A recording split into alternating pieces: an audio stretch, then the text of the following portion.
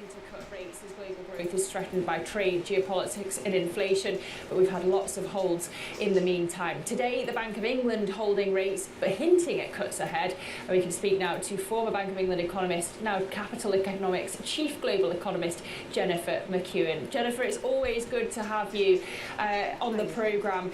Let's start with the BOE, because this hold was expected, but the excitement comes from the vote split. Do you interpret this as a dovish hold? Yeah, I do. The bank's been cutting rates at every other meeting, and it cut rates at the previous meeting in May, so nobody had expected a cut this time around, really. But 3 MPC members did vote to cut: Dingra, Ramsden and Taylor, and that's a big difference to the last time that there was no change, when there was only 1 vote for a reduction. So I think this definitely was a dovish hold, and I'm a bit surprised we've not seen a slightly stronger market reaction to it. Oh, that's interesting. I mean, when you look towards August, it seems like the market expects a cut then. Do you think that there's any way the BOE will fight against those market expectations?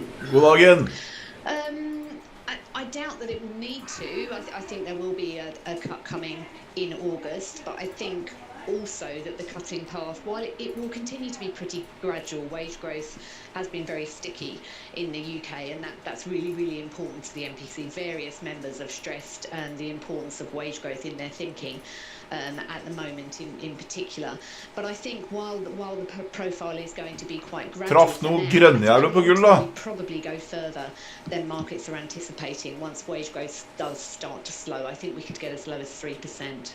Vi har en liten issue her nå. Issue her det at markedet begynner å bli ganske nervøst nå. Endelig. Gull skal man egentlig kjøpe nå. Problemet at hvis markedet faller, som jeg tror kommer til å skje nå, så kan gull falle med markedet. Det vil si at det ikke en safe haven lenger, for den har gått så mye i forkant. Så vi må bare se nå. Jeg har kjøpt gull på privaten akkurat nå, bitte litt her nå. Men vi må bare se litt om det holder stand her. For hvis det ikke holder her nå, så vil gull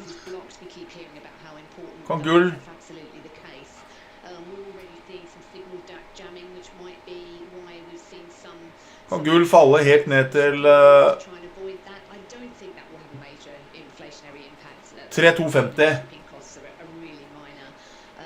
For alt makroøkonomiske ting nå, uroligheter, tilsier at det markedet skal ned, og vi ser nå at gull fungerer ikke som det skal. Altså jeg har vært short, sett masse penger nå, men vi må bare se, for Nasdaq faller videre, og hvis det blir panikk i markedet nå på grunn av krigen, inflasjonen, nedgraderingen, hvis folk bare våkner opp nå, bare som de skulle gjort for en måned siden liksom, så selger man gull. Du selger gull med en gang, du kjøper ikke gull, du selger gull. Det det som har gått mest. Gull og bitcoin de som har gått mest. Henger folk med på hva jeg sier? Yep. Så vi må se om gull klarer å bryte opp her. Han har ikke klart det hele dag. Han må over 75. Så hvis dere vil, så kan dere kjøpe gull her nå med meg. Ikke på copy, hvis dere vil.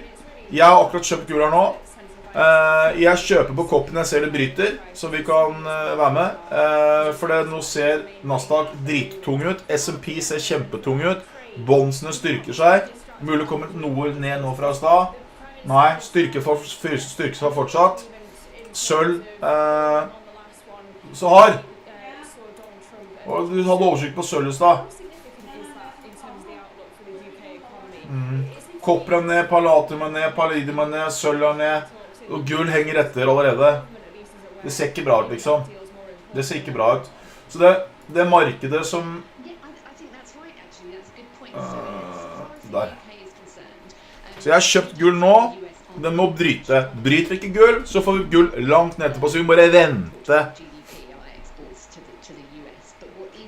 Så hvis dere har på charten deres nå, så kan dere følge med nå. Hvis gull går over 3,75, så kjøper vi.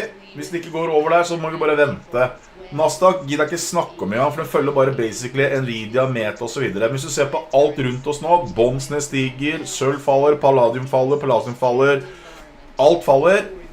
Og gull går ikke videre oppover. Da kan det komme en korreksjon, for nå begynner alt å bli litt gærent her. Pluss at det kan bli eskaleringer på krig med Trump. Så det kan hende det som sender markedet ned da. Nå har Nasdaq falt allerede ganske bra i dag. Den har ikke falt nok til at folk får panikk. Det må falle mer. Så nå har vi ute av alle gullposisjonene. Shortene våre tok jeg i dag tidlig. Tok ut alt, så vi kan begynne på blanke ark og gi gass.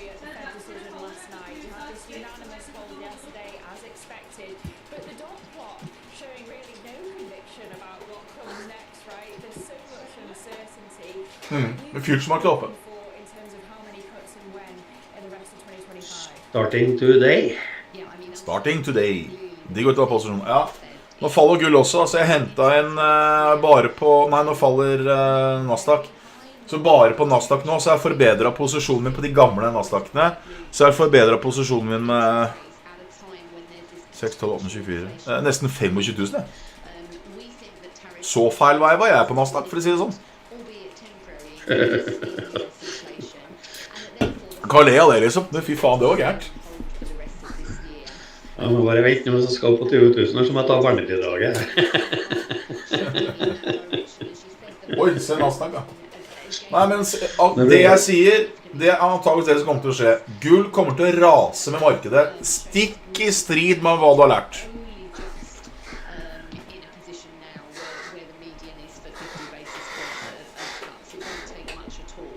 Så bare hente grøten med det.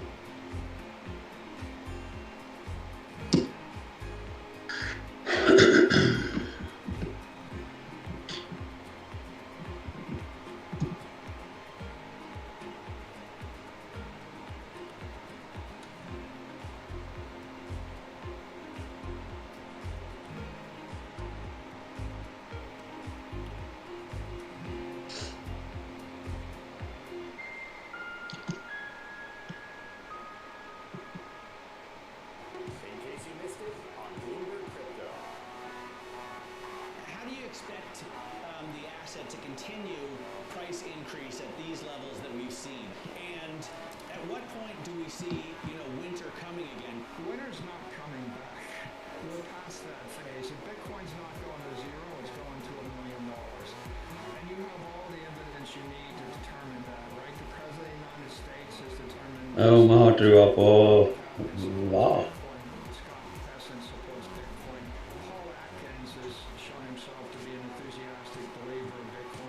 Sånn. Ja, og treda inn litt rent og jeg takket i går altså. Da tok inn det meste inn da.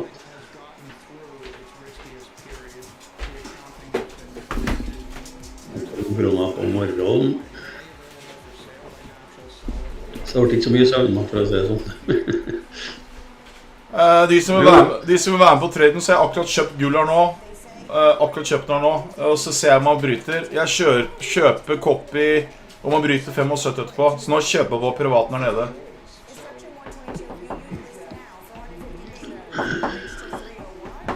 Kan jo ta en liten opp på copy da, kanskje. Eller skal jeg ikke gjøre det?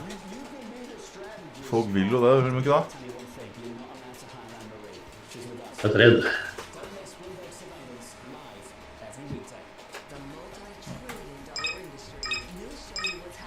Sånn.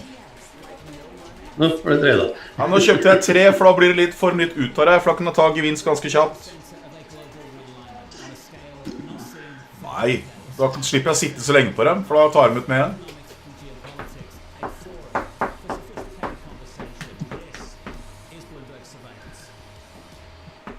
People ask me all the time, what is the key to being a really good investor? I tell them it's to surround yourself with and work with the best investors you can find.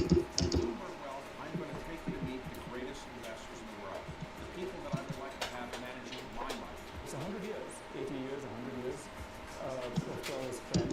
So much so that important commodities, gold, oil, are denominated in dollars. I think undoing that will take a long, long time.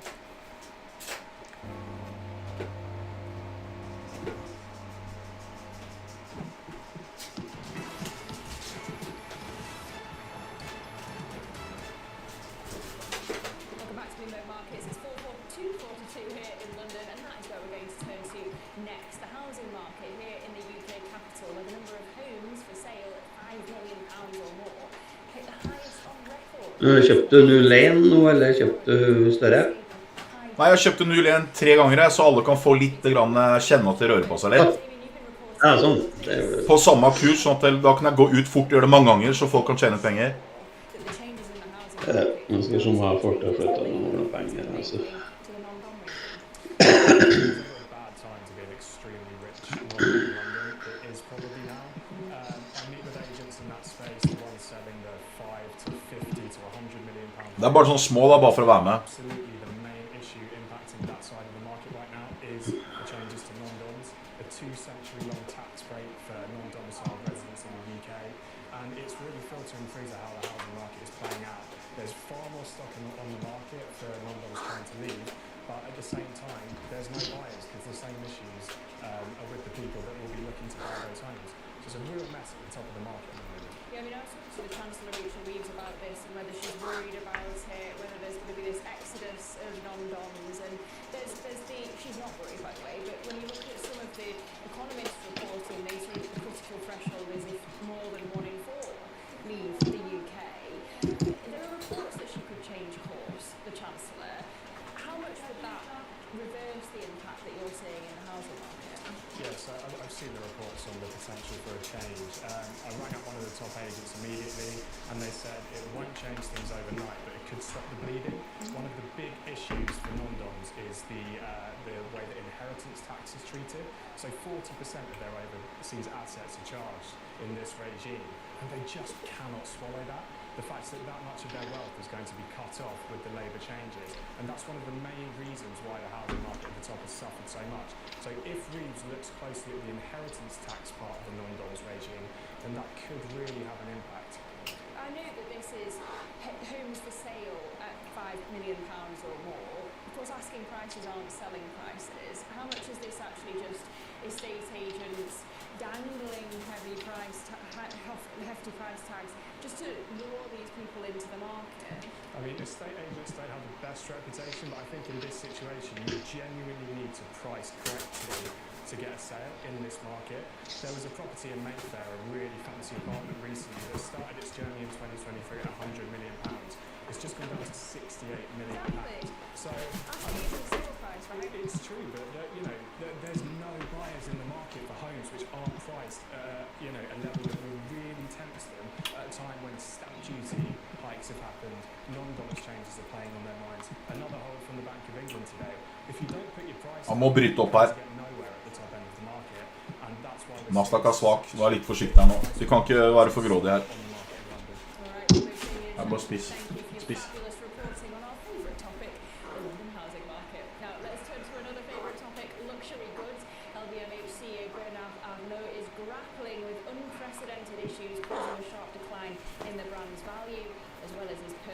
Å, fy faen, så Nasdaq faller da.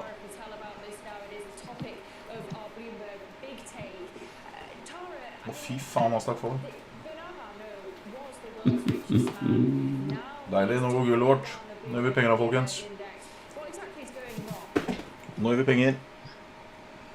Og viksen går 504%.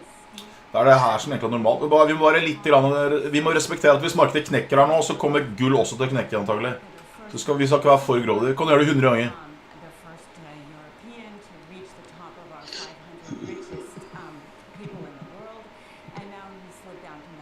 Vi har penger nå. Depending on the day, LVMH shares have more than almost halved, and so there really is a decline. The decline is coming from demand in brands such as Louis Vuitton, such as Dior, and the other 75 brands that he owns as part of LVMH. The reasons for this are complicated, although geopolitically it has to do with tariffs.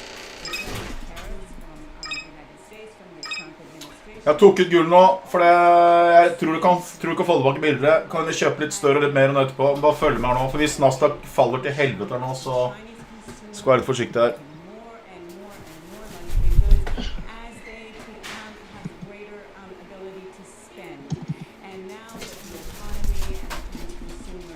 Ja, nå kommer Nasdaq. Nå kommer gull ned der.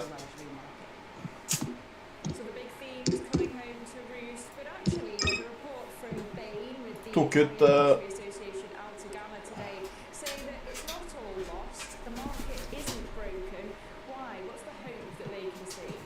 Nasdaq, hvorfor har jeg kjøpt?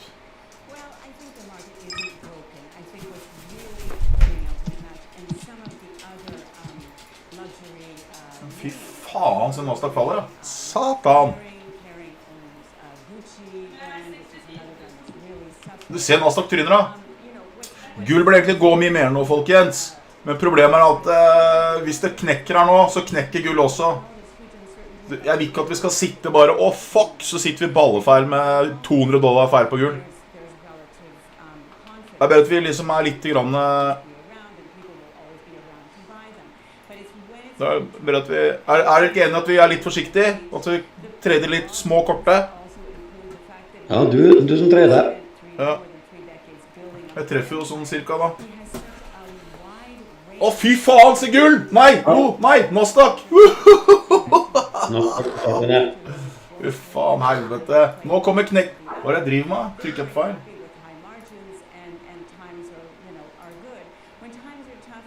Der var det linje som holdt. Hva faen ble jeg?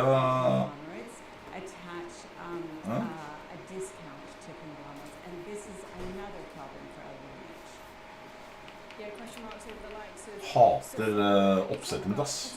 Ja, jeg får nytt oppsett nå.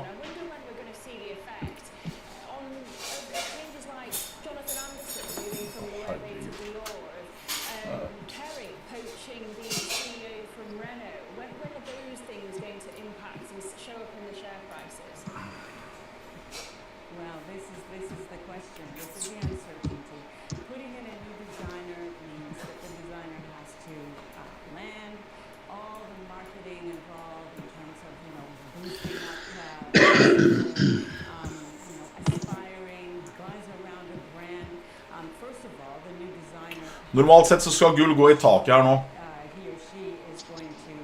Vi tredje gull, Sanderboy.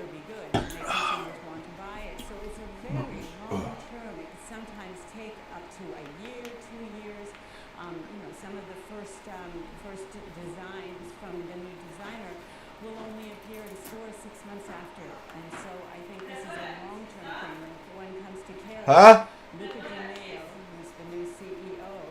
Om jeg allergisk? Nei, faktisk ikke.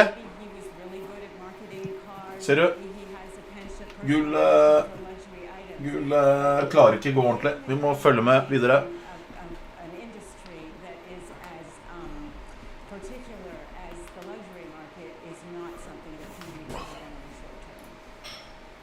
Okay, we'll have to see how that plays out for Luca De Meo. Of course, Renault also in its own turnaround and leaderless at it now that he's going to Kering. But Bloomberg's Tara Patel across it all for us. We thank you for the update. Now, I want to get back to our top story and just mention a new headline that has just crossed the terminal. We have heard sirens being blasted through Israel as Iran sends rockets to Haifa. We're going to bring you the latest developments as we get there. Hva er det si for noe? Nei takk. Iran fyrer missil mot Israel akkurat nå. Akkurat nå.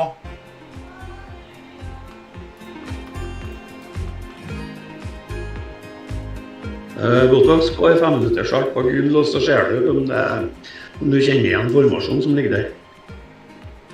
Det kalles for en diamant. Lenger ut. Zoom lenger ut. Du zoomer inn.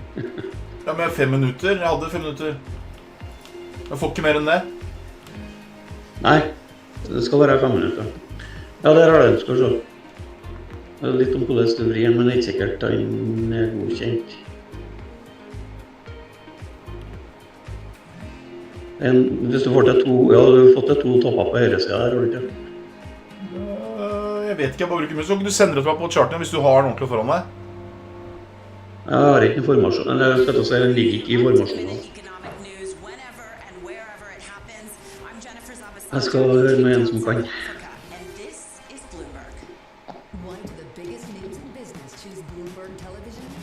Faen, så har du lyst til å kjøpe den, altså.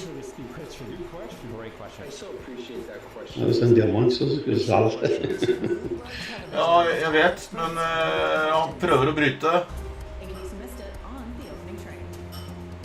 What trade does is it meets a consumer demand. Consumer demand is not meeting. China supplies a little over 30% of what we eat and consume. That's unlikely to change anytime soon. I think that supply will find new homes potentially, but our reliance as a global economy on Chinese manufacturing is unlikely to change fundamentally anytime soon.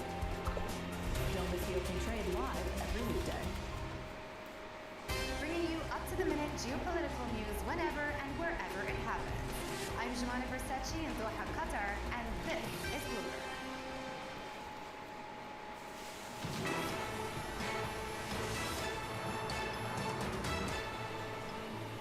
Welcome back to Bloomberg Markets. Now, TikTok's US deadline to divest or be banned has got a third extension from President Trump. The administration delaying the ban by another 90 days, allowing the social media app to keep operating in the US as it proceeds with negotiations. Project Liberty founder and longtime bidder for TikTok, Frank McCourt Jr., joined us on Bloomberg about the extension. It's been a while, but, I've learned to be very patient and hang around the hoop. A lot of good things get done when that happens, and my sense is, and this is not this is purely my opinion, but I think this is the last extension. I think 90 days, not 75 days, is significant, and I think something gets done within the next 90 days, or not. But does it involve you? Have you been on the phone with the vice president? Have you been involved in the negotiations? We were very much involved during the first extension, and less so during the second. Things have been relatively quiet, as a matter of fact. So I don't know if I should draw any inferences there, but it's been fairly quiet overall. Look, I still Skal man sette en short her, da? Det er veldig skummelt. Nasdaq? Nei, Nasdaq rører jeg ikke. It actually meets the criteria in that legislation where we completely disentangle from the Chinese technology. So Frank, I want to get really detailed on this, because on the other side of the table in this bidding process, there is a coalition of different technology companies whose proposals are enten eller, men in other words, some element of co-location of data and licensing the algorithm. Would you just explain how your bid is distinct from that? Yeah, we're not looking to Satt en short der. co-host the data or to use the Chinese algorithm. Project Liberty is about empowering individuals, not exploiting them. So we're not interested in scraping Hæ? data. Nei, er du gæren? Det tør jeg ikke gjøre der. Jeg kjøper deg etterpå. Er du gæren? Jeg trader som en bias på piraten. Er det pluss nå? Jeg sier høyt overfor noen privaten, så kan folk gjøre det samme hvis de vil. Jeg skal ikke ta ansvar for det jeg driver med, altså. No, det er ikke.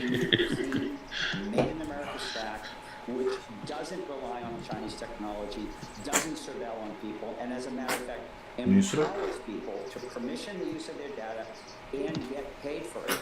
This is going to be the new internet. It's going to happen sooner or later.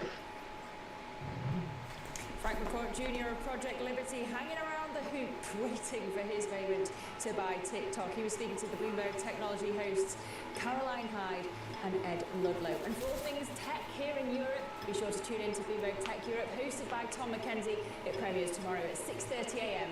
London time. Stay here for more. This is Bloomberg.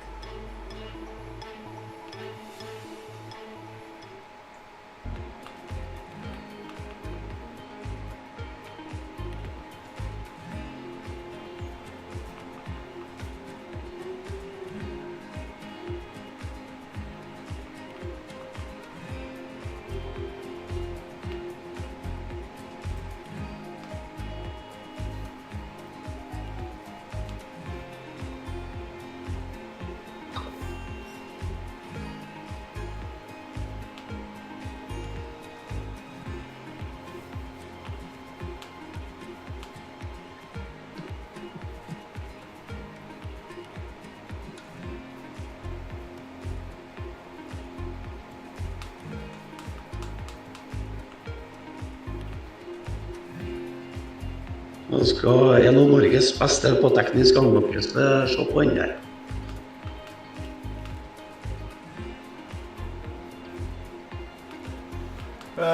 Nei, jeg skal til dyrlege I morgen. Jeg har fått SMS. Timeavtale for kråke.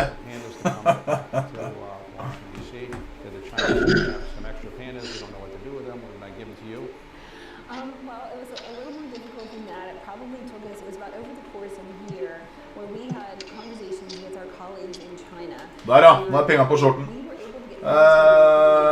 Lost in Heaven, så tar jeg gevinst snart. To the continuation and success that we've had here with our pandas and our panda program. For jeg vil helst ikke være short her nå. Jeg bare gjør det som en sånn enkel scalp. Oi, nå traff jeg som faen.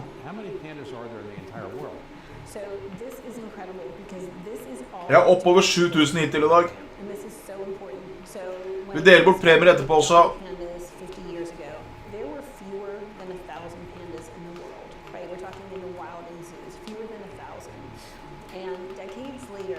There are close to 2,000 pandas in the wild now, actually I think a little over 1,800.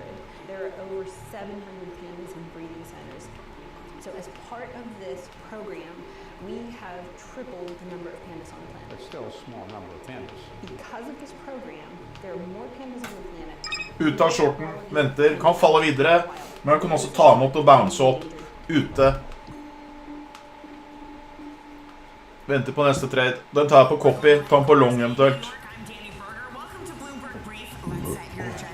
Bloomberg Brief delivers the market news, data and analysis you need live every weekday only on Bloomberg. Nå er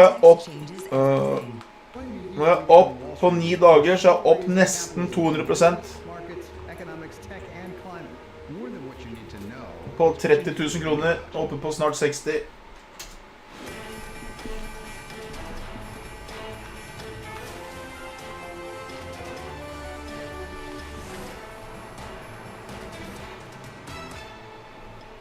Welcome to Bloomberg Markets. I'm Lizzie Burden, joining you from London. It is a Juneteenth holiday stateside, so we've got no cash trading in treasuries or US stocks, but there is plenty to update you on around the world in terms of the geopolitical conflict that is... Legg merke til det jeg sier til deg nå. Gull raser, så vær veldig forsiktig her nå.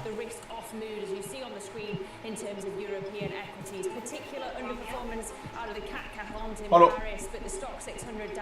Ja, det tok jo sånn tid. Ja, så du får gjort ferdig. Du får ikke gjort ferdig sånn som det er nå. Nei, men da bare tar ut, da. Det hjelper ikke ingenting. De gir ikke gjøre det. Du må gjøre det. På stua di. Ja, blir det, hvis du får ting ut.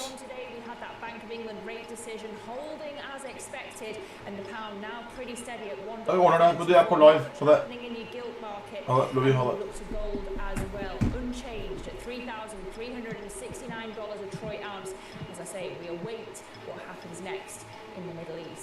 Outside those Middle East tensions, a top story for markets coming from the Bank of England, which held rates steady today.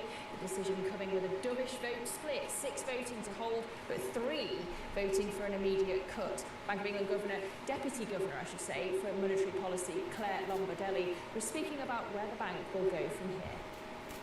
We'll decide interest rates in August, in 6 weeks' time. I'm not going to predict what it is we're going to do. We have said that we expect interest rates to be on a gradually downward path. We need to be careful and think about all of the factors playing in. Inflation is still too high, and that is... Vurderer også å kjøpe gull igjen nå.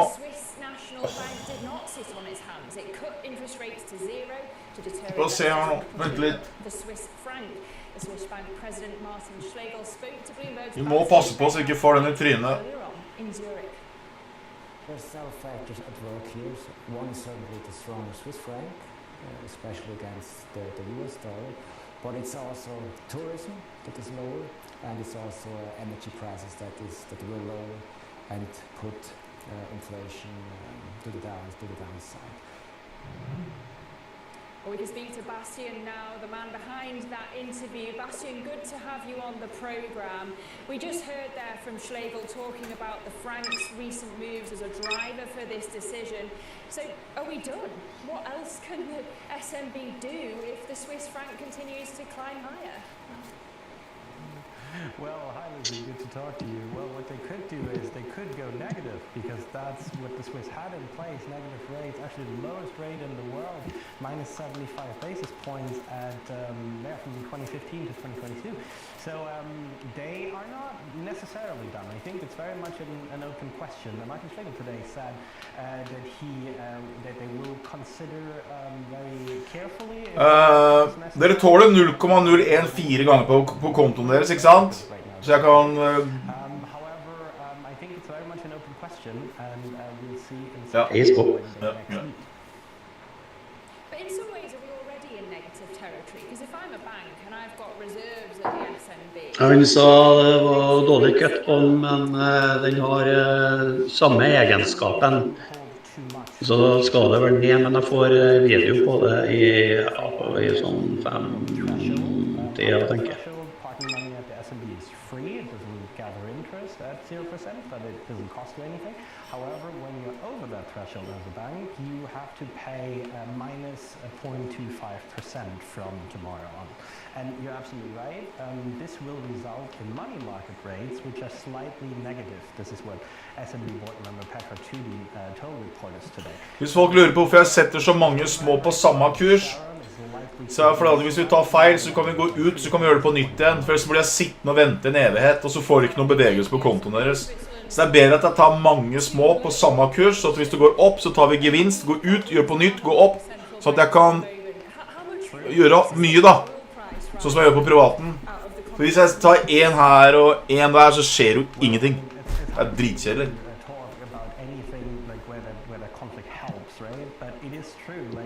Sitter rolig nå. Det er det mest trygge, tror jeg. Jeg er jo ikke det. Sånn. The fact that the oil price has been a lot lower than last year results in a base effect which weighs on the Swiss prices. And however, Nå er ferdig kjøpt. Kjøpt 4 kontrakter til dere her nå. Idea is that like imports get cheaper and cheaper the stronger the currency gets, and this therefore Swiss inflation is actually in the negative right now. In May it was at minus 0.1%, and obviously the SNB would like to keep it positive because it has an inflation target of between 0 and 2%.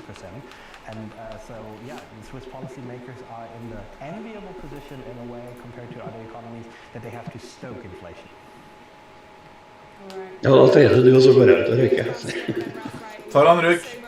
For bringing that interview to us from the SNB President Martin Schlegel. Now, I want to broaden out the conversation. We can speak now to Nottingham Trust fixed income strategist Carissa McDonald. Carissa, really good to have you with us. There is just so much uncertainty to digest in the markets right now, whether it's geopolitics, whether it's on the fiscal side, whether it's the trade narrative, lest we forget that. What is the single biggest investor issue at the moment? What is the biggest issue for bond investors right now? I think it's just like you said, the degree of Hva det for noe? that is facing, bond investors, but also kind of stock investors across asset classes. Just as you said, like so the uncertainty about fiscal policy. There's question marks about kind of geopolitical tensions. Unsure about kind of the passage of this potential budget bill, and just kind of questions that I haven't necessarily seen before in my career in terms of questions about the preeminence of the U.S. dollar, because we've seen the dollar fall across all major currencies. Vi traff bra der. Down 10% against the euro, for instance. So I think that's, the investors are going to have to feel their way through in terms Vi må ha over 70, og så må man bryte 75. And we do derive some degree of comfort that kind of the dollar story isn't over. We've seen some strong reception in treasury auctions. Those continue to be well received. The treasury market seems to continue to be the safe haven. We've seen treasury yields drop something like 50 basis points since January, notwithstanding all the volatility. So we think the call for the U.S. dollar's demise is overstated at this point. Okay, really interesting. Just as we've been speaking, Carissa, we've had a Truth Social from Donald Trump. He says, too late, Jerome Powell is costing our country hundreds of billions of dollars. He is truly one of the dumbest and most destructive people in government. I'm quoting, by the way. And he says we should be 2.5 points lower in terms of Fed interest rates. It would save billions of dollars on all of Biden's short-term debt. We have low inflation. Too late is an American disgrace. So that's Donald Trump's 10 cents. If we think about that Fed decision last night, you've got a hold, but they're flagging stagflationary risks ahead. Yeah. Is that the right stance to take? I think that they don't have another choice. I mean, the Fed has to walk that tightrope of their dual mandate. And as we saw from the dot plot, they actually pushed inflation expectations back up to 3%. Now we can argue about whether that's short-term or not. The market believes that that's going to be a short-term phenomenon.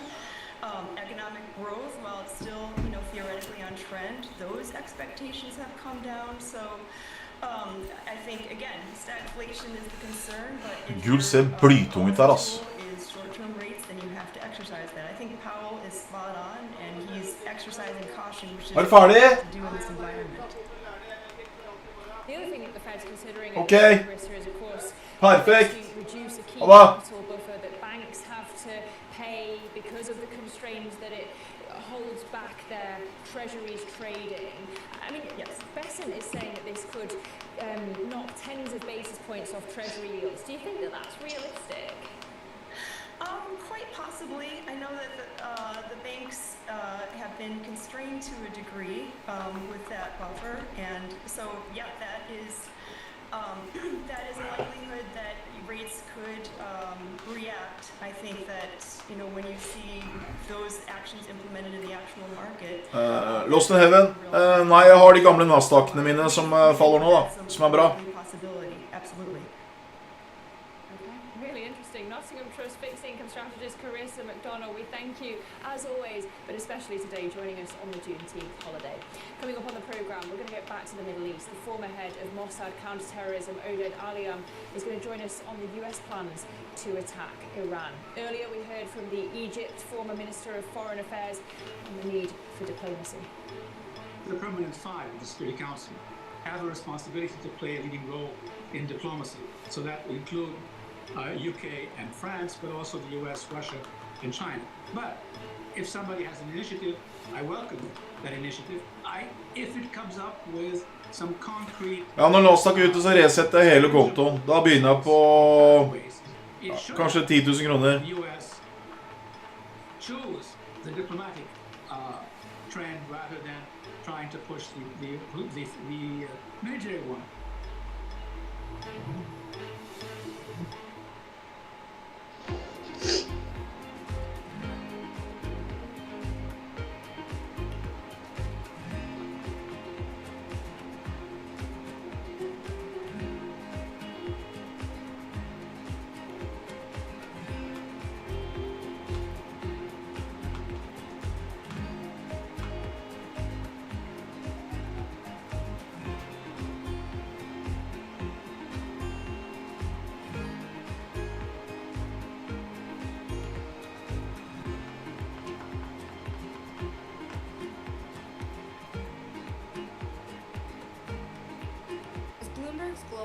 financial correspondent, I get to meet the people shaping the way money flows around the world. And I want to bring you with me. The capitalist system is the best system in the world. There isn't another one that works as well. I love all these new Wall Streets. Y'all Street, Wall Street South. Wall Street used to be a place. Now it's more of an idea. I hope you survived the day. I did. It was a busy day.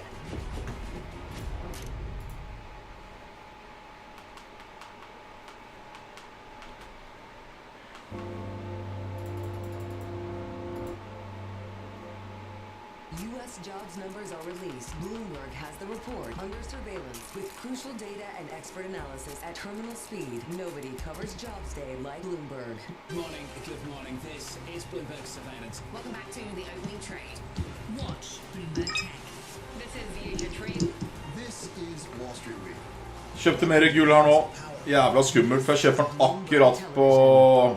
Addiction isn't a choice. Ja. I would isolate self. Den skummel, men nå går den da, så var det bra. To continue my use. I didn't really think I had a problem. Rachel and Pete are just 2 of 48.5 million Americans. Jones, du meg en fin en. But 3 out of 4 people find recovery is possible with help. Go to shatterproof.org/findtreatment to watch the short film No More Secrets and find out how you can get help. That's shatterproof.org/findtreatment. Key investors, top executives, global innovators. Join me for in-depth conversations with the biggest newsmakers on the day's top stories. Ja, jeg kjøper mer gull på dip. Til det snur. Bringing you up to the minute geopolitical news whenever and wherever it happens. I'm Amber Verdern at the G7 in Alberta, Canada. This is Bloomberg.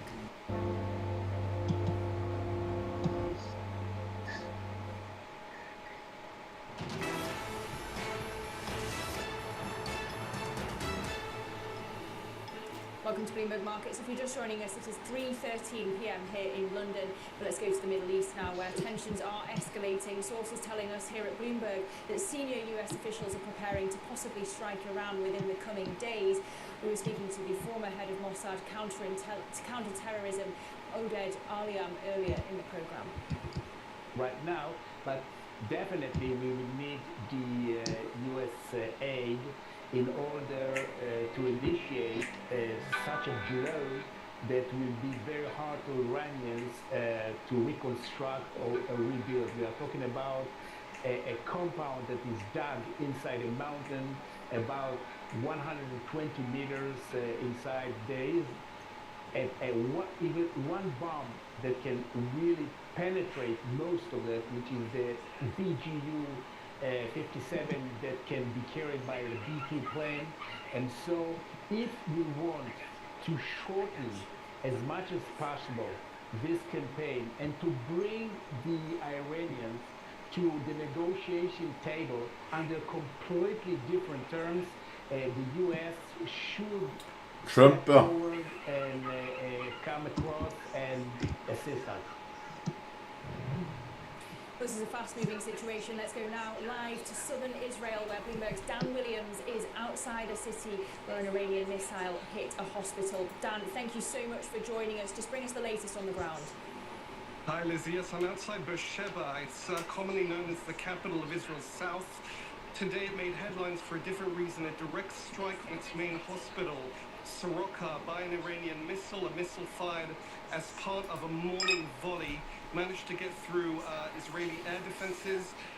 Nå fulllastet gull på privaten. Mercifully, many of the patients have already been moved out as precaution to more hardened areas, more fortified areas. There were 6 injuries and quite a bit of damage. We saw it there. It's a multi-story building. The entranceway is smashed. Just to give you an idea, we found this fragment of a missile. Among these fragments, it's a large chunk of jagged metal. These had been... Nei, folk nervøse, get som. Det skal jo ned masse. Det har jo ikke falt. Folk, smarte mennesker gidder ikke trade. De sitter og venter. Så alle de som har tjent masse penger nå de siste 2 månedene kommer til å blåse på kontoene sine. For de har aldri sett at det faller. Vent og se. Alle du kjenner som har tjent penger de siste halvåret kommer til å miste alle pengene sine. Kan aksjemarkedet falle? Må du tjene penger? Fy faen. Du går ikke bare opp for at Trump sier det går opp da. Det som kommer til å skje. Så folk, det er ikke noe volum på amerikanske markedet nå. Nesten ikke noen ting.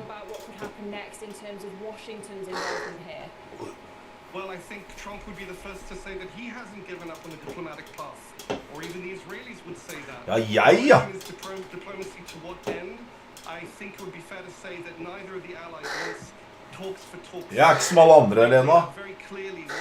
Jeg er 1%-eren. From the Iranian side, which is complete abandonment and dismantling of uranium enrichment. That's the core program of the nuclear projects in Iran, one that would be needed at a lower level of enrichment of uranium for medical needs. I morgen skal vi til dyrlege. But once that Ja, enrichment det is skal vi. built up, it Det can skal also vi. produce fuel for nuclear weapons. They say that Iran should give it up. Iran heretofore has said that's a red line. Du tar den I toeren. A project it wants to give up or would intend to give up or would agree to give up. So the big question is whether the military pressure will change the Iranian calculations and whether if the Americans come in, that might be the knockout blow in terms of the Iranian diplomatic stance. And meanwhile, China has condemned Israel, but it's shown no rush to provide weapons to the situation. What do we know about the role that China and Russia will play in the Iran-Israel conflict going forward? As you noted, at the moment it appears to be a more rhetorical position, trying to push back against the other big power, the United States. I don't think right now we have the makings of a big power struggle, perhaps comparable to the crisis of 1973 around that Arab-Israeli war. However, if the US does step in, and for example, if the Iranians were to retaliate with, for example, a shutdown of the Strait of Hormuz, a major waterway, a major thoroughfare for energy shipping, that might indeed change the calculation of other world powers, which in that case would feel their interests have been directly impacted. And what's the mood in Iran, Dan? I know that you're in Israel at the moment, but you can take the temperature for us. A lot of talk from Netanyahu about regime change in Tehran. Is that likely at this point? You would think that other alternatives would be cultivating themselves, but no one seems to be able to point to one. I would be very cautious on holding forth on that issue. I would recommend others do so as well. It's in recent memory when there was another Middle East engagement when we were assured it would be a quick and easy regime change with the quote-unquote Du må bryte 75 for at det skal være fest på Gul. population. It didn't quite work out that way. Elsewhere in the Gulf, it might not work out this way.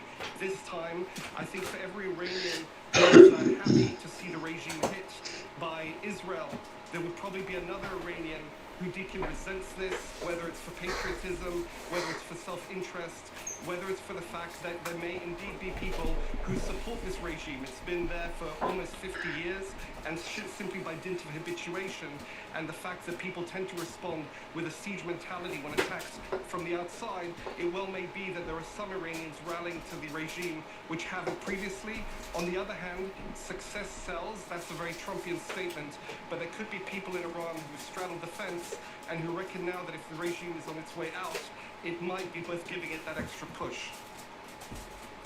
Dan Williams, we thank you so much for your brave reporting live from Israel. Keep safe. Still ahead, we're going to turn to the company impact. Ser ut som Nasdaq skal falle videre. Være litt forsiktig nå på Gull. Hvis Nasdaq plønsjer nå, så kommer Gull ned, antagelig. Så vær litt forsiktig.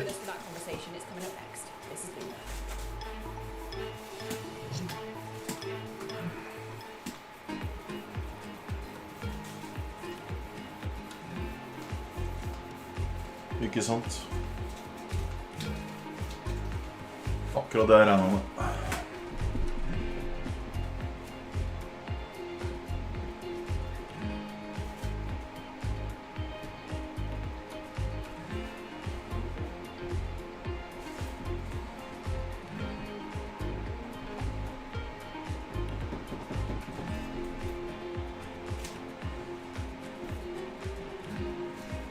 I'm David Weston. Join me for the next generation of Wall Street Week. This week, Vlad Tenev of Robinhood takes us into the wild world of mathematical superintelligence. we go to Saudi Arabia for the story of Aramco's plan to help wean the kingdom off of oil. We think of ourselves as a technology company delivering energy. We are very pragmatic here in the kingdom. And Larry Summers dissects the Fed's latest decision. Watch the all-new Wall Street Week. More than what you need to know, it's what you need to think about.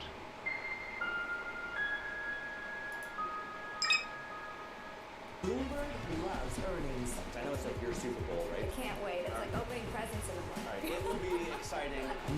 Dere hører det, trykker ikke sant? Sånn klikk, klikk. Eller hører man ikke det? How confident are you that AI's promise will outweigh the perils? I'm not confident. Tune into season 3 of The Circuit with me, Emily Chang. Thursdays at Altså, gull kan falle mye, altså, hvis det faller her nå. and Bloomberg TV. In case you missed it, on Bloomberg Open Interest. Det står jeg har lagt ut, tror jeg har lagt ut chart på KOA. Det er en HS-formasjon på der vi er nå. You're constantly speaking Jeg to skal se. businesses. Is anyone making big investments? Inflation is a big bugaboo. There's no evidence yet that that inflation-driven drop in sentiment drops spending. That's why I say there's the disconnect on the consumer side. Don't miss Open Interest live weekdays. From the world of politics to the world of business. Jeg har ikke lagt ut, jeg skal legge ut. Kaylee Lyons deliver news, insight, and analysis live 2 times a day, every trading day. Balance of Nei, jeg lukker dem, Luka. 5 Eastern, only on Bloomberg. Get your fixed income fix. Watch Bloomberg Real Yield every Friday at 12 p.m. Eastern, right here on Bloomberg. Context changes everything.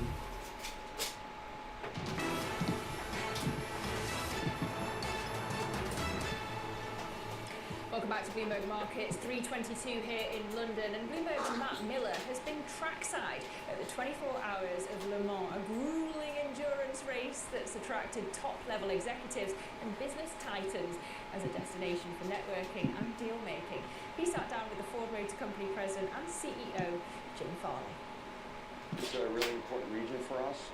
We're watching Turkey as well. We have a huge operation in Turkey. We export all the way through Europe and the UK. So far, so good, but it's clearly a concern for all of us in business. One of the things we've seen as a result, obviously, is the oil price rise 5 or 6% really across the board. Has the low oil price been helpful to you, or has it not helped to encourage people to buy electric cars? Yeah, it's interesting because it cuts both ways at Ford. We're 60% almost of the commercial business in the U.S., and a lot of that is energy. So you go to Odessa, Texas. Jeg kjøpte gull her nede nå nettopp også, så jeg bare kjøper litt mer her. Og så ser vi. Det som er problemet, ikke sant, når gull har falt så mye nå i 3-4 dager, og han stopper opp, så stopper den ikke opp sånn, bang. Den stopper jo opp, og så henter den litt inn, og så prøver den å lage bunnformasjon for å så skyte opp den, ikke sant? Men alt av makro og alt er bare dritt. Så vi må ha litt respekt for det.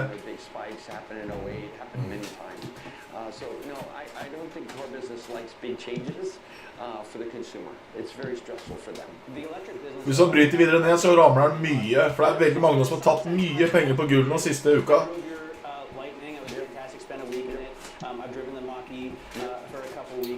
Tenk til alle de som har vært long hele uka på grunn av krig. Står det alle aviser, kjøp gull, det er safe, kjøp gull. Gull er safe, kjøp, blir krig, kjøp uroligheter, kjøp gull. De har jo fått den rett i toeren siden forrige uke. Og de kommer til å gå på stopplåset hvis det faller videre noe så jævlig, for det krever veldig lite marginer. Nei, det krever mye marginer på å ha gull. Hæ? Du får bur etterpå. Those are the only markets where we think in the U.S., you know, 87% of the industry is going to make sense for EV where you can actually make money. The EPA requirements have a big impact on the EV investments by OEMs. During the last 4 years, we had to kind of sell like 15 to 20% Nå er det tett i nesa, altså. for the states, California. Det er tett i nesa. Also, you know, to meet the national tailpipe emissions. So what's happened, interestingly, the total number of EVs in the U.S. has grown, but the total revenue has not changed in 3 years because the prices have come down equal to the volume going up. So the EV market has not been growing for 3 years. If you look at total revenue, everyone looks at unit volume. Don't look at that. Look at the price and the volume. Kozi, hallo? Hallo? Hallo? Hallo? Hallo? Hallo? Hallo? Hallo? Hallo? Hallo? The best-selling vehicle in the U.S. for 37 years has been the F-150. 25% of those customers now buy hybrid. I was forward Jim Farley speaking to Bloomberg's Matt Miller and coming up on the programme. Du er så forkjøla, du. Will join us on the warning mounting inflation risks for central banks. Så det er dyr i morgen. Ja.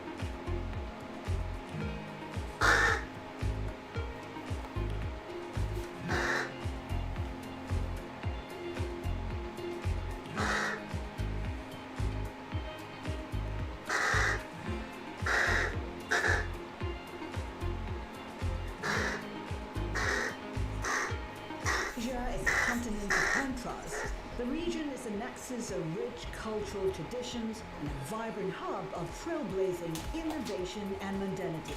How will it push the limits of technology even further? Going to space should become as easy as taking a flight. If NASA is designing a lander, their approach is they're designing a Formula One car. So we take, say, a Jeep approach. Then start to translate Korean architecture for the rest of the world. We call this Madam. In general terms, it's where we can be ourselves. Hvor tror du skal opp igjen? Ja, jeg tror det. In Korea that says Kombu Haifuchi. It means simple but not humble. Det har falt noe jævla mye nå. Tremendous impact on Korean architecture. People tend to think the robot AI taking the job from them. We want to use the robot as a basic asset, meaning people have an income through the robot.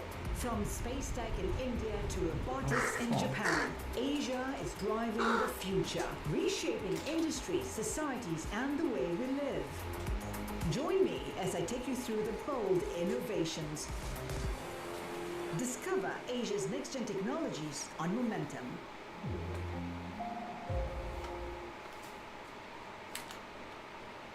Didn't really think I had a problem. I would isolate, self-medicate. Like 48.5 million Americans, they didn't choose addiction. Go to shadowproof.org/find treatment. Watch the film No More Secrets and find out how you can get help. That's shadowproof.org/find treatment. The multi-trillion-dollar industry will show you what's happening in ETFs like no one else. ETF IQ, Mondays on Bloomberg.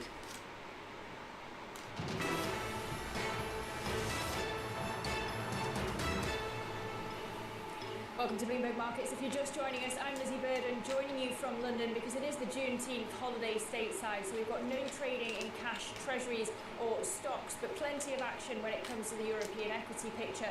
It is a risk-off mood because of the expectation, the anticipation that the US may get directly involved in the Iran-Israel conflict. You've got the stock 600 week at 0.5%, but particular underperformance for the CAC 40 in Paris. Energy, one of the very few sectors eking out gains today, and if we flip to the cross-asset picture, you can see why. We've got oil stronger on the back of the Middle East tensions, up more than 2% now for Brent at $78 a barrel. We're looking at gold currently weaker 0.2% at $3,362 a troy ounce. And in terms of the pound and gilts, not a lot of movement off the back of that Bank of England decision because, of course, they did hold rates as expected. And that's what I take you to next, because we've had lots of central bank action this week. The risk of inflation top of mind for central bankers worldwide. And we can hear now from the Fed Reserve Chair Jay Powell after he held rates steady yesterday. If you look at the forecast, you will see that people do generally expect inflation to move up and then to come back down. But we can't just assume that. Of course, we don't know that. And, our job is to make sure, one of our jobs is to make sure that a one-time increase in inflation doesn't turn into an inflation problem. And that, again, that will depend on the size of the effects, how long it takes for them to come in, and ultimately on keeping inflation expectations anchored. Well, joining me now for analysis is Bloomberg's Director of Global Economics, Jamie Rush. That's got a ring to it, Jamie. I haven't seen you since you've been that. Let's talk with the Fed then. Let's start there. It seems like the division switched from the BOE to the Federal Reserve. We always talk about where the groupthink is, but it's not at the Fed if you look at the dot plot.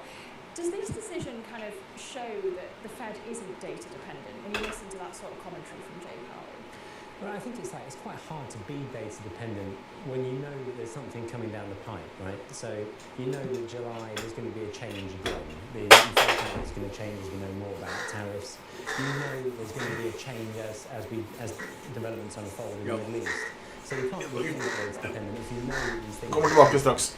And in the US's case, both these things are not good for the Fed. I think if the worst things happen, so if oil price goes up a lot, if the tariffs go up a lot, they're both inflationary.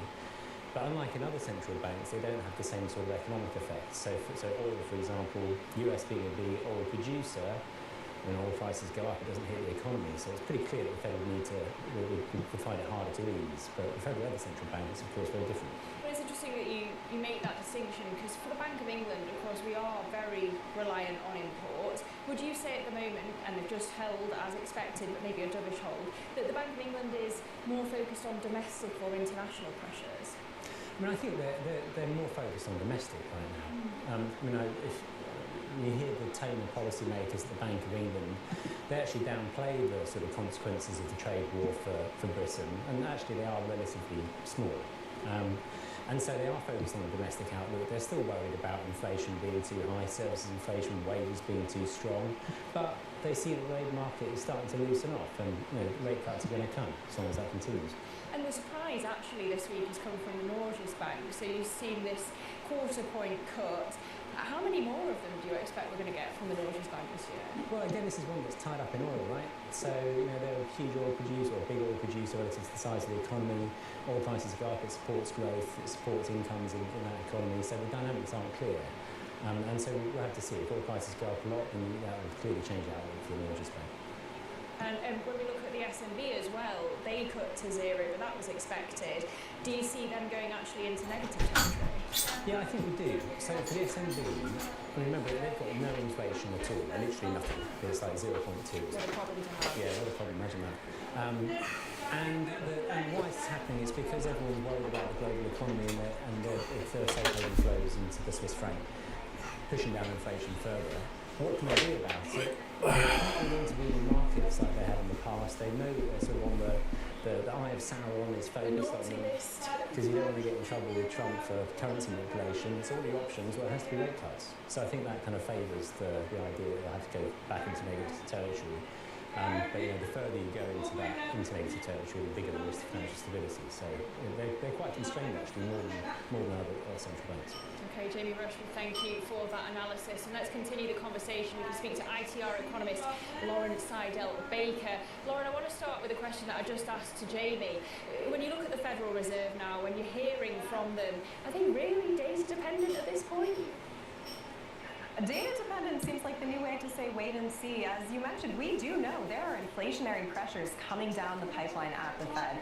Tariffs are a big one. This potential conflict escalating, that is another big inflation risk. But here in the United States, we have more than just that event risk. We have very fundamental liquidity, which has been on the uprise. We have higher labor costs that are still rising in our tight labor market. Commodity prices now starting to catch up. It had been the service side of our economy seeing the inflation. Now the good side is getting back in the mix as well. So I think the Fed knows this. They really do see these inflationary pressures building, but not there quite yet. And so it is a risk, right, to cut to... Det stämmer, Flapp. Nu är det skummelt där. yesterday's messaging.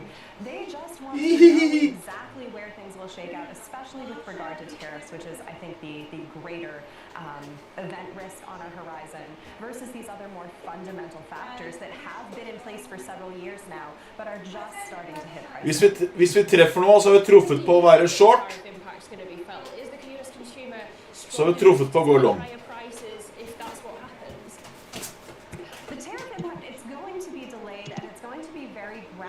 So we saw a surge of imports just before those tariffs were announced and implemented. So a lot of our businesses do have that lower cost inventory still to work through. Retailers, for example, the goods they're selling today very likely entered our ports before tariffs went into effect. Now, we'll probably see importers and retailers absorbing some of that pricing, at least in the near term, at least for a while. They don't want to shock our consumers with higher prices. So at the end of the day, a very graduated rise in prices. Couple that against, as I just mentioned, this tight labor market. We still have upside wage pressure, and at least for the moment, our wage growth is outpacing overall consumer price inflation. So that still puts our consumer in a better spot. Even if sentiment has turned down, they see the higher prices on store shelves. They're starting to be a little bit more sensitive to the sticker price, but our median consumer, they can absolutely withstand that. Jeg kan ikke trede meg mer på Copier hos dem, for da sprenger jeg kontor, så jeg må bare trede mye smått.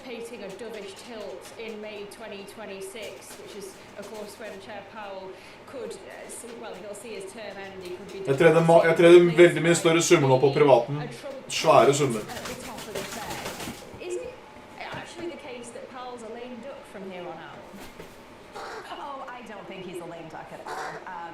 Now, I do think the individual chairship of the Fed, we pay a little bit too much attention to that figurehead. He's just one member of this voting committee, and even after his term as chair ends in 2026, he will maintain his voting seat. So this is not a line in the sand in terms of time. We don't have a full board coming off and being replaced.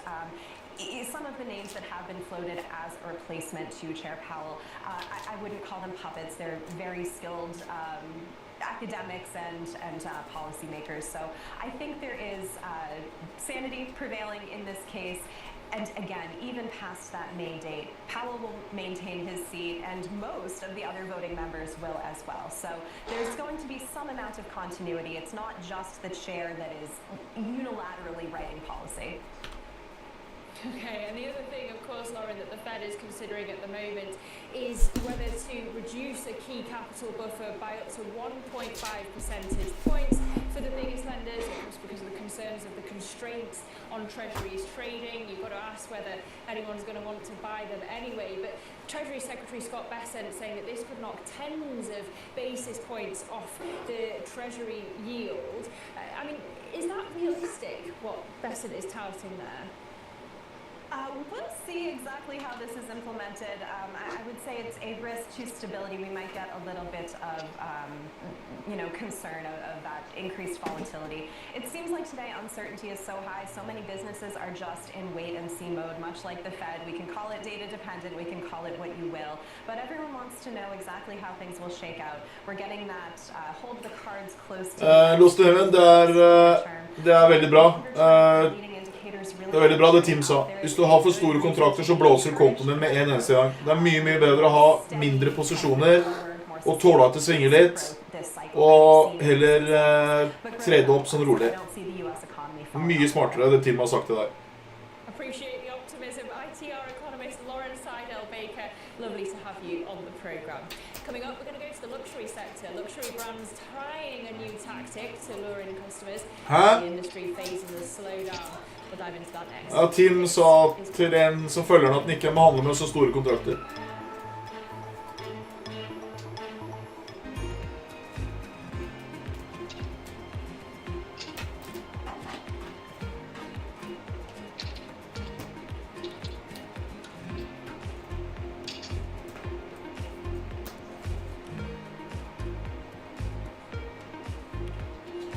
Det skjønner jeg, Lost Heaven.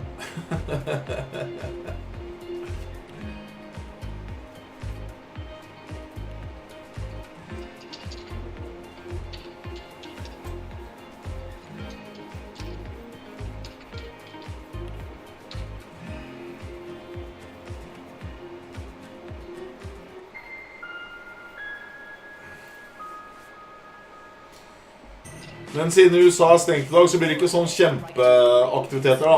Bare så dere vet det. Det blir ikke sånn som i går. Technology is $1 trillion game. One lost, one again, just by backing the right science at precisely the right moment. My life has been focused on how can you elicit intelligence from brain cells in a dish. This is the fundamental building block of our fusion technology. We're doing things that have never been done by anybody, ever. Everyone is selling the future. If you want to understand what's coming, you'll want to watch Primer, because details matter. Lasers on. So do lasers. There we go.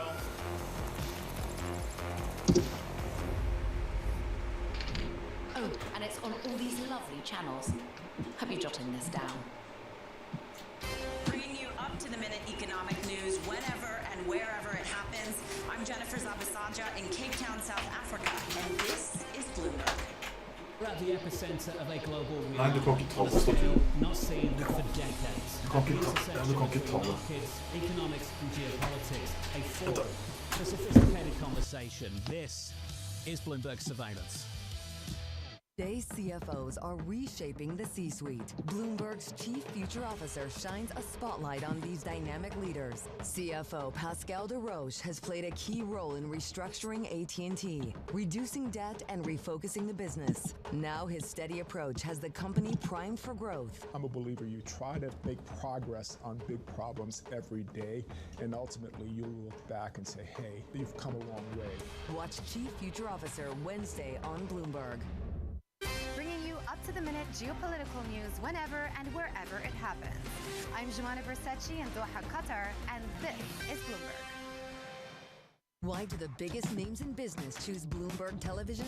That's a great question. It's a very good question. Interesting question. Good question. Great question. I so appreciate that question. You certainly ask interesting questions. Bloomberg Television. Top experts, great questions.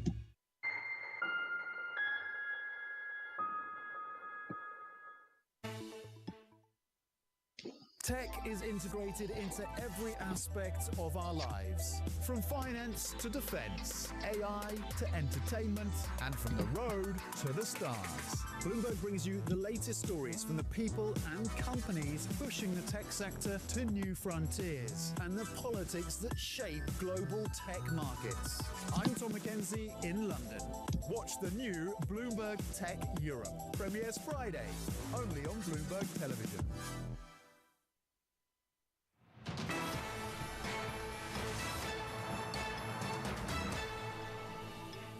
Welcome to Bloomberg Markets. It's 3:43 p.m. here in London, and we're going to turn to the luxury sector now, because a new Bain report finds that luxury brands are trying to counter the slowing demand by offering smaller and more affordable accessories. The question is, will it work? Bloomberg's Jennifer Creary has been looking into this for us. Jennifer, let me ask you that question. We've had so Nå, den er jeg litt usikker på om jeg skal se hva jeg finner ut. weak Chinese consumer demand.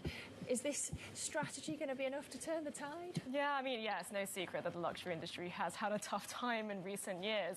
But it just goes to show that, you know, brands are trying to Jeg find kan ways egentlig to ikke forstå det. their profits. So, you know, what's really interesting about this Bain report that it shows us that, you know, they're trying to reinforce their ranges of kind of smaller, more affordable items. So think, you know, eyewear, luxury perfume, beauty, and I think that tells us two things. So the first being is that, you know, when you know there's a lot of uncertainty, economic conditions are tough, consumers generally tend to trade down. You know, we buy luxury products when we're feeling good, when we're feeling confident, and this kind of just goes to show that, you know, you know, accessories is a good way to kind of to capture some of those consumers. Yeah. And I think secondly, it goes to show that, you know, with these brands, they've gotten the message that they can't keep hiking up prices that they did over the past few years. So according to this Bain report, it shows that, you know, from 2022 to 2024, on average, the luxury brands rose prices by 12% per year, and so they can't keep doing that. And so hopefully, with accessories, you know, they can get some of that, you know, momentum in stores, and they can draw in more of those consumers. So maybe try and get people to trade down within the brand rather than going down the road to Zara instead of the likes likes of Loewe. They've also, of course, been instituting bigger changes. You've got Jonathan Anderson going from Loewe to Dior. You've got Kering poaching Renault's CEO. I just wonder how long those sorts of changes are going to take up to show up in the share price. Like for our audience, how long will those changes take to implement impact investors? Yeah, so for example, you give the example of Luca De Meo, the Renault CEO, joining Kering, and if the market reaction is anything to go by, investors are pretty happy with this. So hopefully that will translate over the long term. But these turnarounds take time, and so definitely investors will be taking kind of a long-term view on this. Yeah, and whether he can turn around Gucci is a whole other story. Yeah. But for now, you've got Bernard Arnault really frustrated. No longer the world's richest man, slipping down the Bloomberg Billionaires Index. I reach for my violin. Why so frustrated? Yeah, LVMH, this is one of the kind of toughest periods that it's had to go through. Bernard Arnault, his personal wealth has suffered as a result. He's no longer the world's richest man, but of course, he's still Europe's richest man, so that's something to go by. Exactly. But, for LVMH, it's got so many brands, and it's across so many different kind of sectors. So it's got perfume, it's got kind of luxury fashion and leather goods, it's got drinks. So it's going to be exposed to more of that volatility, and the key question is how are they going to ride that out? And, one of the ways that they're doing that is by kind of looking at some of those assets and kind of offloading the ones that are underperforming, selling McCartney, for example. And so there is a path forward, but of course a very frustrating time for the company. Yeah, question marks over the likes of Sephora. You've got all those brands, I suppose, they compete with each other in the bad times. Jennifer Creary, thank you so much for your analysis, really great reporting, and that is the subject of our big take, so do check it out on the terminal, The Fortunes of Bernard Arnault. Coming up on the programme, Roger Penske, who is Penske Corporation chairman, of course, says that car manufacturers are heading to Le Mans as auto racing is finding a new level of popularity. We'll hear from him next. This is Bloomberg.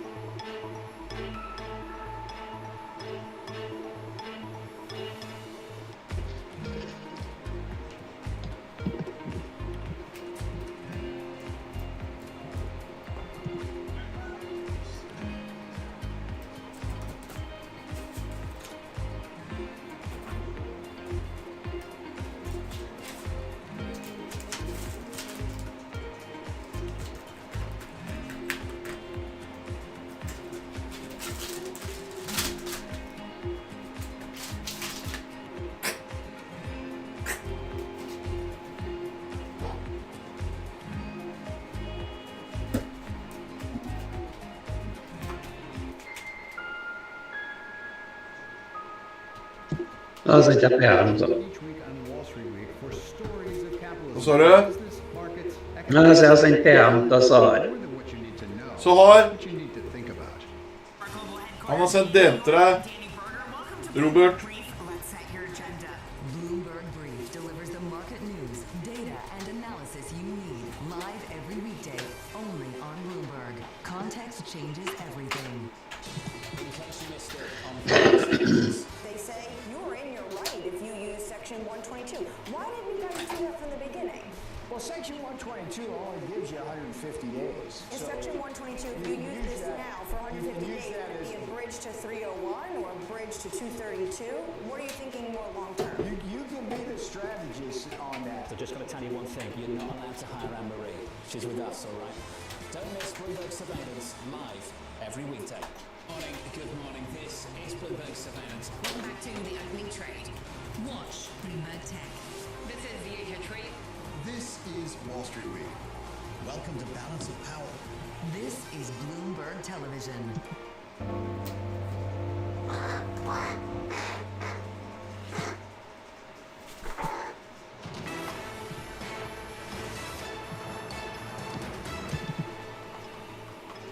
Car lovers, this next one's for you. Bloomberg's Matt Miller and Hannah Elliott have been trackside at the 24 Hours of Le Mans, a grueling endurance race that's attracted top-level executives and business titans, of course, as a destination for networking as well as deal-making. And they sat down with Roger Penske, Penske Corporation Chairman. Take a listen. You know, in the high-performance class this year, the hypercar, there's 8 manufacturers who will be competing, and they can get on the world stage. They compete every day in every showroom across the world, don't they? But to come here and put your brand on the line, it's amazing. And I think the way Le Mans has grown, think about it. I raced here 6 decades ago, and I'll tell you a funny story. We were on the pole position that year. You know why? We had the car with the biggest motor. So things have changed, but it's an amazing place, iconic.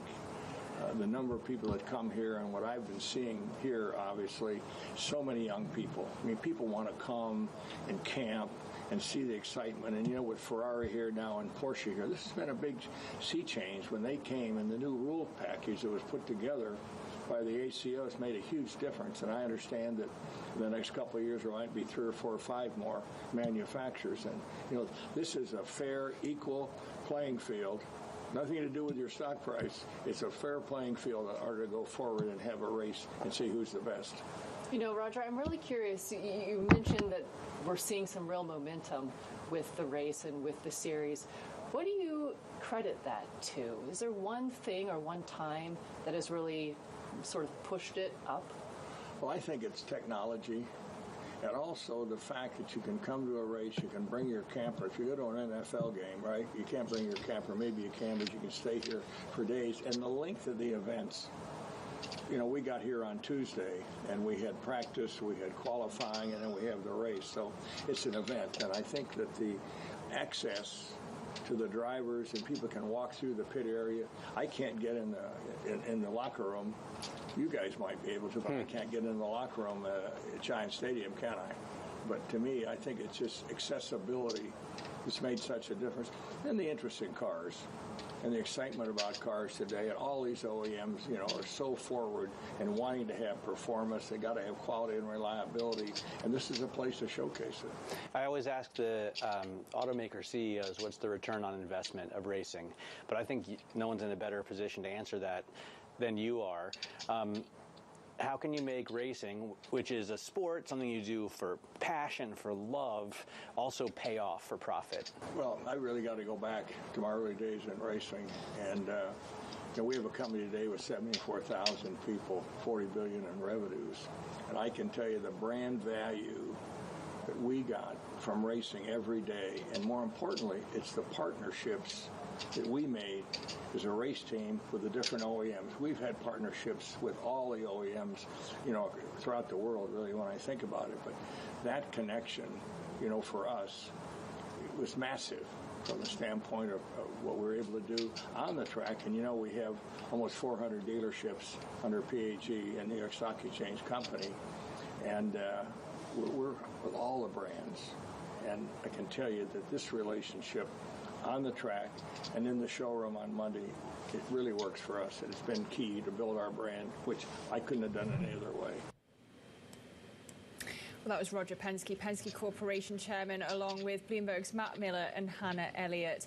Let's just check in on these markets as we head towards the European close. We've got the Stock 600 weaker 0.6%. The CAC 40 down more than 1%. The DAX in Frankfurt down 0.9%, and the FTSE 100 weaker 0.4%. A very much risk-off mood as we wait whether the US is going to get directly involved in the Iran-Israel conflict. You've got US futures pointing lower as well. Of course, it is a Juneteenth holiday, and so we have no cash trading in US stocks and treasuries as things stand, but it's a bleak picture for when Wall Street does eventually reopen. If you look at the cross-asset picture, we have oil stronger, as you might expect, given the Middle East tensions. Brent up 2.1% now at $78 a barrel, though it must be said, still pretty range-bound. But as we look elsewhere at the gold picture, weaker actually by 0.1%. 0.1%. And we've just had that Bank of England decision earlier this afternoon, a hold as expected,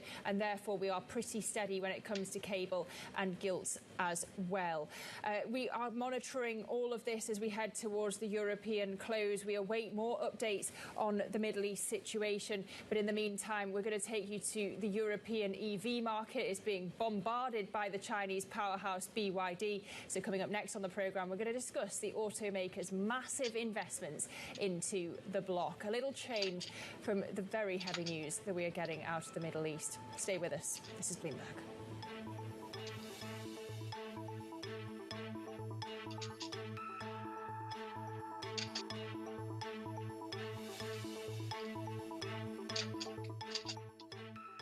I'm David Weston. Join me for the next generation of Wall Street Week. This week, Vlad Tenev of Robinhood takes us into the wild world of mathematical superintelligence.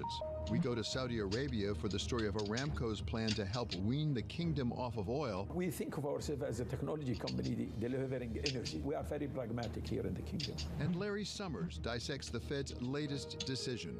Watch the all-new Wall Street Week. More than what you need to know, it's what you need to think.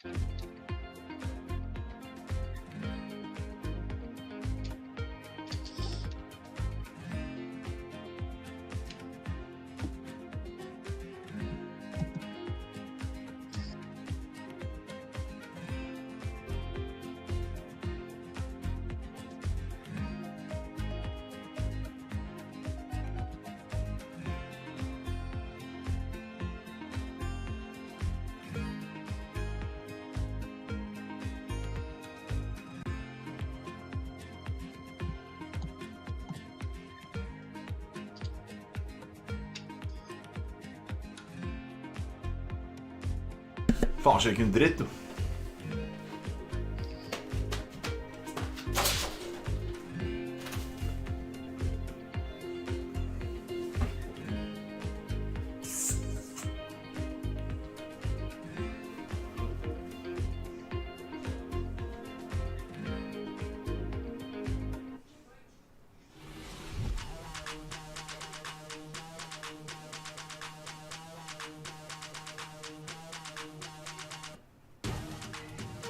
Kommer en bombemelding snart. We'll have to see over the next 3, 6, 9 months how the tariff discussions play out. Oh, and what does it mean? I do factor in some effects of tariffs now on inflation, on prices. På 5K, 0,3 kan du kjøre da. My entire career focused on fiscal discipline. I don't think these people have the foggiest notion what they're doing. Koa skal videre oppover. Tremendous damage to government.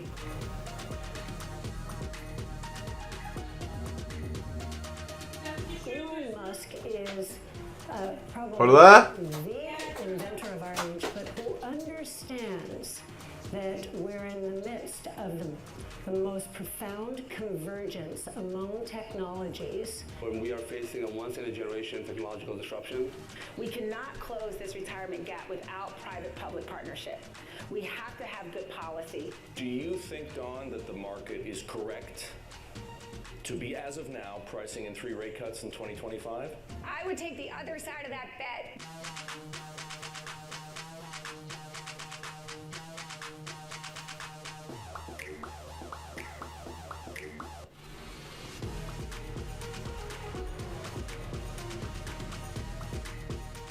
U.S. jobs numbers are released. Bloomberg has the report under surveillance with crucial data and expert analysis at terminal speed. Nobody covers Jobs Day like Bloomberg.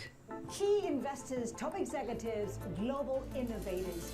Join me for in-depth conversations with the biggest newsmakers on the day's top stories. Insight with Haslinda Anik, only on Bloomberg.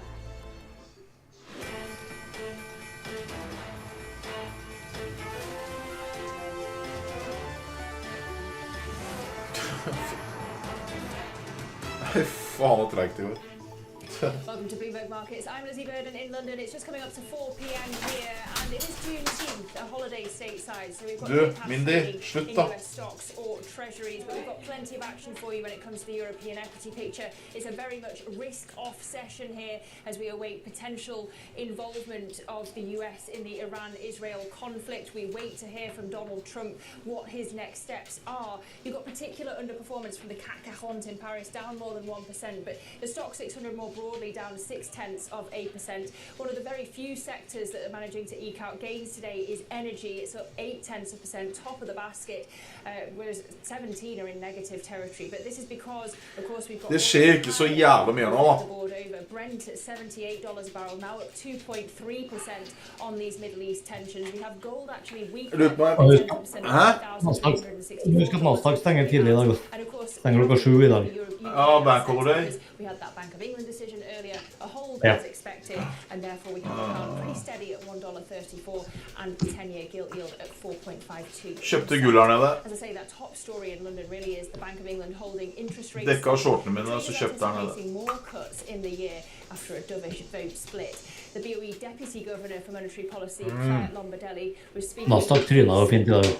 Ja, men faen, det skal falle mye mer. Det må jo faen meg ned til flere 1000 poeng. Det bare tull, eller hva? Jeg redd hvis det krekker her nå, så kommer gull også til å falle til helvete. For den har gått så mye I forkant. Men sitter du enda I den shorten, eller? Eller har du tatt den nå?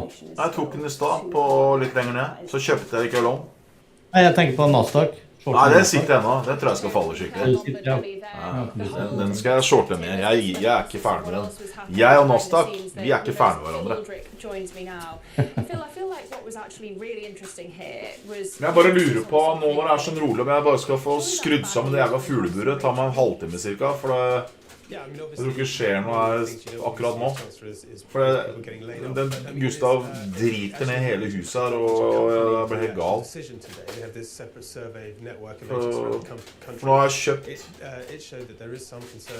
About both people getting smaller pay rises, people getting laid off, companies are outsourcing more work overseas. Jeg tar meg 30 pause. Jeg har fått longer nå. Because of the increase in costs that they're facing as a result of both the payroll tax from October's budget last year, the increase in the national living wage of 7%. Bare husk en ting da. Hvis gull faller igjennom her nå, så faller den mye mer. All these things came into effect in April, so these are additional costs. Det alltid skummelt å kjøpe hva man kaller en fallende kniv. Så bare vær bevisst på det. Hæ? Jo, jeg kjøpt meg aircondition til å ha rundt halsen. Det litt kult da.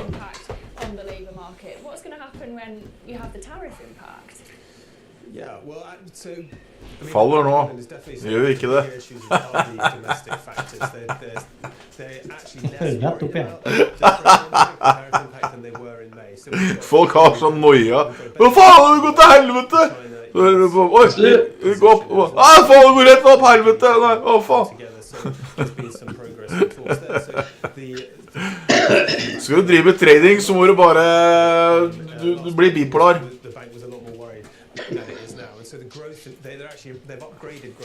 Han blir bipolar, sånn det bare. Jeg I hvert fall long, med litt uroligheter I magen, men jeg tilbake med halvtime. Gutta følger med. Jeg må bare... Så har du klikker, for den kråka driter I hele sengen overalt, så jeg må fikse det jævla buret. Må fikse buret, du.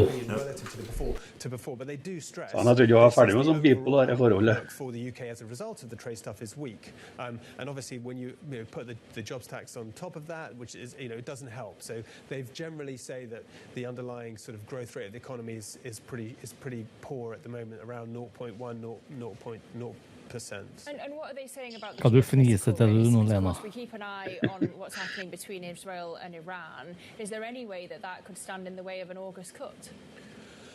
they're not being specific at all about that. They're talking about being vigilant. They're talking about uncertainty in the geopolitical environment. You know, they're obviously being sympathetic to the situation for the people on the ground in the area, but they are not drawing conclusions at the moment from what is happening. Obviously, it's very hard to because it's evolving as we speak. Yeah, we just don't know what Donald Trump's next move is going to be. Phil Aldrich, we thank you all across that Bank of England decision for us throughout the day. Now, a handful of US federal agencies have begun preparing to strike Iran. Bloomberg's Ros Matheson. Nei, da står det forbeholdt til kvelden. When we look at the situation that's developing in the Middle East, I have to wonder, is it a matter of when, not whether, the US is going to get involved? Well, certainly that's a concern, as you say, in the market. You can continue to see the reaction in oil, but nothing seems to be a given, even in this very delicate environment. The US president himself said yesterday, I may do this, I may not. No one knows what I'm going to do. So it sounds like he's not made a final decision here. Obviously, he's consulting his security team about this and the options, because he'd be weighing the pros and cons of doing this. You know, does he take the calculation that Israel has weakened Iran, and this is an opportunity to really end their nuclear ambitions once and for all? Even towards an environment where you're trying to create the conditions for regime change in Iran. But again, what does that do? Does Iran then come at US military assets in the region? Are you setting off a broader conflict as a result? Are you destabilizing already very fragile part of the world at a time that Donald Trump is really craving stability? He wants trade, business, investment flowing. He made that very clear in his recent trip to the Middle East. So a whole lot of things probably going on there for Donald Trump and his advisors, and a push-pull that we're seeing within his administration. Some advocating for action against Iran, some saying don't pull the US into yet another conflict around the world. So we really don't know. And by telegraphing some of this now, we're hearing talk that maybe there could be strikes as soon as the weekend. Is that still giving that window of maybe 48 hours for diplomacy to have an opportunity here, for signals to be sent to Iran, to Israel? Really, at this point, it would probably have to be Iran that would climb down some kind of way out of this, maybe ceding their nuclear program. But, you know, obviously that seems to be up to Iran at this point. But again, there's just a lot we don't know.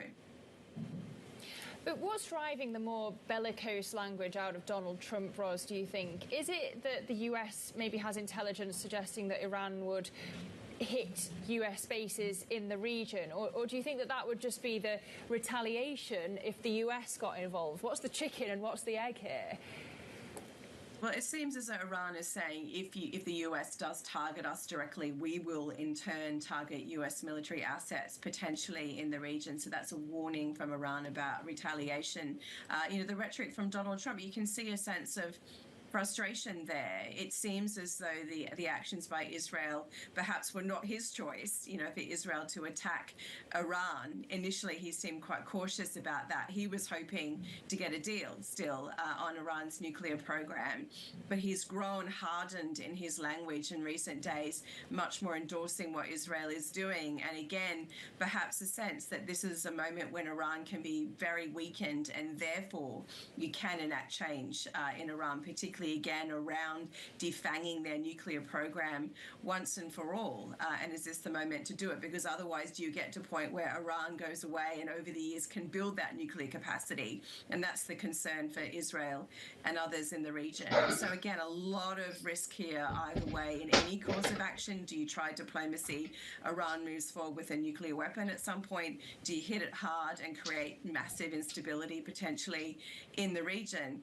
But perhaps the rhetoric again from Donald Trump, we may come for you, we may do this, is all about trying to push Iran to the table to cede some ground here so everyone can de-escalate.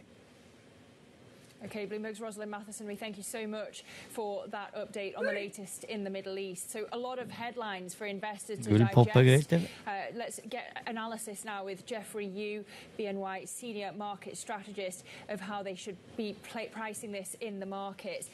Jeff, I mean, how are you thinking about the geopolitical risk and where you would see moves, significant moves, beyond oil and gold, the usual places? Well, the biggest shift, I think, is the change in correlations. If we go back a few weeks, people questioning the dollar, just moving away from the dollar, even in a safety environment. But yesterday, looking at our flow data, is actually the biggest day in foreign exchange, for example, this year. Right? And two things stand out. One, the dollar was net bought, so that safety element was in place. But secondly, to your point about safeties, Nasdaq har ett litet flagg. Safeties, say in commodities, in energy, in places like this. Commodity FX, for example, if you fear supply disruptions, what happened in 2022, 2023, these currencies, they actually were the worst performing group. So people are going to these havens, and I think apart from the dollar, Swiss franc, yen, gold maybe, those will be where the flows will continue to concentrate. Han er jo fortsatt I minus, er han ikke? Rates, of course, by a quarter point to zero. They're Kjøpte trying to litt deter lenger opp der. investors from pushing up the franc anymore. Isn't it the reality that the Swissy is more of a financial asset than a currency? In the way that you would think that gold isn't really a commodity that's used for jewellery.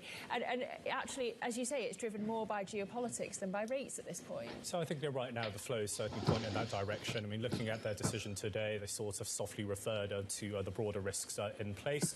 I felt a little hesitancy on the part of S&P President Schlegel in saying he emphasised the negative aspects of negative rates, and for example, so there wasn't a sense that negative rates were a done deal. But having said that, if you look at the technical details over that threshold, banks starting from tomorrow will have to pay the SMB for sight deposits above that threshold, right? Facto, So it will happen, but also I think for those with franc positions, when we go into negative territory, it doesn't have to be symmetric, and so far as it doesn't have to be 25 basis point moves as well. 5, 10, 15, I think all of this should be on the table. But I think the market does agree that heading into September, we will have negative benchmark rates in Switzerland. So you do think that they're going to inch further into negative territory, even by those smaller increments? Yes, right, because if you look at the inflation forecast right now, the conditional inflation forecast, if they don't change, they're throughout the forecast horizon over 3 years, inflation doesn't even get back to 1%.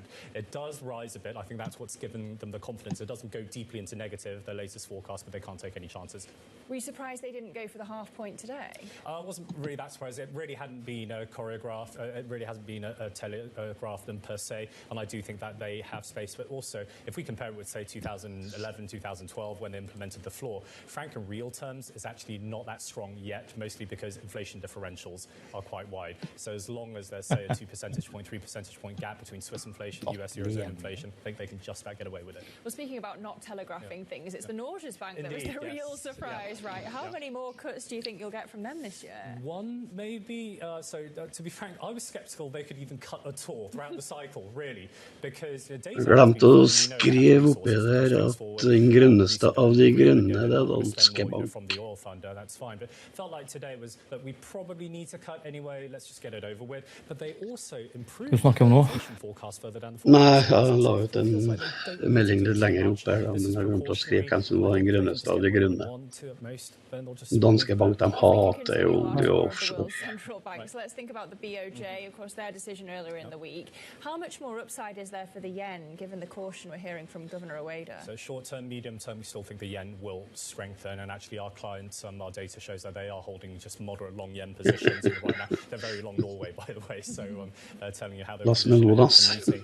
Yes, they did pull back a bit in terms of their tapering process upon purchases. I think that's more targeting the JGB market, making sure that volatility doesn't go towards. There's quite bare steepening trends all across Asia right now. They have to manage this, but the broader theme is in place. They will normalize, they will hike rates and allow the yen to strengthen. It's about less Japanese funds going overseas rather than people buying yen. I think that dynamic will stay in place. Okay, really interesting. Of course, we had that strong Japanese auction result earlier in the day. Meanwhile, let's also now turn to the Fed. Yep. If we're doing our round the world tour, is it a surprise that the dollar continues to weaken to you when you've got the Fed still on hold, or do we just read that it's just less tied to rates at this point? So I think the market's still splitting with regard to dynamics in terms of dollar. What is going to be the crucial driver for the dollar right now? What's the market's base case for the geopolitics? And once we move past the geopolitics, we're approaching the end date, the expiration of the suspension for Liberation Day tariffs. That will come into fray as well.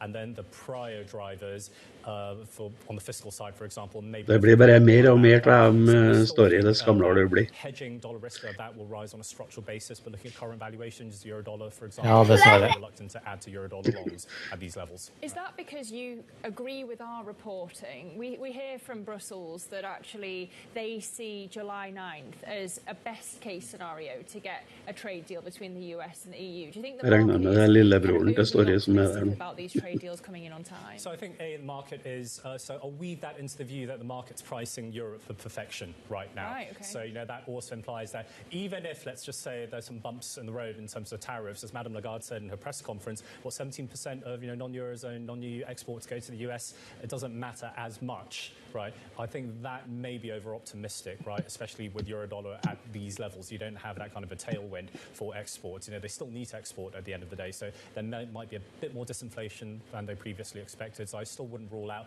them shifting back towards a bit more of a dovish stance heading towards the end, but I think current valuations will be restrictive. And let's just say the ECB is not exactly aligned on this, so there's some members still warning that inflation risk to the downside is still quite strong. Well, indeed, that most severe scenario in their scenarios doesn't even account for 50% tariffs. Great to have you. Jeffrey Yu of BNY, lovely to have you around the table. Well, coming up on the programme, Chinese automaker Hvorfor blir det kjedelig? Det blir noen blodig dag. Det blir et blodig dag. We're going to look at why. Ja, blir det nå det? Next. This is Bloomberg.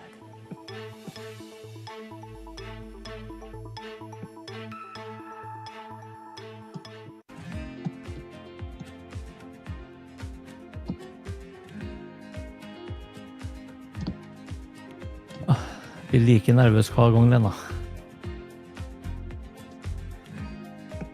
Neida, tuller bare.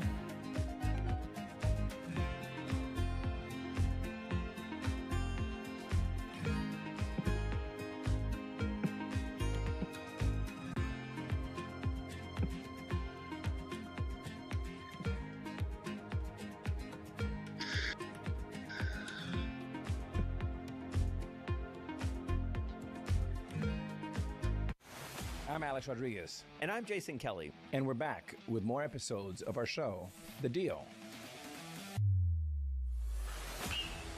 The theme of this season, On the Road.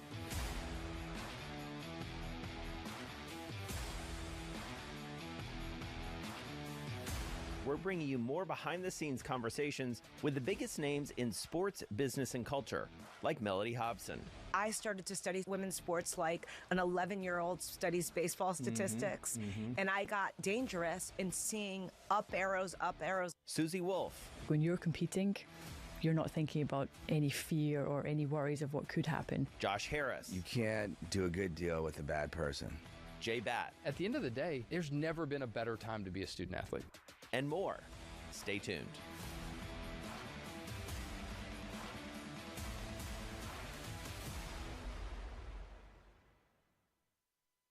The circuit is back. How confident are you that AI's promise will outweigh the perils? I'm not confident. Tune into Season 3 of The Circuit with me, Emily Chang, Thursdays at 6 p.m. Eastern on Bloomberg Originals and Bloomberg TV. Bringing you up-to-the-minute geopolitical news whenever and wherever it happens. I'm Amber Herdern at the G7 in Alberta, Canada. This is Bloomberg.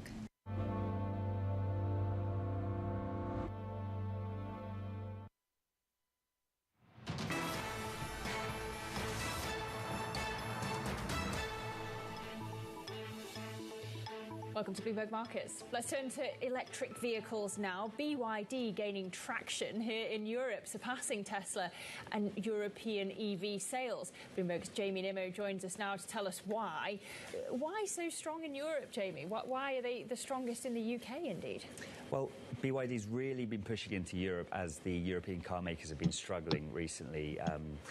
budgets have been stretched among consumers, and also this push towards electric has really stretched them on cost. So they've been looking at the higher end of things where sales are struggling, whereas BYD has been coming in the last couple of years at the cheaper end, and that's really forced through and driving through sales. In the UK now, we're talking about 2%, which is small market share, but the growth is enormous. It's hundreds of percentage points every month, year on year, that they're increasing, and it's something like 12,000 vehicles sold in the first 4 months of this year versus something like 1,000 in the same period last year. So intense growth. But is it all the Schadenfreude of the likes of VW, or is it something special that BYD is doing itself? Well, they would always argue the tech is great, and to be fair, it is. It's great. You get the rotating screen, you get the reverse camera that you would pay more for in traditional vehicles like in Renault or VW.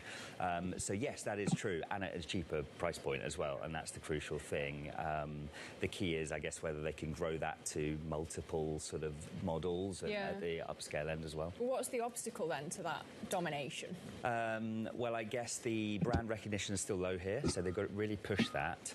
The other thing is that people still like BMW, Mercedes, German VW. whips, They really just trust these German whips, as you say. They like homegrown cars. That's Europe, like the US. We like our homegrown car makers. So that's really what they'll still struggle against. And there's still local expertise, although they have been hiring a lot of people here to try and get over those local obstacles as well. Okay, and when we look at the domestic car makers, who's kind of doing well then? Who's next in line? I wouldn't say there's anyone really standout. Renault's been doing pretty well, but they had Luca De Meo obviously in charge, and now he's leaving. For Kering, yeah. Well, exactly. So they've now got to think of how to keep that momentum going, because they're the ones who've really sort of nailed that smaller, cheaper electric car that's been coming out in the E-Tech. But we'll see. That might struggle now, and VW's got its own problems, of course, with the restructuring it's been going through. So there's no one really in a great place right now. But that's the challenge that BYD might face as they start to play catch up. That could put pressure on them in terms of sales in Europe, of course. Do we have any idea who might replace Luca De Meo?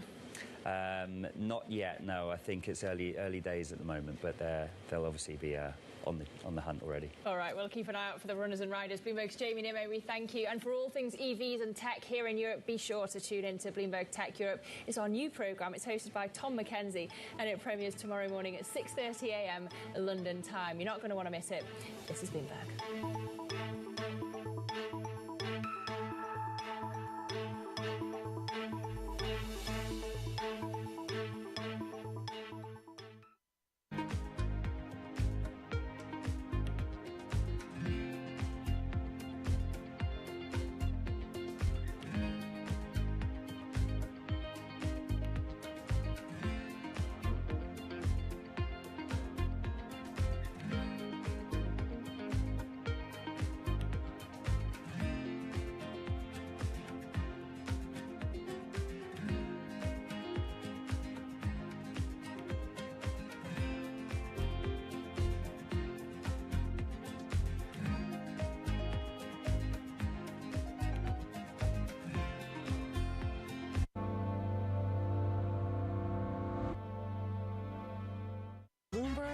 loves earnings. I know it's like your Super Bowl, right? I can't wait. It's like opening presents in the morning. All right, it will be exciting.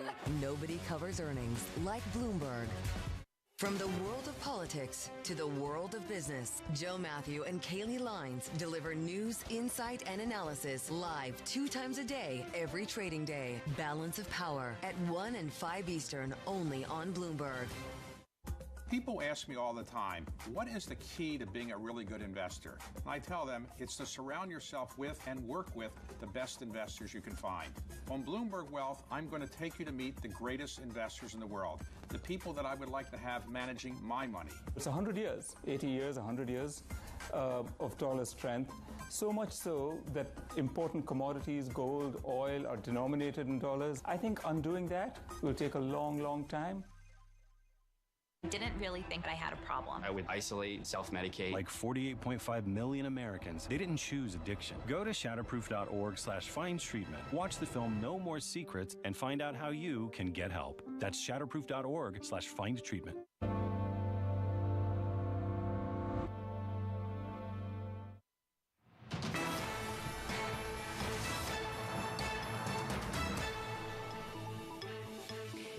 Bloomberg Markets. If you're just joining us, it's 4:23 p.m. here in London. And on to tech next, because TikTok's US deadline to divest or be banned gets a third extension from President Trump. The administration delaying the ban by another 90 days, allowing the social media app to keep operating in the US as it proceeds with negotiations. Project Liberty founder and longtime bidder for TikTok has been speaking to us, Frank McCourt Jr. He's been talking to us about the extension. It's been a while, but, I've learned to be very patient, hang around the hoop.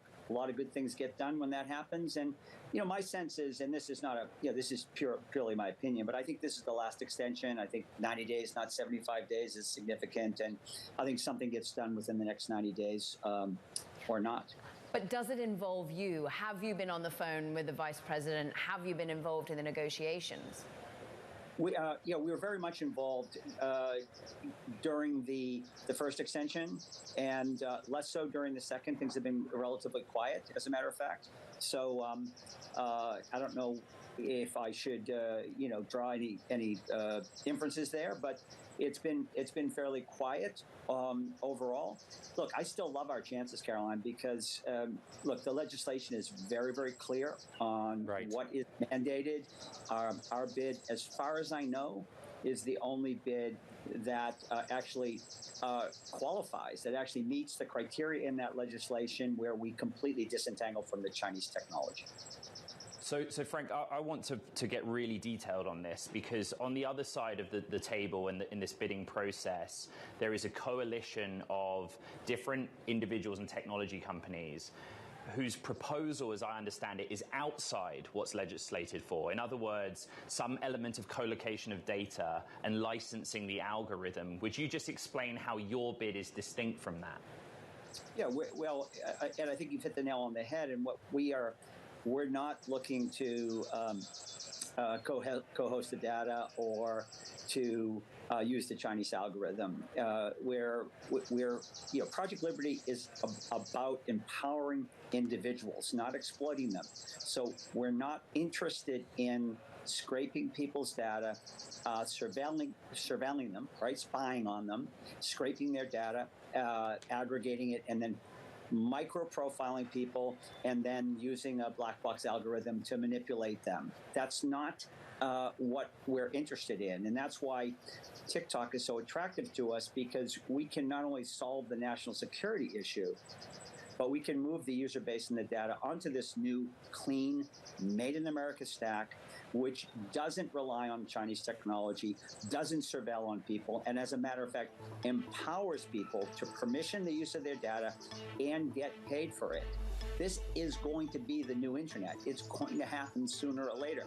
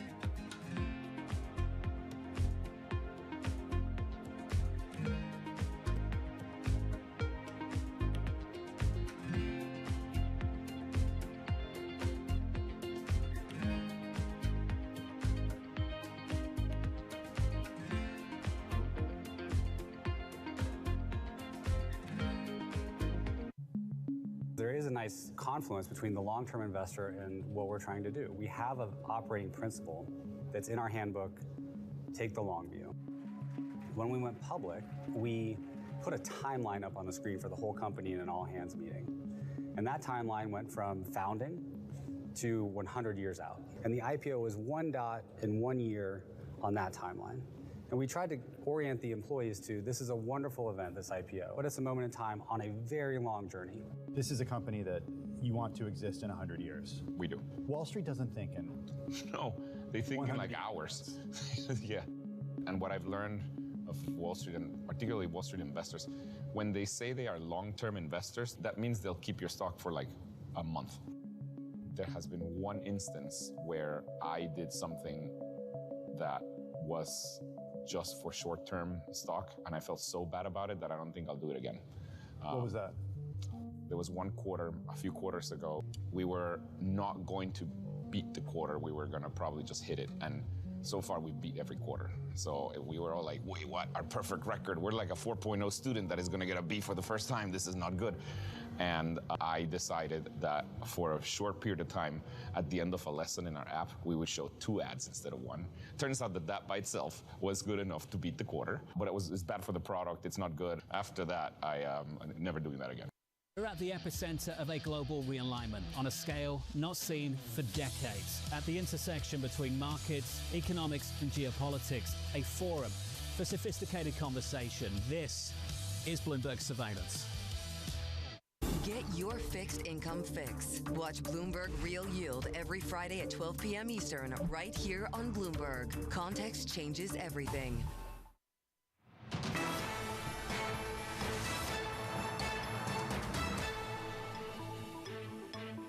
Welcome back to Bloomberg Markets. If you're just joining us, we begin nearly at the close of European trading. It's 4:29 p.m. here in London. It's red across the screen for European equities. The Stoxx 600 weak at 0.8%. Particular underperformance for the CAC 40 in Paris, down 1.3% as things stand. But a bleak picture across the continent because of the risk-off mood, because of the anticipation that the US is going to get directly involved in the Middle East conflict. If you flip the board over to the cross-asset picture, you can see oil is higher 2.8% at $78 a barrel, hence why energy was one of the few sectors that managed to eke out gains in the European equity space today. You do have gold there trading at $3,367 a troy ounce, pretty steady, as has been the pound and the 10-year gilt yield off the back of the Bank of England decision, holding as it was expected to do. You've seen the dollar strengthening. It's currently up 0.2%. That after the Fed decision last night, but Chair Powell warning of meaningful inflation ahead. Just staying on the US, I want to bring you the latest that we've had from Donald Trump in terms of TikTok. He's just had on Truth Social the announcement that he's just signed an order extending the TikTok deadline for 90 days. TikTok closing deadline extended to September the 17th. So that just breaking across the terminal off the back of our conversation a few moments ago on the TikTok order. Well, let's turn back now, though, to the Middle East. The tensions escalating. This is what the markets are focused on today. And sources telling us here at Bloomberg that senior US officials are preparing for possibly striking Iran in the coming days. Let's get the latest now from Tyler Kendall. She joins us live from Washington. Tyler, it feels like there is a window of opportunity here for Donald Trump to A, take out a key threat, B, prove that TACO is wrong, and C, project strength at a time when trade deals are elusive. Is it a question now of when, not whether, the US is going to get involved in the Middle East? Well, hey, Lizzie, to be sure, the White House at the moment says that it still has this defensive posture, but our reporting indicated, as you mentioned, some pretty incredible reporting from Bloomberg News. Sources familiar telling us that senior officials are preparing for a potential strike this weekend. Now, we could get some sort of update later on today. It is our understanding that at the moment, 11:30 a.m. Eastern, President Trump, according to his official schedule, is supposed to be convening his National Security Council as we speak inside the Situation Room. But up to this point, he really hasn't given any sort of firm commitment either way, that we have seen his rhetoric really escalate in favor of the Israeli operation in recent days. Asked yesterday directly whether or not the U.S. would get involved here, he said he may or he may not, and that he prefers to make these decisions 1 second, in his words, before he has to. He did acknowledge that he has been asked repeatedly, specifically about whether or not the U.S. would assist in an airstrike on the Fordo nuclear facility, and he says that he has not made that decision quite yet. Now, there does seem to be an opening for diplomatic de-escalation. Perhaps here, President Trump yesterday did suggest that the Iranians asked to come to the White House to negotiate. It is a claim that Iran does deny. But, Lizzie, we have to keep in mind here that our analysts at Bloomberg Economics say that Iran actually has the potential to escalate this in 3 major ways if this does not start to go towards their way. One would be attacking energy infrastructure in the region. The second would be, as you well know, closing or impairing shipping through the Strait of Hormuz. But the third would be targeting U.S. assets in the region. And our analysts here at Bloomberg say that if the U.S. does join this strike, then retaliation against U.S. interests would be highly likely. So no doubt one of the many, many factors here that the White House is weighing. OK, Bloomberg's Tyler Kendall, excellent reporting on the brink of what may be happening next in Capitol Hill. I want to turn now to one of the major players in this space. Shell, of course, one of the biggest traders of oil and natural gas, is being, it says, very careful with shipping in the Middle East due to this conflict between Iran and Israel. The CEO, Wael Sawan, spoke at the Japan Energy Summit and exhibition in Tokyo earlier on this morning. What is particularly challenging right now is some of the jamming that's happening on GPS devices and the like, which is a concern. Vad fan är lite Lebensström? At the end of the day, the artery through which the world's energy is flowing. Well, for more on the energy industry and the energy industry and the volatility facing it right now, we're joined by a true expert, Amrita Sen, energy Ich habe eine Krokodil. Amrita, so good to have you with me on the programme. We thank you. Oil's been, I feel, pretty range-bound despite what's happened in the Middle East since Friday. If we get that direct US involvement that Tyler was warning about in the Iran-Israel conflict, what happens to the oil price? Well, firstly, thanks for having me. Honestly, it's very complicated because the market is still looking at those Q4 balances and expecting these big bills and in 2026. And that's why, like you said, yes, we've gone up about $10 since these headlines started to emerge, but we really haven't seen what usually we would have thought would be kind of a reaction if Israel were to attack Iran, right? If the US gets involved, which we think is very likely, and you mentioned this as well, of course, there is a risk of Iranian retaliation. But at the same time, if Iran is trying to de-escalate, which we do understand in terms of, through other parties, then it will also be very cautious. Look, our view is, if any kind of a US strike happens, this might actually mean that Iran just hunkers down, takes an even harder stance. And, it just might mean over the medium term, you actually get a much more fragmented Iran, and that would be actually quite bearish for oil production. The challenge is, it's what happens in the near term, right? Do we see Iran go for some of those kind of Straits of Hormuz type of closures or even other assets, or they realize the attacks on them will be even more given how degraded their military is? And I think that's the calculus the market's kind of trying to figure out right now. Well, yeah, analyst after analyst Laksen, den blir stor, fin och fet, den här. To bring in imports of consumer goods, it's too difficult politically and logistically. But if we do look at that outside possibility, what does happen to the oil price, Amrita? I mean, look, again, I would never say never. We do think it's very much their last resort because then they would be pretty much, the ire of the entire world. Story, det blir bare å gjenta egentlig hva Botox har sagt hele veien. Det har du sikkert hørt 50 ganger. Slack in some of the alternative pipelines and export terminals, but the bulk of the Middle Eastern exports går fint, det. Any export that goes from the west to the east would have to go via the Cape. I mean, you are looking at the biggest disruption to trade flows we've had, right, in decades. And I think that just means, you skyrocket prices to pretty much, you can pick a number at that point, because if you're losing a quarter of global trade flows, that is extremely problematic for any Asian refinery, and you will not be able to get alternative barrels in time. And even if you were to start increasing production, that's going to take time, but again get stuck in the same region. Jeg tror ikke det kommer til 450 før årsskiftet. Nei, det tror jeg ikke. Det tar nok lengre tid enn det.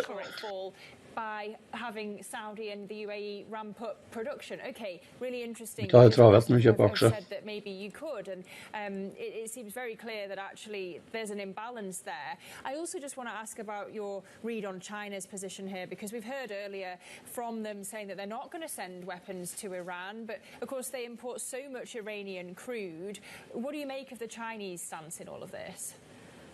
So I'll come back to the second one in a second. So to clarify the question on the Saudi UAE, of course, they have the spare capacity to add barrels to the market if required in the event of a disruption to Iranian production.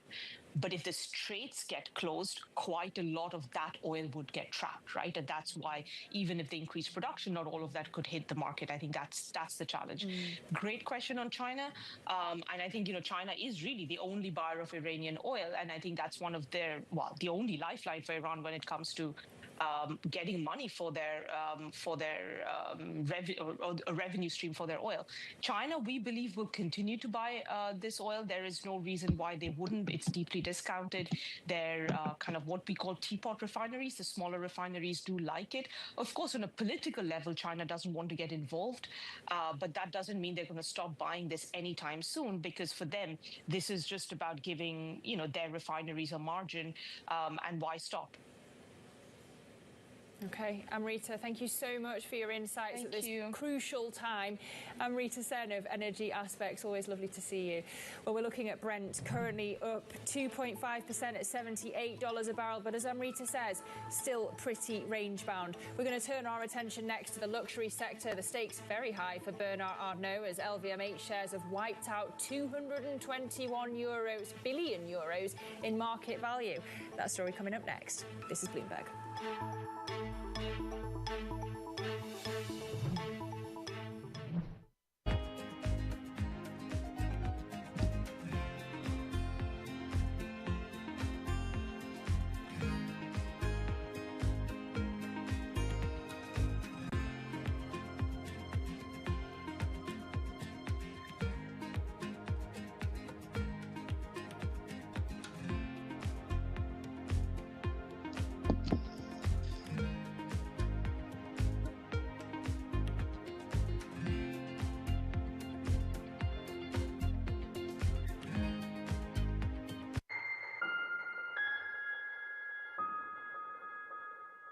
The multi-trillion-dollar industry. We'll show you what's happening in ETFs like no one else. ETF IQ, Mondays on Bloomberg. Why do the biggest names in business choose Bloomberg Television? That's a great question. It's a very good question. Interesting question. Good question. Great question. I so appreciate that question. You certainly ask interesting questions. Bloomberg Television. Top experts, great questions. In case you missed it on the opening trade. What trade does is it meets a consumer demand. Consumer demand is not weakening. China supplies a little over 30% of what we eat, wear, and consume. That's unlikely to change anytime soon. I think that supply will find new homes potentially, but our reliance as a global economy on Chinese manufacturing is unlikely to change fundamentally anytime soon. Don't miss the opening trade live every weekday.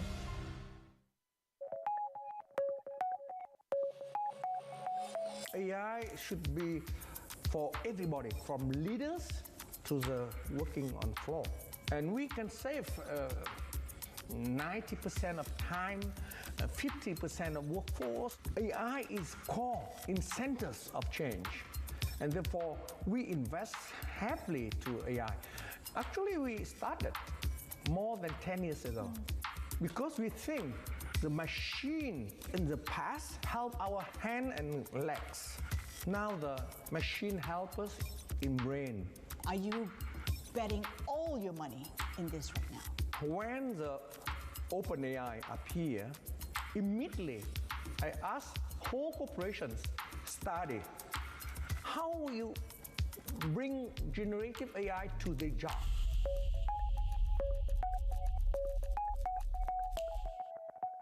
As Bloomberg's global financial correspondent, I get to meet the people shaping the way money flows around the world.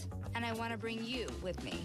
The capitalist system is the best system in the world. There isn't another one that works as well. I love all these new Wall Streets. Y'all Street, Wall Street South. Wall Street used to be a place. Now it's more of an idea. I hope you survived the day. I did. It was a busy day.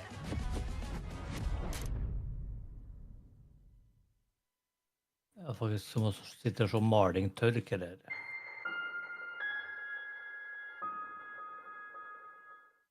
Nej, kuggar med lite mix. Det är fint.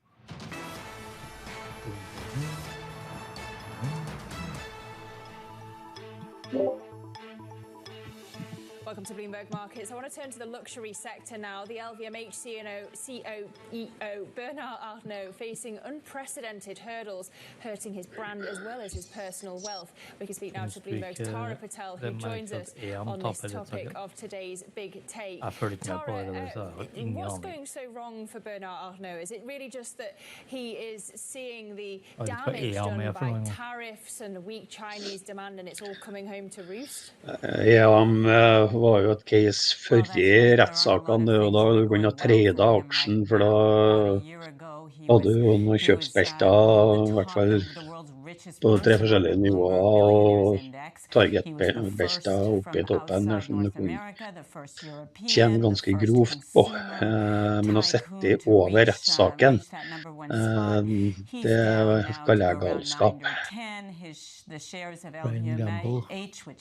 Det gambling, det ikke aksjehandel, det ikke trading. Det dumskap. And what could be a lasting slump after the pandemic, when we all know consumers went into overdrive. There was what was called revenge spending, and now LVMH and the other brands are facing a real downturn, a painful downturn in China, where consumers have just, they have less spending power, and there's also this sort of unwritten warning from the government about ostentatious displays of wealth that has Ja, men det aller fleste som gikk inn der, de setter ikke noen store summer inn I der, det skal du se I hvert fall de rundt meg har ikke gått inn med noe mer enn 1% av porteføljen, maks. But lest we get too gloomy, Tara, we've got this report Og de har tjent penger som gress på det, men de var ute rettssaken, skal du se hvor det avgjørelse der. What can the luxury brands do to fight this tide? Well, absolutely. I think no one has ever lost hope. The luxury industry will be around for a very long time, and there will be consumers who want to buy, you know, expensive and hopefully well-made items. But as Bain points out, actually reminds us of a very long-standing concept in economics called the lipstick. Det var nok en kalkulert risiko, tenker jeg. When times are tough, consumers go down market and they're still willing to spend on things like lipstick and perfume and smaller items. And if the luxury companies like Dior, like Louis Vuitton, which are in Bernard Arnault's stable of brands, can sell, you know, these smaller items to consumers, it does mean all is not lost, but it certainly means that there will be a dent in his earnings compared to selling expensive gowns and handbags that can be worth upwards of $10,000. Who's the loser? Bloomberg's Tara Patel. One can only dream. We thank you for the latest on the luxury sector, and don't forget to check out that big take on the fortunes of Bernard Arnault. Well, coming up on the programme, the CEO of Aston Martin discusses the iconic brand's valuation and its future with James Bond. This is Bloomberg. Så fint, for katta begynner å sekke med en gang jeg koser. Dryp fra kjeften. Ring. Ja, det jo.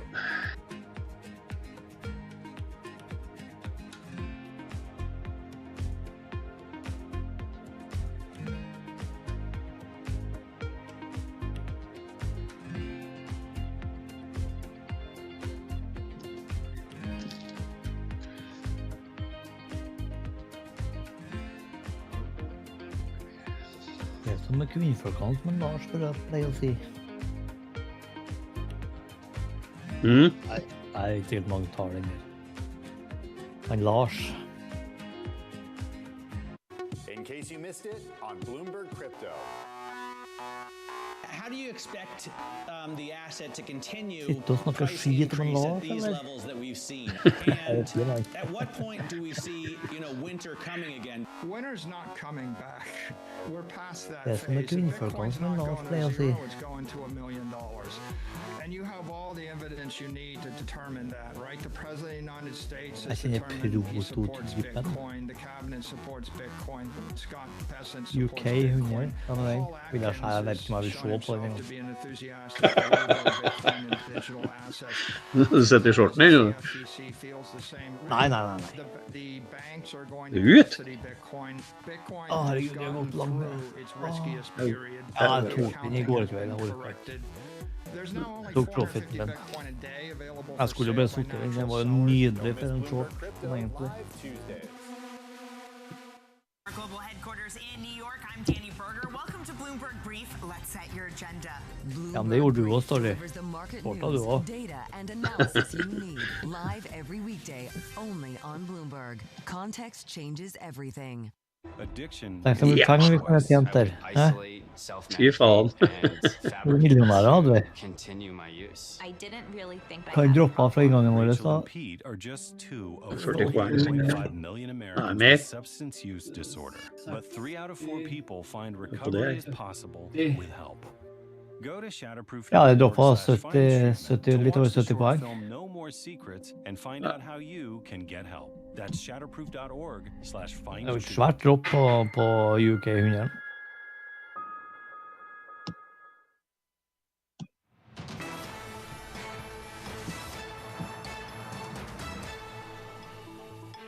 Du trenger ikke å klippe ut i armen av meg. Matt Miller and Hannah Nei. Elliott have been trackside at the 24 Hours of Le Mans, a grueling endurance race that's Jeg hadde vært multimillionær. as a destination for Så hadde jeg holdt networking den and shorten der. deal-making. They've been sitting down with Adrian Hallmark, the Aston Martin. Nei, jeg går ikke lang. As a company Nope. first, I think the first time we entered was 1928, which is quite a long time ago. We won it in 59. But more importantly, if you look at today, if I take Valkyrie, which was a hypercar for the road that we turned into a race car to go compete in the Det hypercar. kan være. So it's a genuine connection. Det skulle jo as it ned was in the til origins of the 8500, var ikke det vi sa? a road car and a race car. Of course, we had to modify it quite a bit to make it work, but Hva var det du sa, ja? Talk a little bit about what the brand gets out of the race. Ja, Obviously, cirka this is 80 000. an iconic race. What do you get from it as a company? I think if you compare it with our Formula One activity, the media coverage is a fraction of the pure global awareness that F1 gets. But if you look at people that are interested in high-performance vehicles, it's much more relevant. So it's a smaller audience, but it's almost self-selecting because most people that buy supercars, hypercars, sports cars, they love endurance racing. Why? I've used the stats we all have before. Until Formula One got a lot bigger in terms of number of races per year, when it was only 16 races, that's exactly the same as a 24-hour race. So Le Mans is the same as a full season of Formula One back 10 years ago, and faster. So from a technical challenge point of view, a people challenge point of view, it's got to be the most demanding, incredible sport in motorsport.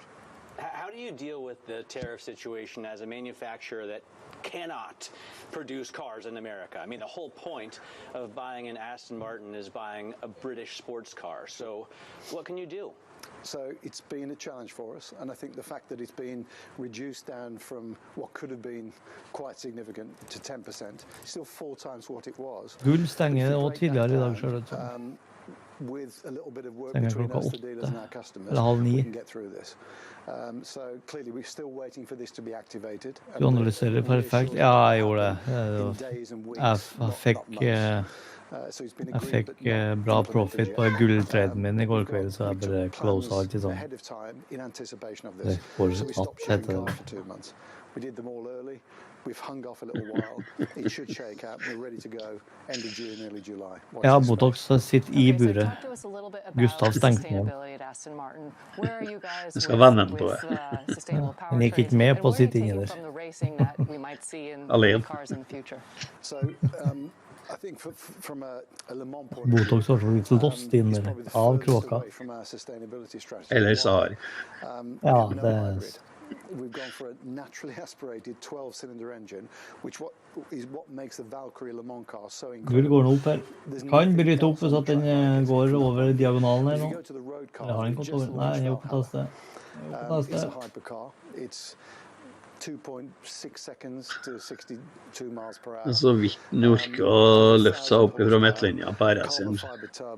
Hybrid system, front electric axle, high power V8 engine and a motor. Det bra, da har den bare mer å gå på. Men dere sa egentlig bare for at den skulle gå. Plug-in hybrid for the road as a regular car. Over the next 5 years, all of our cars will be hybridized. And then within the 10-year window, we'll have launched 1 or maybe 2 electric vehicles. But we certainly see for the next 10 years until 2035, let's say, the majority of our business now will be electrified combustion engine systems that massively reduce real world emissions, but also give Gullet går. way more horsepower than the current products. Inntar førsteplassen her nå. When is the next James Bond moment going to be for the company? Obviously, you're so affiliated with James Bond. What have you got in the future that we can look forward to? If I told you, I'd have to shoot you. Går gjennom 75 nå, men den klarer ikke på første legge. Official timings yet for the next Bond. You know that the rights have been bought out by Amazon MGM, so we have a great relationship with the previous Eon Productions.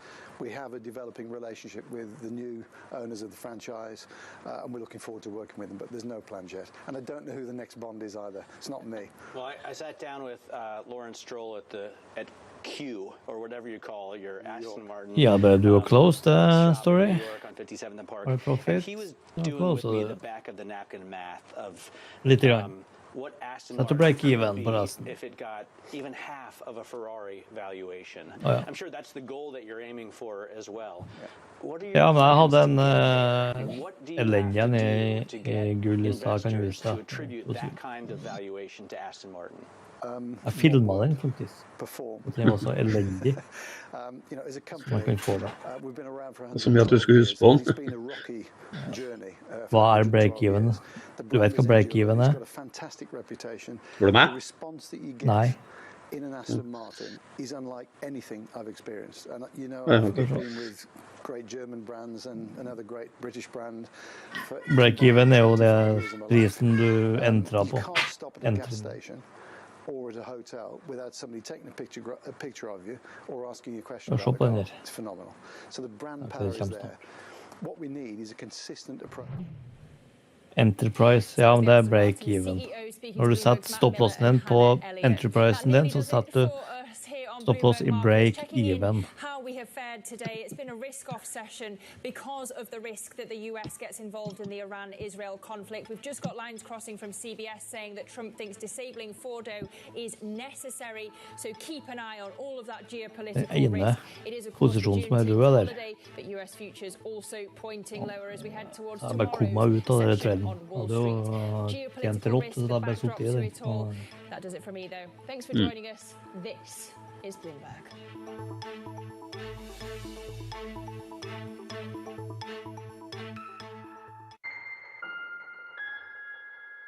Da satt jeg feil vei med ene til jeg tok dem ut.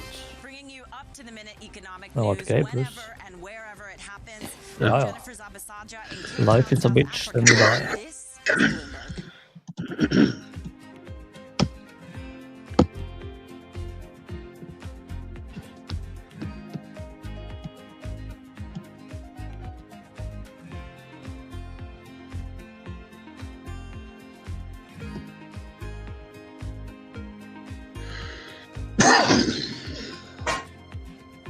Nei, jeg tror jeg må ha mer kaffe etter det.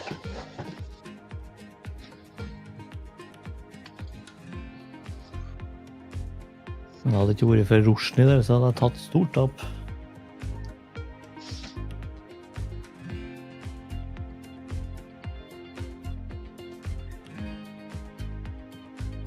Du longa på 3,75. Faen, hva det er longa igjen? Jeg vet ikke si så mye, sikkert. Nei, jeg hadde faktisk 69. 3,69 enn det var. På den ene.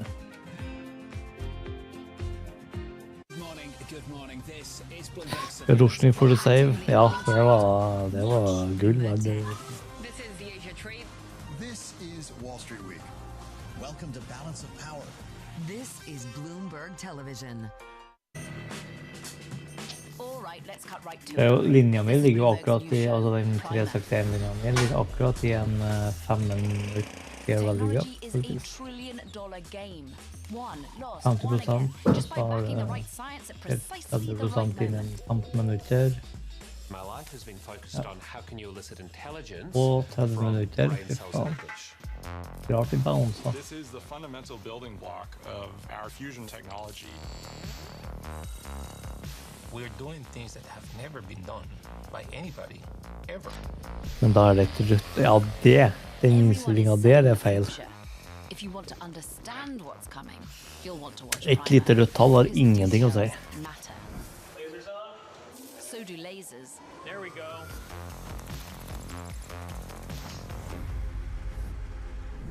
Oh, and it's on all these lovely channels. Hope you're jotting this down. I'm David Weston. Join me for the next generation of Wall Street Week. This week, Vlad Tenev of Robinhood takes us into the wild world of mathematical superintelligence. We go to Saudi Arabia for the story of Aramco's plan to help wean the kingdom off of oil. We think of ourselves as a technology company delivering energy. We are very pragmatic here in the kingdom. And Larry Summers dissects the Fed's latest decision. Watch the all-new Wall Street Week. More than what you need to know, it's what you need to think about. Key investors, top executives, global innovators. Join me for in-depth conversations with the biggest newsmakers on the day's top stories. Insight with Haslinda Onen, only on Bloomberg. Bringing you up-to-the-minute geopolitical news whenever and wherever it happens. I'm Jumana Versace in Doha, Qatar, and this is Bloomberg.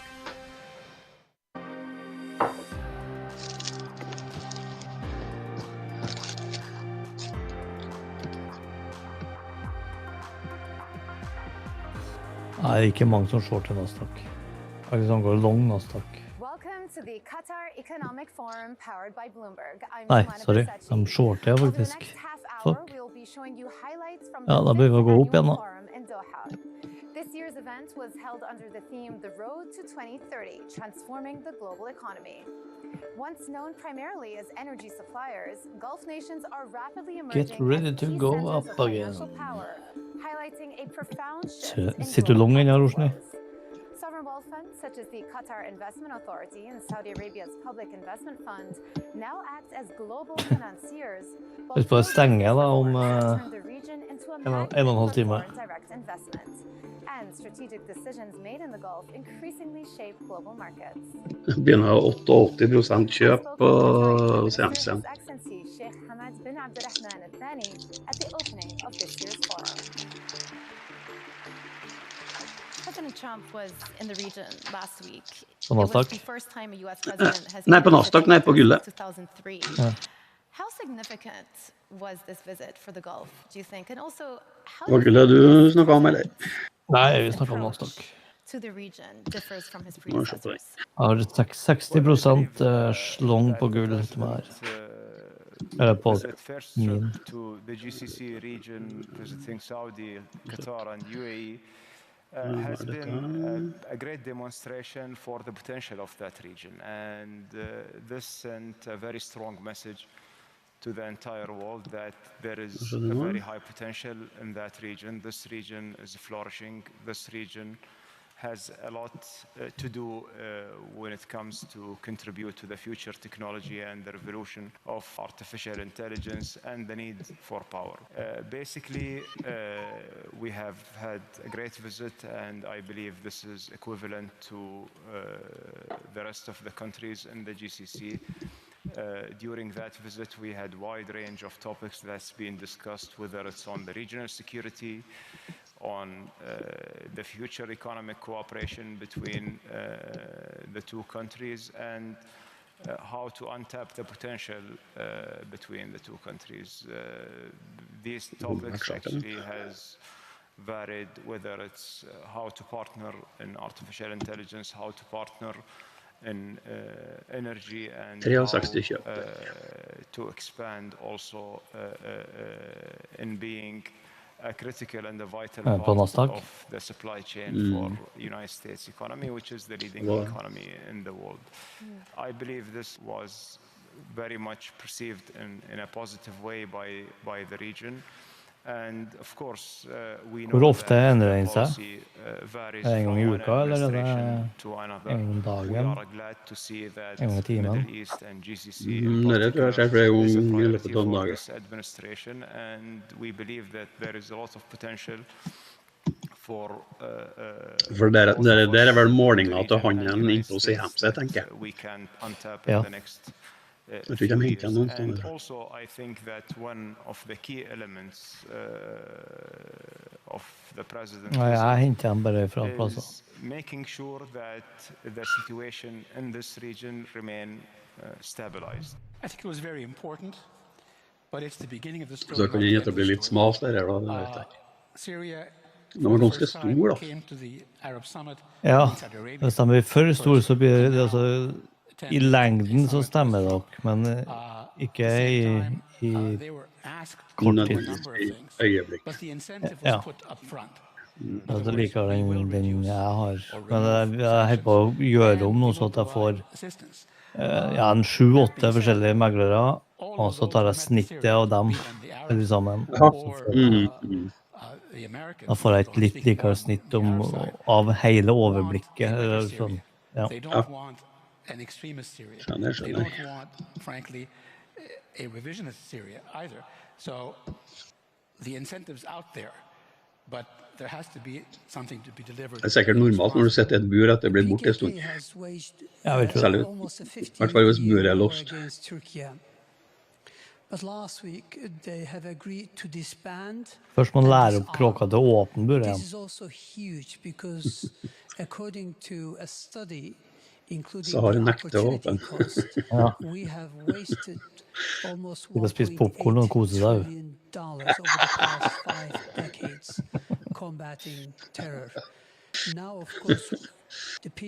Mer rare bilder av det. Channeling resources to more productive areas for development, for progress. So in that sense, these two developments are going to be huge in terms of geopolitics no longer being a drag, but actually, being a source of leverage. Do you think there is a chance of Iran also being brought back into the fold? That's probably a bit over-optimistic, but there's a chance that there could be a nuclear deal that doesn't have some of the shortcomings of the previous nuclear deal that could enable the lifting of sanctions progressively and so forth as confidence is built, and that could lead to them being a more constructive player in the region than they certainly have been for many decades, noting all the damage that has been done by their proxies. Bare så det er sagt, de to gutta får rare bilder, helt uten min innblanding. Who have still not resolved the issues there. Ja. So I think it's an opportunity that Du hadde en finger inn I bildet. You can see the narrowing of the differences between the U.S. position and the Iranian position. No enrichment whatsoever. Det var fritatt denne gangen. Maybe that ends up being for 3 years, and then you have an opportunity to do something smaller again. But you can actually see this deal starting to come together. You think about the market in the LNG side, it's probably growing 1% to 2% compound annual growth. So it's a market that's growing from about 400 or so million tons today to something probably north of 700 million tons over the course of the next decade and beyond. So it's going to take a lot of growth. It's going to take growth in Qatar. It's going to take growth in the United States, the two biggest suppliers in the world, to satisfy the enormous amount of energy growth that's coming. It's going to be power, as His Excellency has talked about, around the whole world, not only in the United States, but around the world as well. If the U.S. exports more LNG, where does it leave Qatar? No, I think we are the biggest supply that's going to come from the U.S. next year. We're going to start our LNG export by the end of this year and really start the full production sometime in the next year. But the first LNG that will come from our Golden Pass LNG, which is the largest single export project in one go that's built in the U.S. Nå oppsto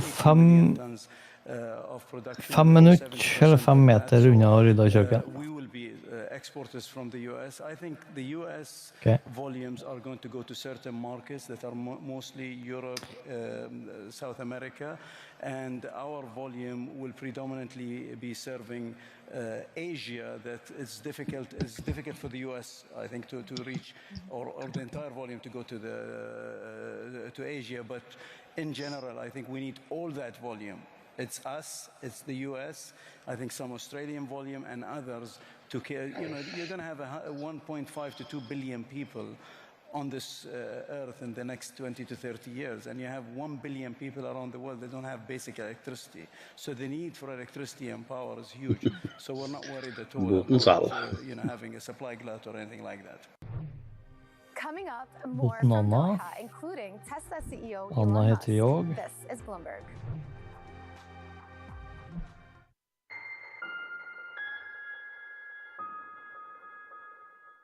Addiction isn't a choice. I would isolate, self-medicate, and fabricate to continue my use. I didn't really think I had a problem. Rachel and Pete are just 2 of 48.5 million Americans with substance use disorder. But 3 out of 4 people find recovery is possible with help.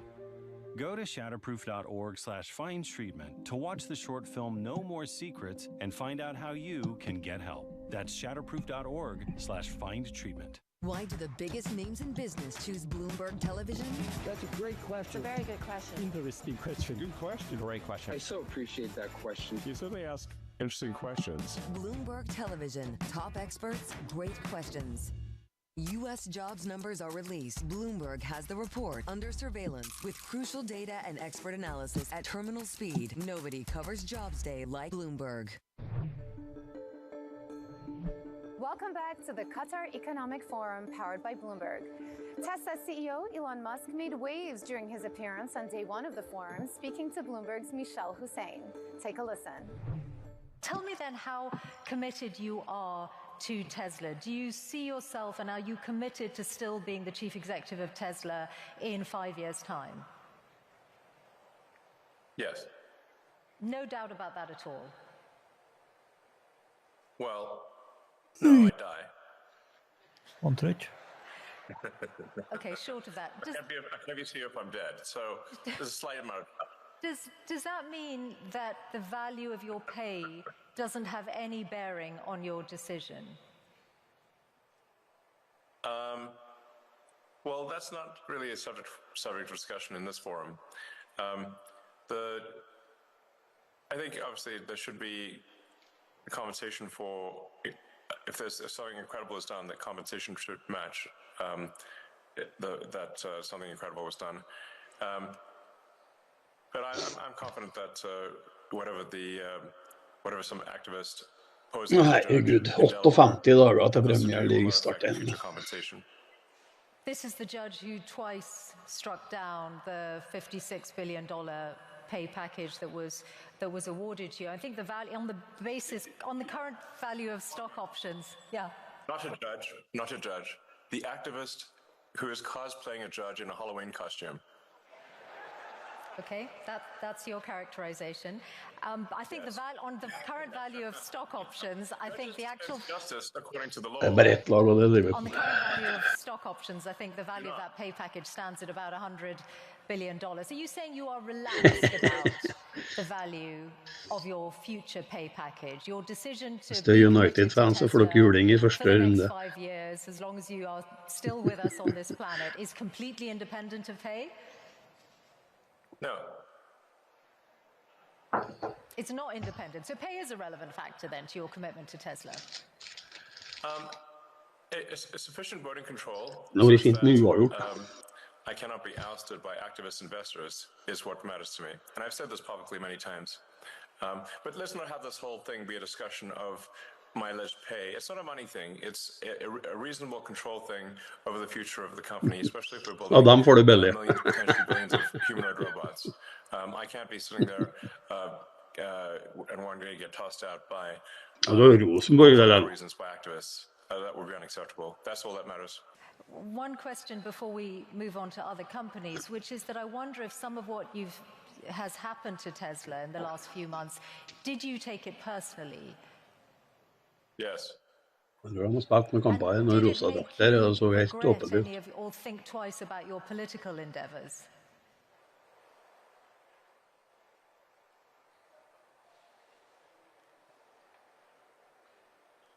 Because it is.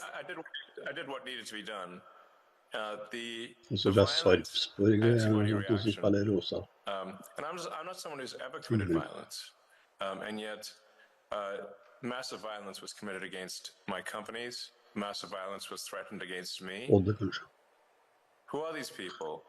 Why would they do that? How wrong can they be? They're on the wrong side of history, and that's an evil thing to do. To go and damage. Sånn medgangssupporter til Herbjørg. To threaten to kill me. Bryr meg ikke når de taper, og så gleder jeg meg når de vinner. I've not harmed anyone. So something needs to be done about them, and a number of them are going to prison, and they deserve it. And more will. You're referring to the attacks on Tesla showrooms, but I think. Yeah. Firing bullets into showrooms and burning down cars is unacceptable. Yeah. Those people will go to prison, and the people that funded them and organized them will also go to prison. Don't worry. But wouldn't you? We're coming for you. Wouldn't you?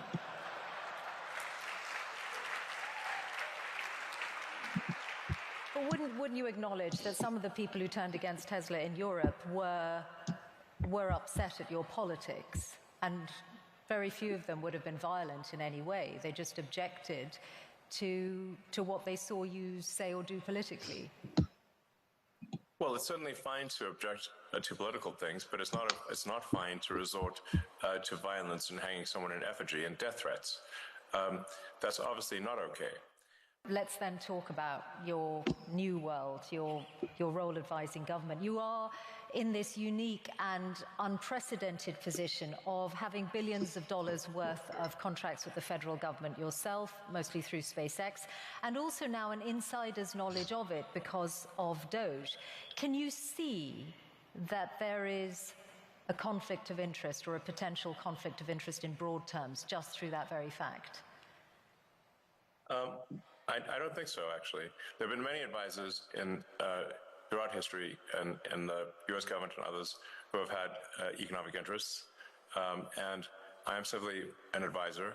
I don't have formal power. And that's it. The president can choose to accept my advice or not. And that's how it goes. Critics will say that the U.S. government probably shouldn't be doing deals with entities or government-aligned entities that are also doing business potentially with the Trump organization.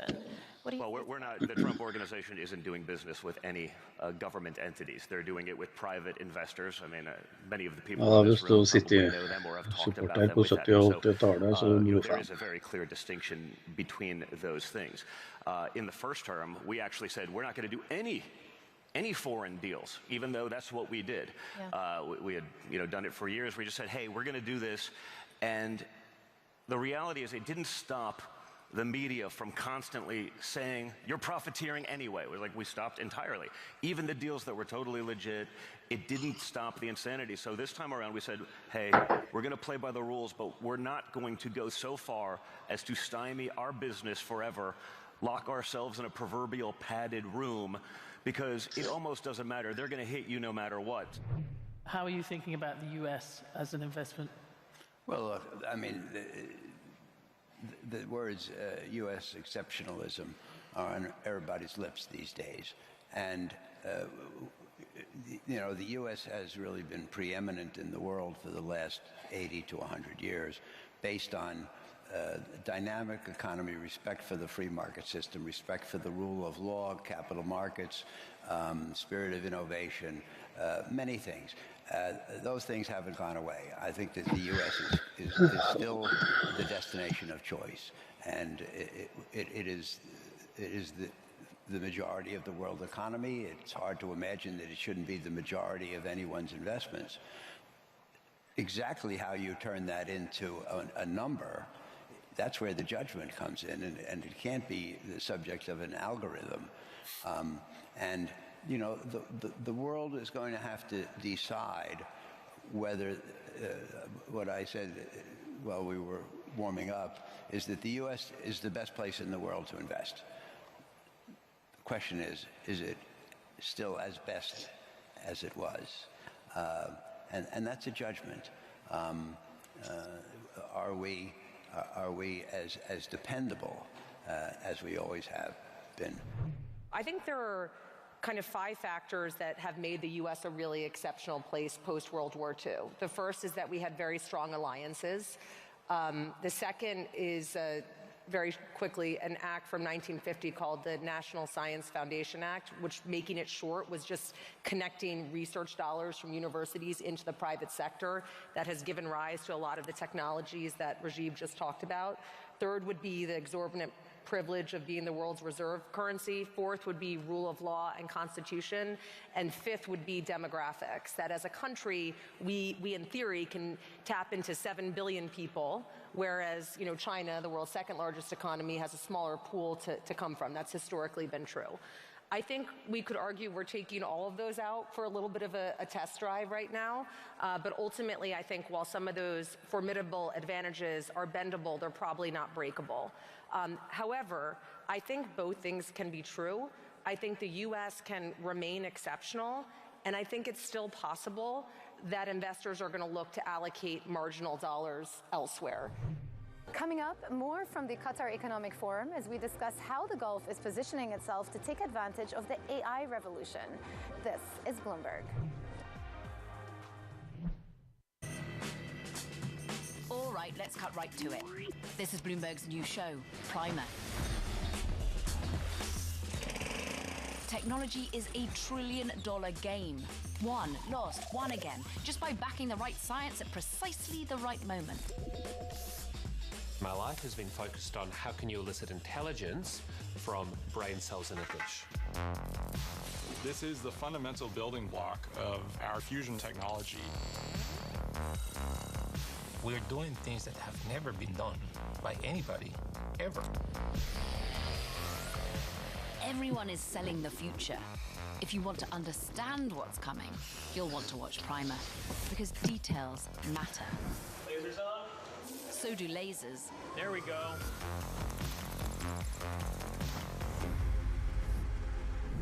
Oh, and it's on all these lovely channels. Hope you're jotting this down. From our global headquarters in New York, I'm Danny Berger. Welcome to Bloomberg Brief. Let's set your agenda. Bloomberg Brief delivers the market news, data, and analysis you need live every weekday only on Bloomberg. Context changes everything. Bringing you up to the minute geopolitical news whenever and wherever it happens. I'm Amber Verdern at the G7 in Alberta, Canada. This is Bloomberg.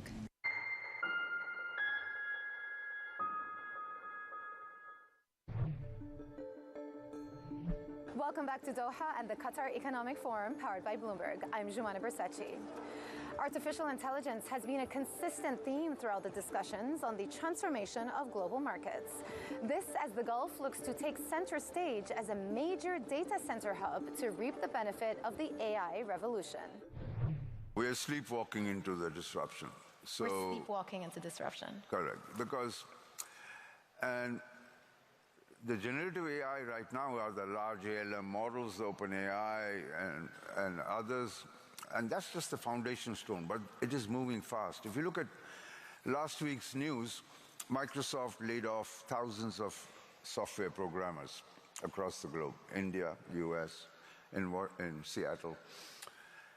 And you would think, if you went back last 5 years, and I am a member of the board of the UPenn Advisory Board, of the 400 undergrads who came in to study engineering at Penn, 80, 100, 120 would do computer science. Nobody wanted to do mechanical engineering and so on. So, but that's not the issue. Every white-collar job which is process-driven, what generative AI is good at is it has become good at answering questions. It's not good at, you still need Katie to ask the right questions. That's, by the way, it's what I say to my kids when they go to school every morning. Ask good questions. Yeah. Humans still have to do that. I agree with that. But to give an answer, they have processed every book in the world, every data in the world. So they are 1 million times more information than a human being can ever hold. So they can answer the question. So it now takes weeks to process a mortgage application, an insurance claim, medical claims, even in asset management will get disrupted. Do you double down as well, as Jeff was alluding to, on data centers and AI, really? Yeah, I think, I don't believe that the trend on digitization or digitalization will change. And with AI, with DeepSeek, I think the demand for data is just going to continue to grow. The big challenge, at least in Asia, outside of the US, the big challenge is around whether there's going to have enough energy to be able to support the growth. It's not difficult to buy land to build data centers. The question is water, infrastructure, and power. And if you can get that going, and then the next big question is the capital. I mean, Jeff mentioned just now to build a 1 gigawatt of data center, it's going to cost $10 billion. We're investing a lot in the US, extensively. So we started investing in data centers and some of them in AI, and the AI in hyperscale space. Det er en liten tur opp her, så ble det ble svimmel av den her. About the asset class. When we developed familiarity after a couple of years, we did deploy in size. I'll tell you, we're very happy with what we've done early because those things are very valuable now. Because when you do things early, you have the ability to negotiate better terms. So we've have access to a lot of assets in the US. Overall, we've invested and have exposure to about 5 gigawatts as a QA. And we've done it systematically with discipline. When it comes to AI, which is the applications on top, we've also been active both in the hardware related, both in the infrastructure software. So we've invested this year a significant ticket, $500 million in Databricks. And also we've been active on the application size. When you think about the power of what AI can do for all companies to reduce costs, potentially to offset whatever tariffs are going to creep into cost increase. I don't know exactly how that offset will work and whether one will come before the other, and that will be a question of whether the consumer can bear it. But if you think about the ability to drive those costs down through efficiencies in these companies, that's that's why these multiples have stayed so strong across the board. And then you think to yourself, well, which multiples are higher than the others? And you look at just the dichotomy as an example between the US and Europe, and you say to yourself, well, if AI is an equalizer and it can help all companies everywhere, irrespective of whether the AI technology was made in the US or made in Europe, you could really get a benefit from some of those companies around the world. So I think this is exciting across the board. The question is whether inflation creeps in too fast before that. That's all from the 5th edition of the Qatar Economic Forum. The Qatari government is the underwriter of the Qatar Economic Forum, powered by Bloomberg, and complete interviews from the forum are available at Bloomberg.com and the Bloomberg Terminal. I'm Jumana Bersachi in Doha, and this is Bloomberg.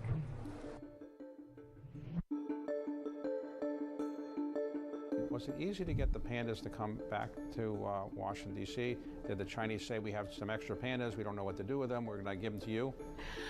Well, it was a little more difficult than that. It probably took us, it was about over the course of a year where we had conversations with our colleagues in China, and we were able to get pandas here very quickly. I think it's a testament to the relationship we've built over decades, to the conservation success that we've had here with our pandas and our panda program. And And so it was a lot of conversations, but I think we always knew in the end that we did want pandas at the National Zoo. How many pandas are there in the entire world? So this is incredible because this is all due to this panda program, and this is so important. So when we started with giant pandas 50 years ago, there were fewer than 1,000 pandas in the world, right? We're talking in the wild and zoos, fewer than 1,000. And decades later, there are close to 2,000 pandas in the wild now. Actually, I think a little over 1,800. There are over 700 pandas in breeding centers. So as part of this program, we have tripled the number of pandas on the planet. But still a small number of pandas. Because of this program, there are more pandas on the planet, more quality panda habitat in the wild, and pandas have gone from being endangered to being vulnerable.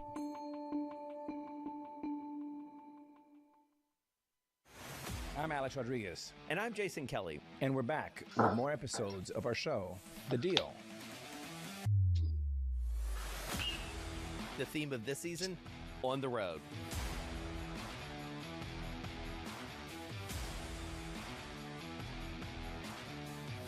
We're bringing you more behind-the-scenes conversations with the biggest names in sports, business, and culture, like Mellody Hobson.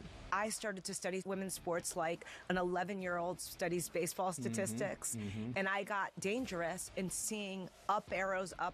Susie Wolf. When you're competing, you're not thinking about any fear or any worries of what could happen. Josh Harris. You can't do a good deal with a bad person. Jay Batt. At the end of the day, there's never been a better time to be a student athlete. And more. Stay tuned.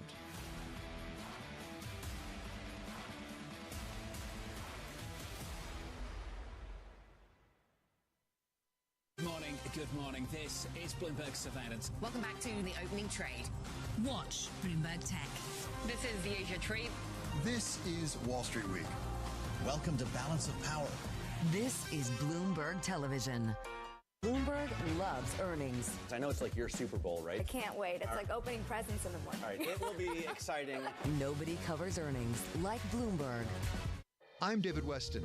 Join me for the next generation of Wall Street Week. This week, Vlad Tenev of Robinhood takes us into the wild world of mathematical superintelligence. We go to Saudi Arabia for the story of Aramco's plan to help wean the kingdom off of oil. We think of ourselves as a technology company delivering energy. We are very pragmatic here in the kingdom. And Larry Summers dissects the Fed's latest decision. Watch the all-new Wall Street Week. More than what you need to know, it's what you need to think about.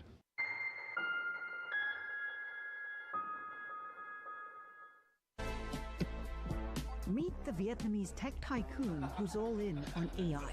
John Jobin spent almost 40 years building the country's leading technology company, FPT. A strategic partner of Jensen Huang's chip powerhouse NVIDIA, who's dubbed his strategy the biggest bet in history. Vin wants Vietnam to be a top source of high-skilled tech talent, and for the next generation to grow up learning all about artificial intelligence. Seizing this moment with the nascent industry to supercharge Vietnam's future and his own.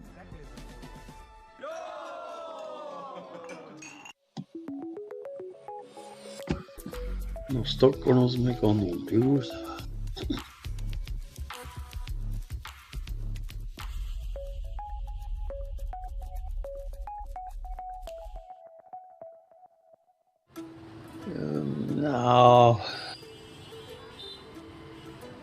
In the heart of Hanoi, Hardanger var sikkert, eller ja, det er på en par år. history are all around. Med trading. The rhythm of daily life marked out by tradition. But this is also a country hungry for progress, with the government's ambitious growth target of 8% and an emphasis on technology to deliver results. It's a journey that Vietnam and Trung Jobin have traveled together, shaped by the past, but now pushing into the future. Vin co-founded FPT in 1988. Originally the food processing technology company, is now known by its three-letter acronym. FPT is Vietnam's most valuable publicly traded tech company. Millions of Vietnamese turn to FPT Jeg for sier det, their det husker jeg mobile ikke. and broadband. But Eller jo, altså from helping companies jeg integrate new har technologies jeg skulle si providing vært them with services noe like med cloud en computing, gjeng automation, and increasingly artificial intelligence. Your battery is at 20%.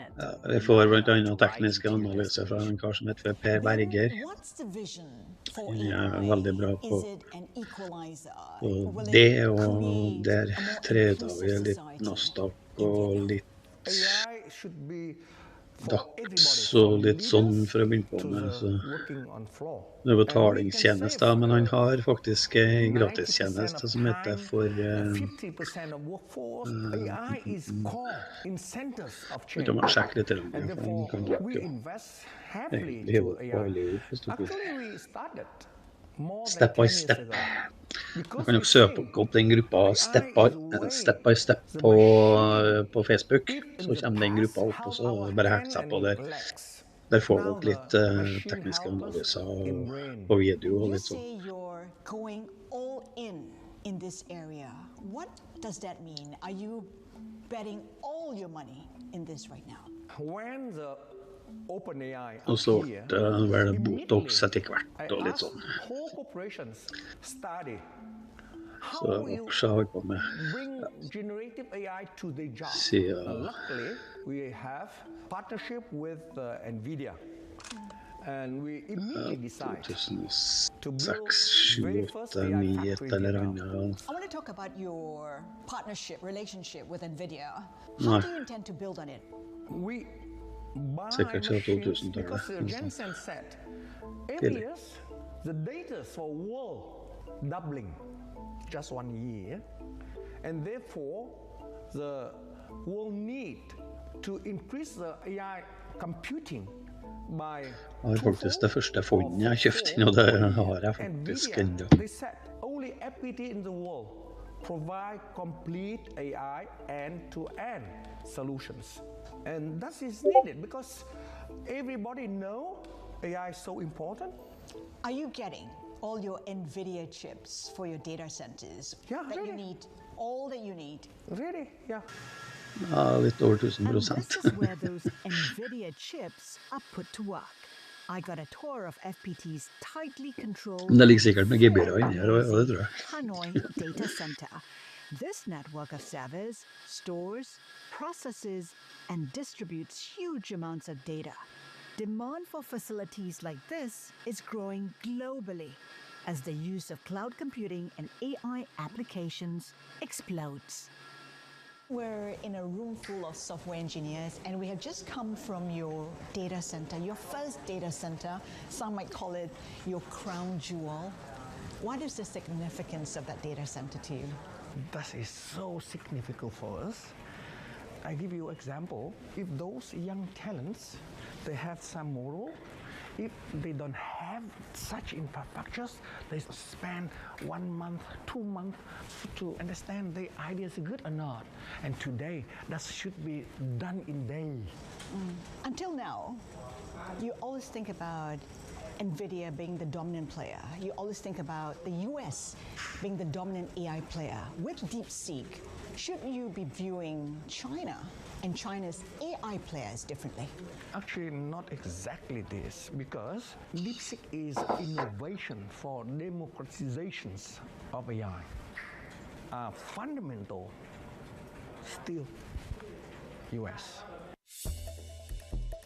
But as competition heats up and companies like China's DeepSeek launch low-cost open-source AI models, big questions remain about the return on investment for the trillions of dollars being channeled into AI. Here they focus. One industry where artificial intelligence is reducing costs and increasing productivity is autos, like this quality control system developed by FPT. A camera connected to a computer software application that can identify faults in car parts in a fraction of the time it takes a human employee. The company works with global car manufacturers from Toyota and Ford to Mercedes and BMW. I think it's a revolution for quality productions. So it is about accuracy, it is about precision. Right now, it is for the auto industry. Could something like this be used, for example, for watch manufacturing? For sure, this will be amazing because watch so expensive and quality is critical, and this can help. I'm not really Boris.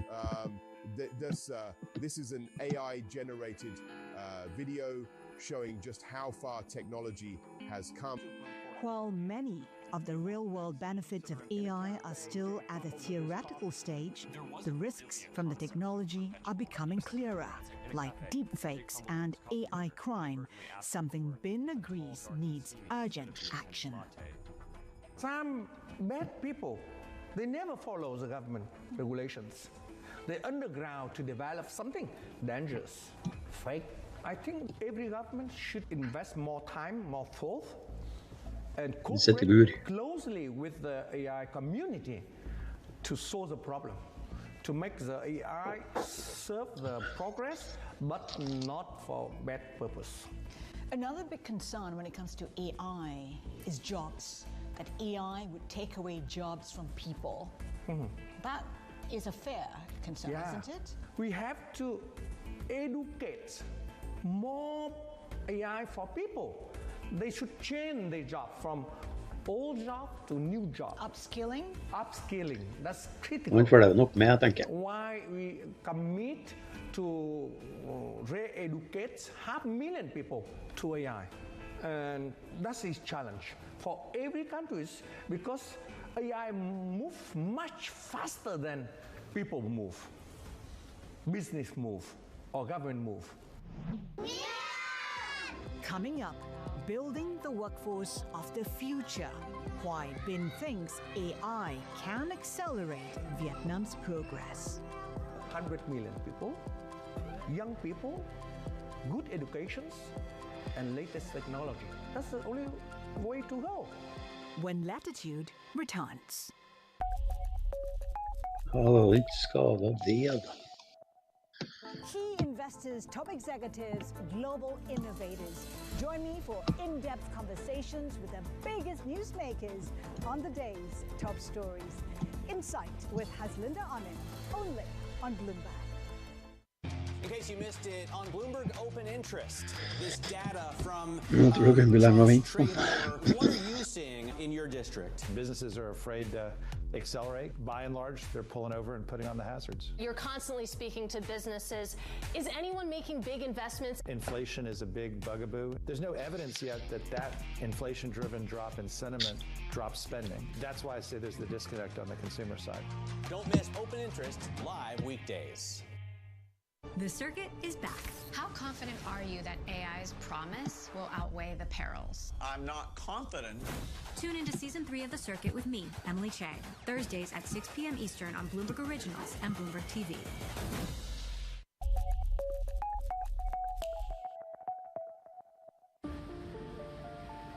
In a classroom outside Hanoi,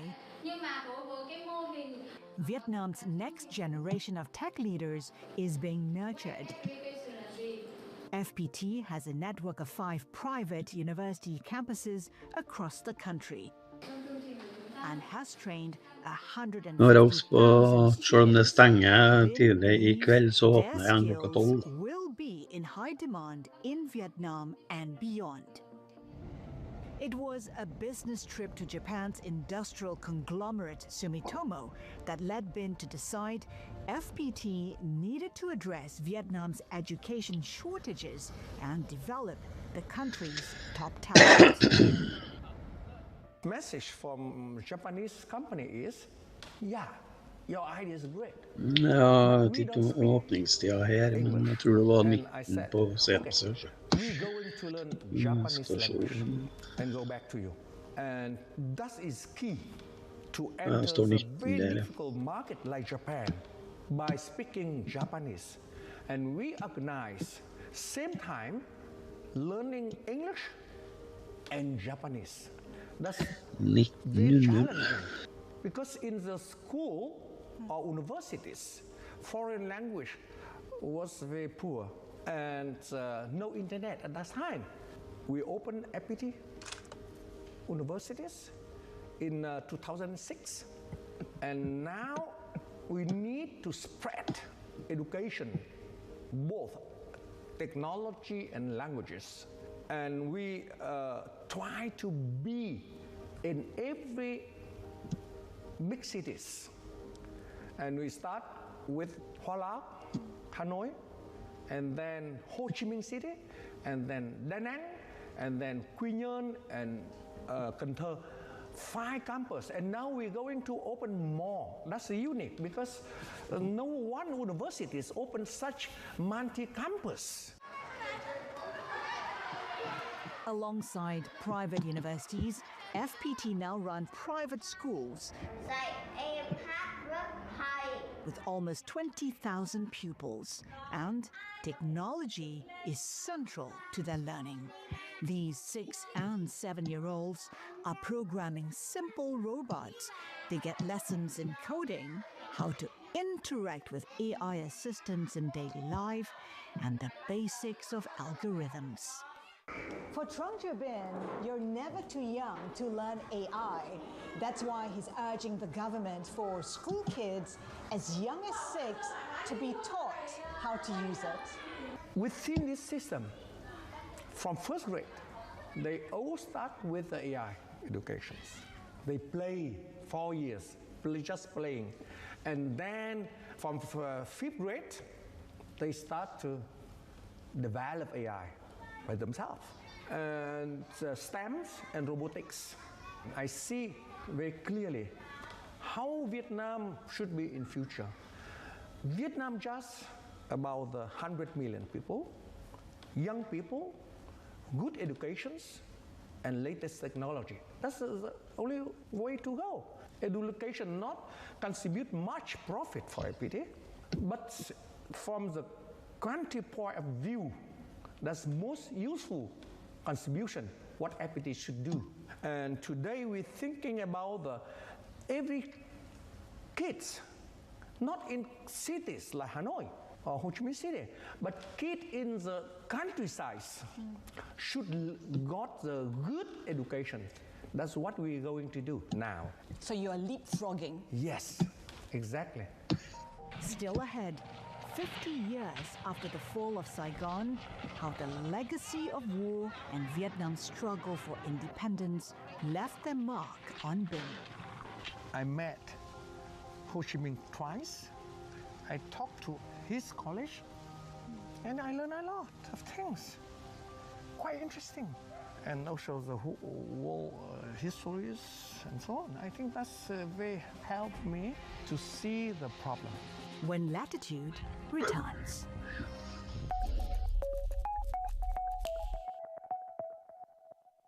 From the world of politics to the world of business, Joe Matthew and Kaylee Lines deliver news, insight, and analysis live 2 times a day, every trading day. Balance of Power at 1 and 5 Eastern, only on Bloomberg.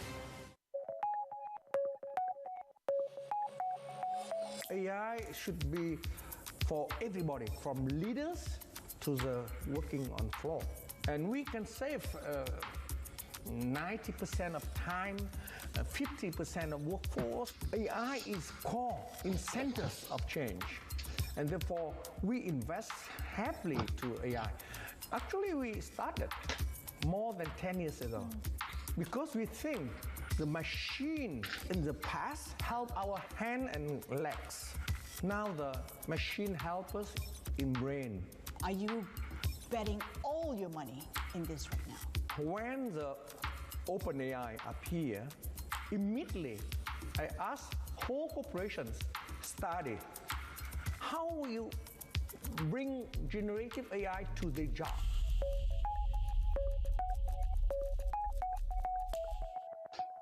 Didn't really think I had a problem. I would isolate, self-medicate. Like 48.5 million Americans, they didn't choose addiction. Go to shatterproof.org/findtreatment. Watch the film No More Secrets and find out how you can get help. That's shatterproof.org/findtreatment.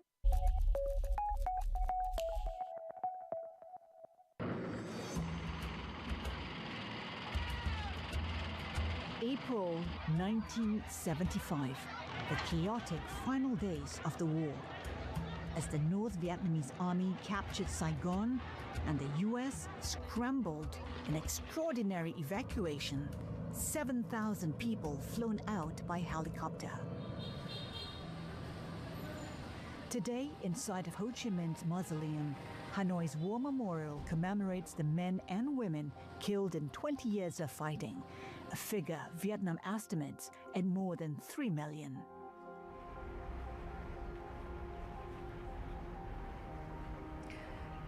Years since the end of the Vietnam War, and the United States is now this country's largest export market, is just one symbol of Vietnam's transformation from ruins to reconciliation.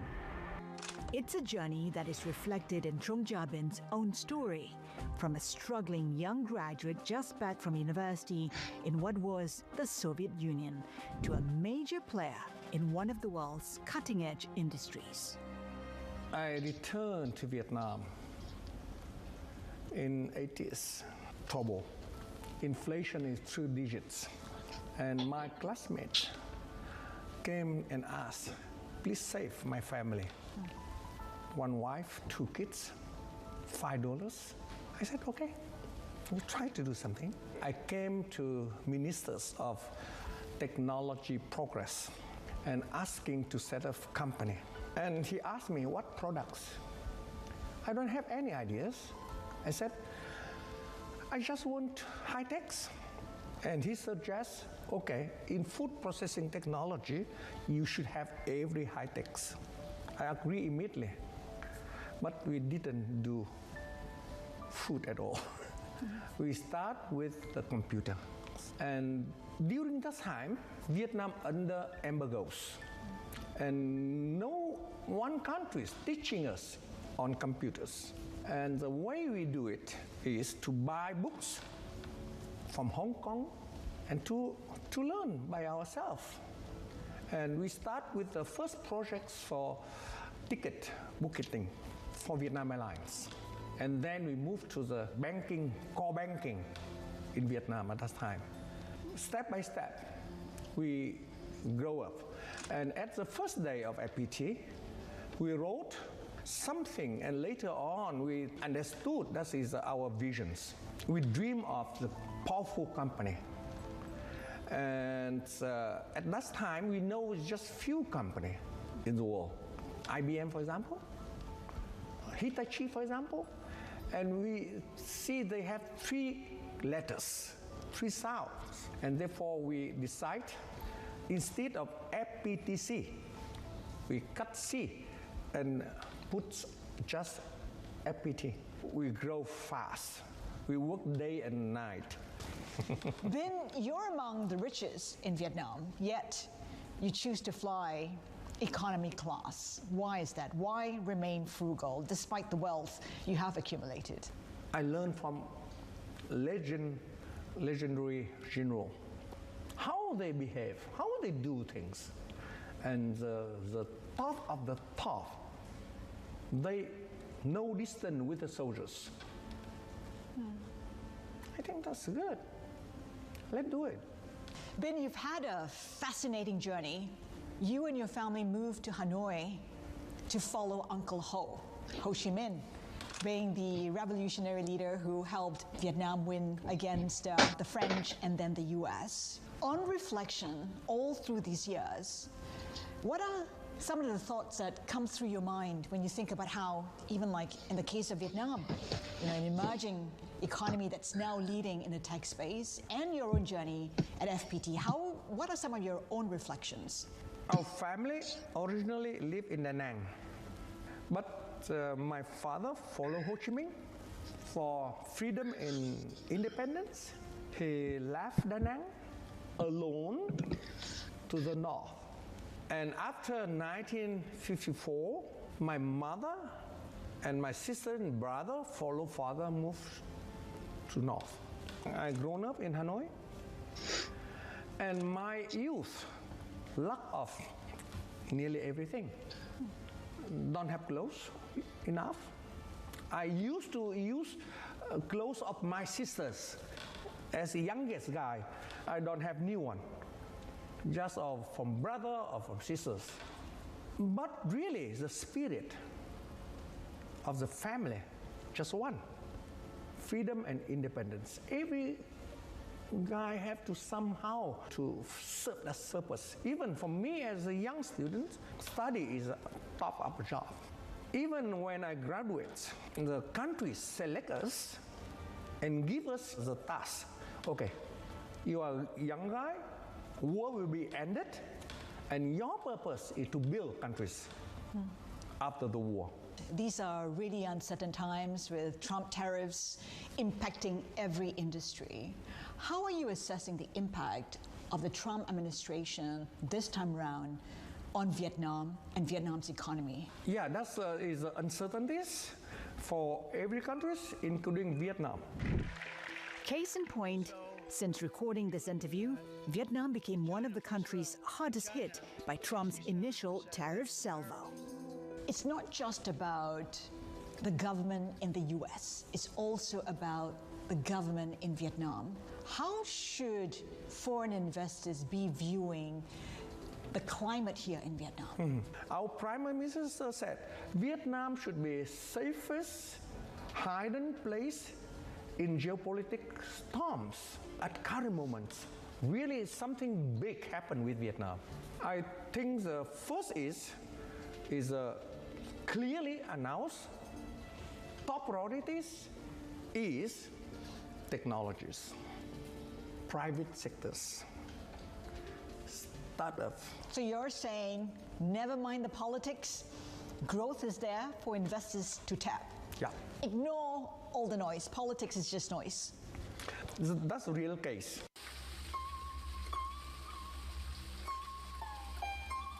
And there are times when escaping from all the noise means making the most of an oasis of quiet, the home been built overlooking one of Hanoi's lakes.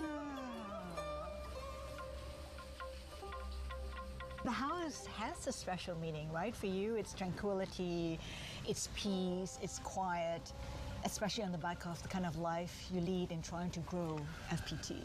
For me, the concept, ideas is most critical. Those ideas not appear in office, be here, in quiet, in relax. But the most critical issues people get here or eat together, drink together, and solve problem together. Let's talk about this villa. Very traditional, a lot of things of the past. I live my very first independent life in the farmhouse, and I built it by the memory of the farmhouse. The philosophy they believe, yin yang 5 elements, the concept of the life, of the happiness. They build this kind of roof like boat, and man and woman, and bowl of rice. Everyone should be happy if have somewhere to live, something to eat, and someone to love. So you're defined a lot by your past experiences. Yeah, actually I'm a lucky man because not everyone should have the experience of the war and peace, poor and rich, technology progress, the change during my life. Rich by experience. Not today kids. They don't know what's the kind of war, how the people should die in front of you. They don't see it at all. There's an appreciation for what you have now. And therefore, peace is the most important thing for today, for Vietnamese, and I think for human being, for the world.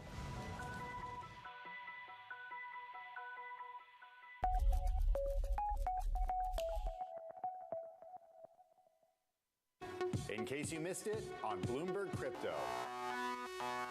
How do you expect the asset to continue price increase at these levels that we've seen? And at what point do we see, winter coming again? Winter's not coming back. We're past that phase. If Bitcoin's not going to zero, it's going to $1 million. And you have all the evidence you need to determine that, right? The President of the United States has determined he supports Bitcoin. The Cabinet supports Bitcoin. Scott Bessent supports Bitcoin. Paul Atkins has shown himself to be an enthusiastic believer of Bitcoin and digital assets. Quintez at CFTC feels the same way. The banks are going to custody Bitcoin. Bitcoin has gotten through its riskiest period. The accounting has been corrected. There's now only 450 Bitcoin a day available for sale by natural sellers. Don't miss Bloomberg Crypto live Tuesdays.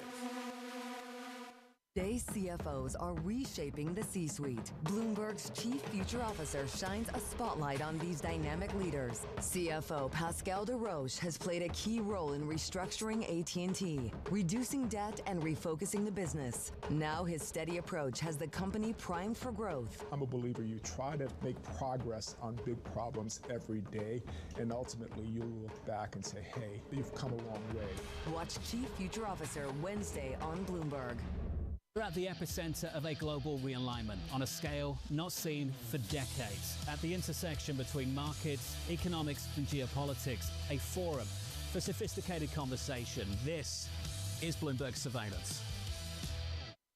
In case you missed it on Bloomberg Surveillance. They say you're in your right if you use Section 122. Why didn't you guys do that from the beginning? Well, Section 122 only gives you 150 days. In Section 122, if you use this now for 150 days, would it be a bridge to 301 or a bridge to 232? What are you thinking more long term? You can be the strategist on that. So just got to tell you one thing. You're not allowed to hire Anne-Marie. She's with us, all right? Don't miss Bloomberg Surveillance live every weekday. People ask me all the time, what is the key to being a really good investor? And I tell them it's to surround yourself with and work with the best investors you can find. On Bloomberg Wealth, I'm going to take you to meet the greatest investors in the world, the people that I would like to have managing my money. It's 100 years, 80 years, 100 years of dollar strength. So much so that important commodities, gold, oil, are denominated in dollars. I think undoing that will take a long, long time. Get your fixed income fix. Watch Bloomberg Real Yield every Friday at 12 p.m. Eastern, right here on Bloomberg. Context changes everything. In case you missed it on The Opening Trade. What trade does is it meets a consumer demand. Consumer demand is not weakening. China supplies a little over 30% of what we eat, wear, and consume. That's unlikely to change anytime soon. I think that supply will find new homes potentially, but our reliance as a global economy on Chinese manufacturing is unlikely to change fundamentally anytime soon. Don't miss The Opening Trade live every weekday.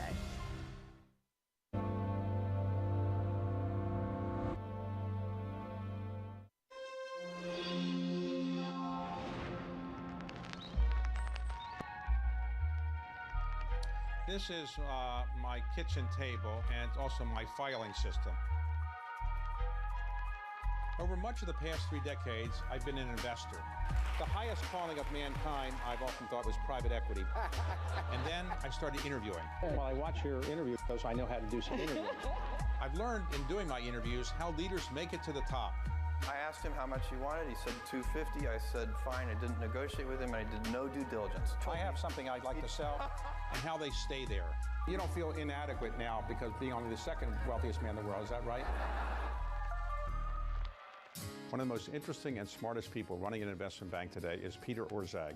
He previously served as head of the Congressional Budget Office, the Office of Management Budget, and has a PhD in economics from the London School of Economics. I sat down with him in his offices at Lazard Frères to talk about his career and also the future of investment banking as Lazard practices it. So you have been in the financial service world as an advisor for quite some time, but you also served in government. We'll talk about both aspects of your career. But right now, one of the things that has held back M&A people say, is the regulatory environment in Washington. There hasn't been as much M&A activity as some people in the M&A advisory business, like Lazard, would like. Do you think it's the regulatory environment, or do you think it's high interest rates? What has kept M&A from going forward at the pace that maybe some people think it should be going forward at?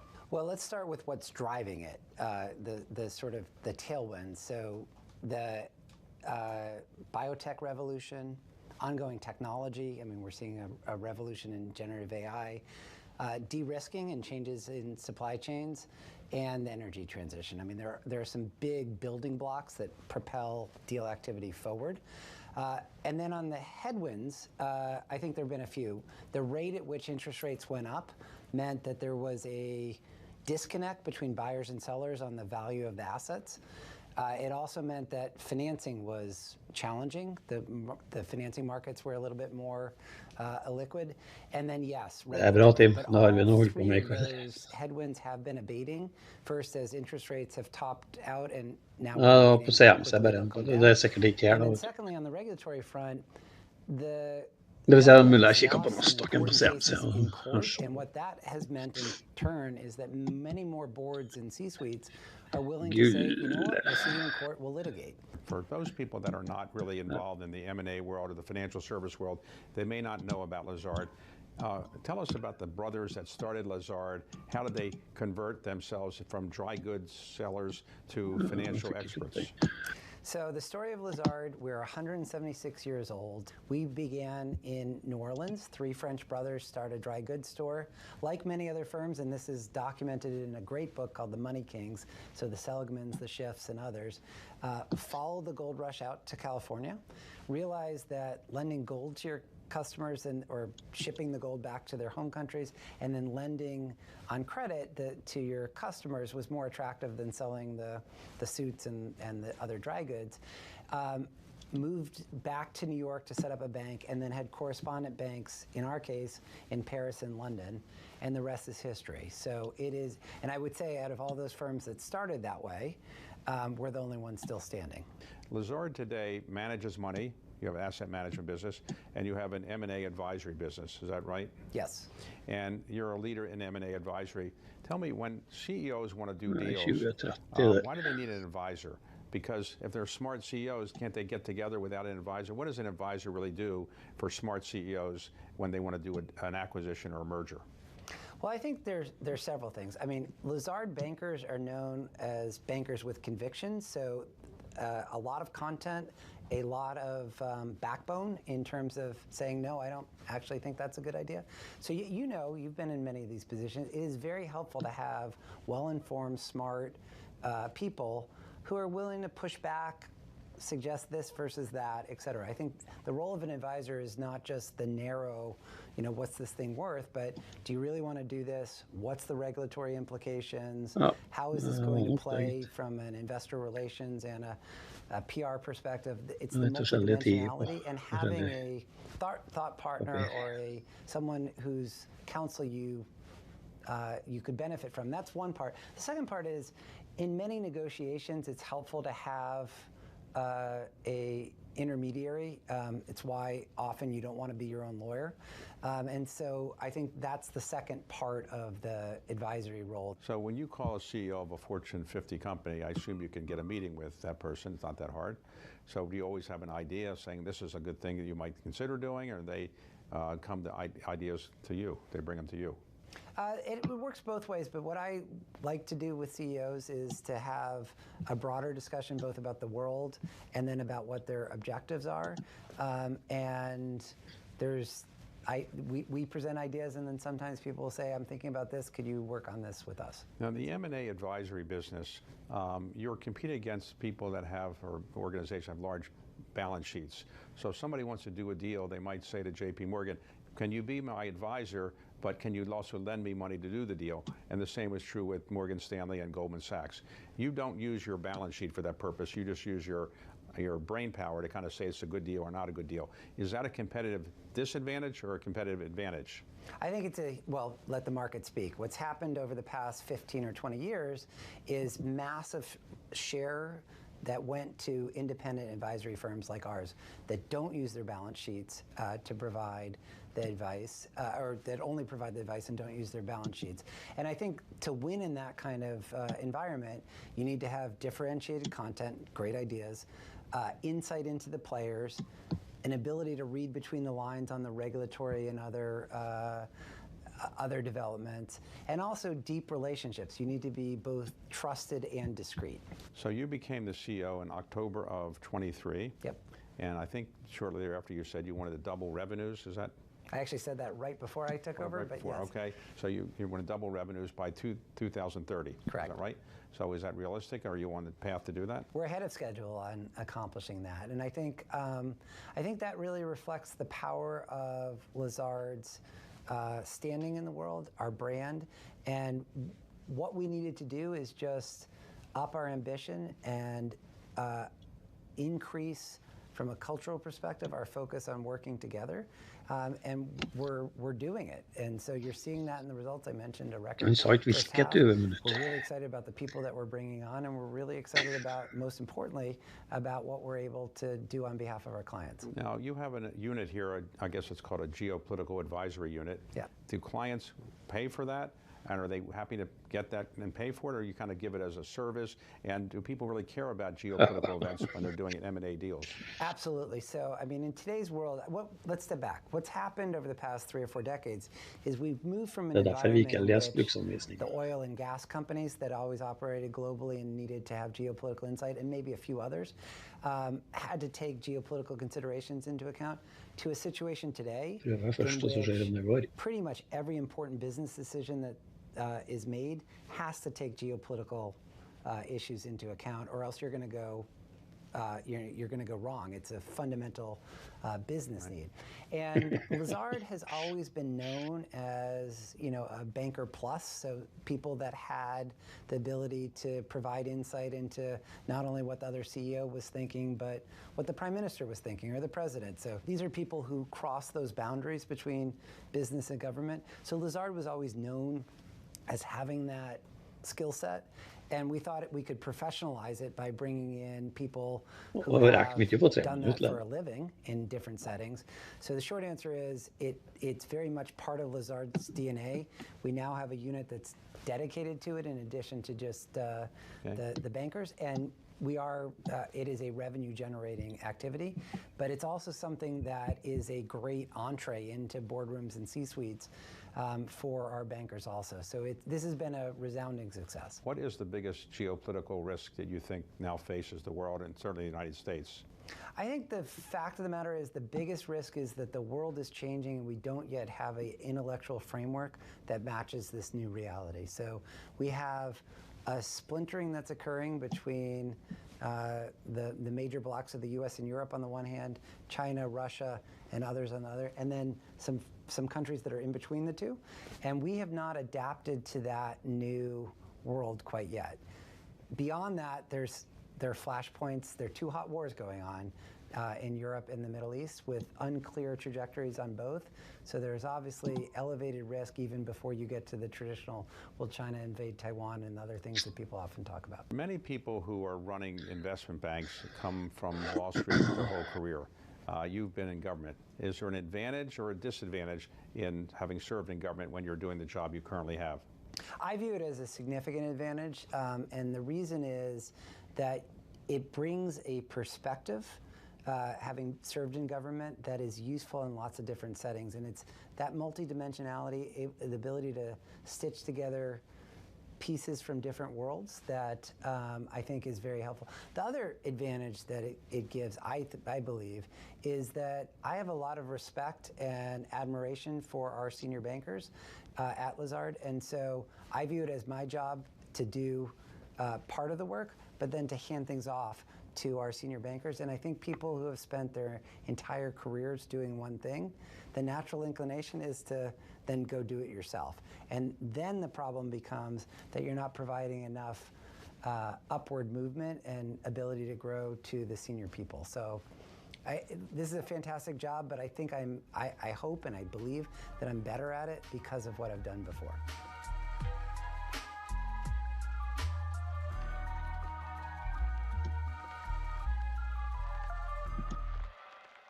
the multi-trillion-dollar industry. We'll show you what's happening in ETFs like no one else. ETF IQ, Mondays on Bloomberg. Nå får vi et breakout her nå, da vi tjener penger. People shaping the way money flows around the world. And I want Det to er bring sikkert you vi får det, men det vet vi is the ikke. best system in the world. There isn't another one that Hvorfor works så? as well. I love all these new Wall Streets. Y'all Street, Wall Street tok South. den. Wall Street used to be a place. Now it's more of an idea. I hope you survived the day. I did. It was a busy day.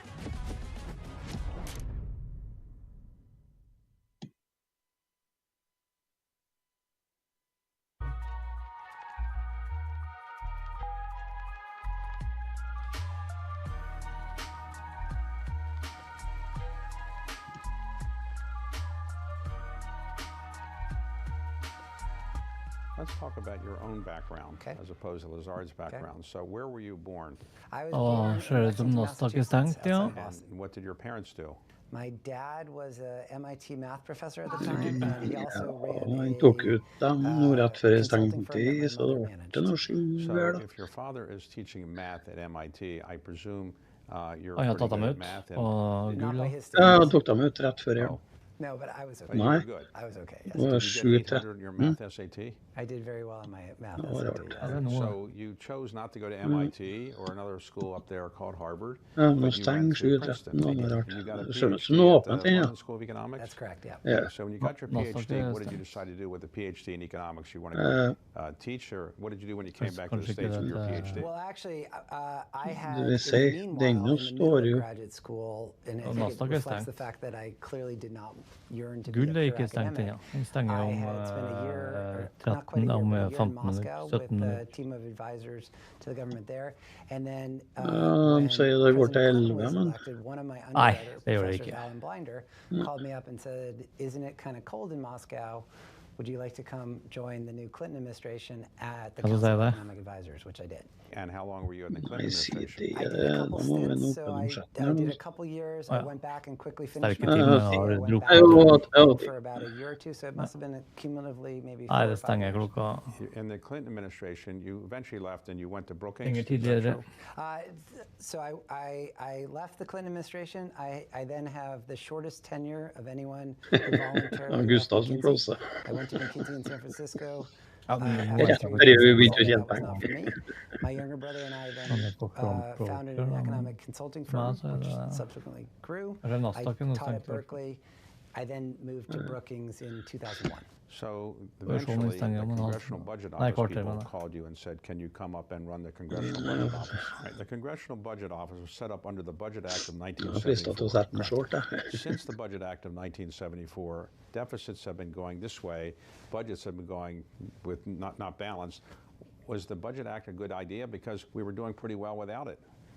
Well, first, it didn't, deficits haven't quite got, they went up, down, and then now they're back up. But I think what the Budget Act did is it gave Congress better tools, but ultimately these decisions are not going to be, up to an agency like the Congressional Budget Office. They're up to our elected representatives. So I view the Congressional Budget Office as empowering the legislature to make decisions, but those decisions are not, they're driven by other factors too.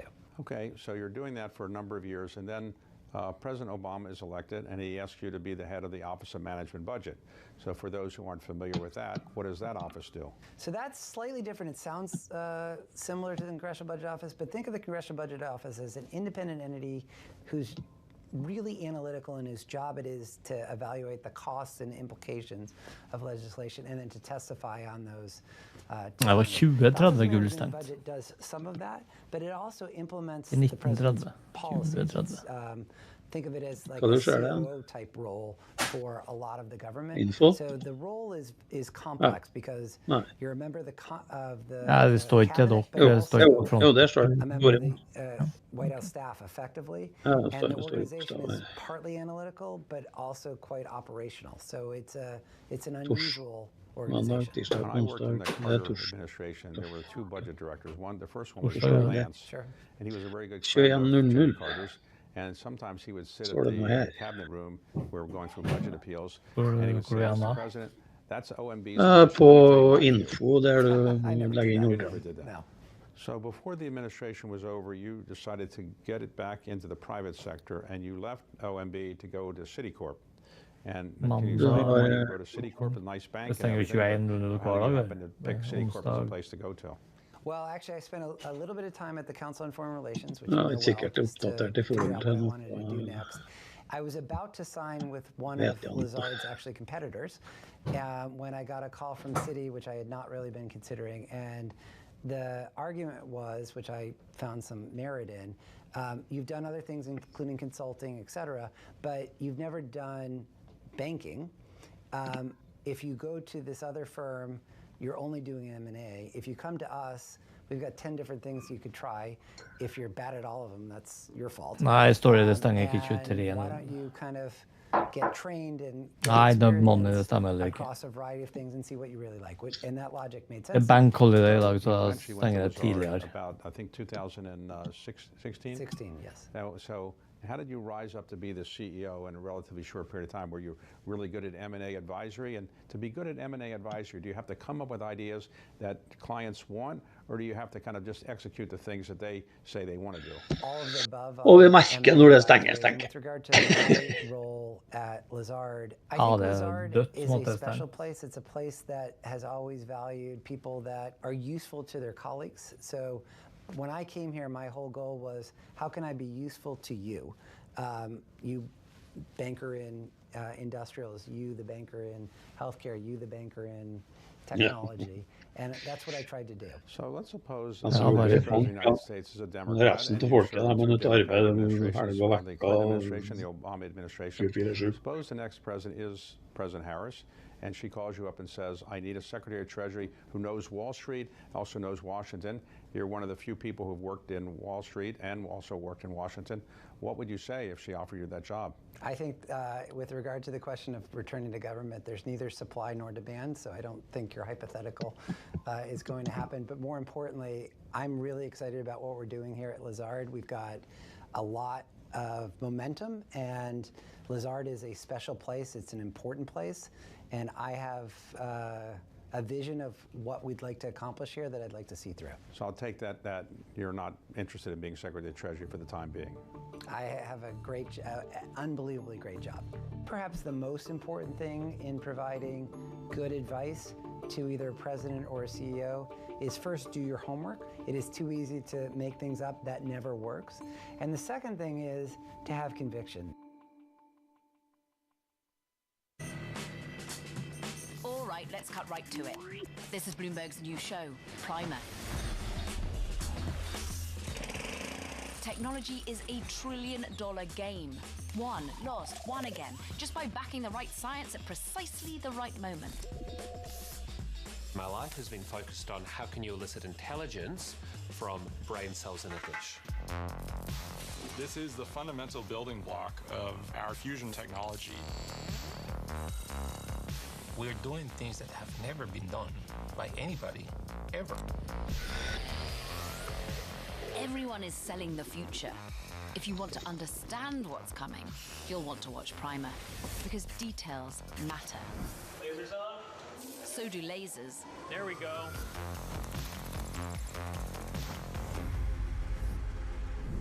Oh, and it's on all these lovely channels.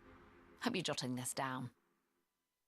Addiction isn't a choice. I would isolate, self-medicate, and fabricate to continue my use. I didn't really think I had a problem. Rachel and Pete are just 2 of 48.5 million Americans with substance use disorder. But 3 out of 4 people find recovery is possible with help.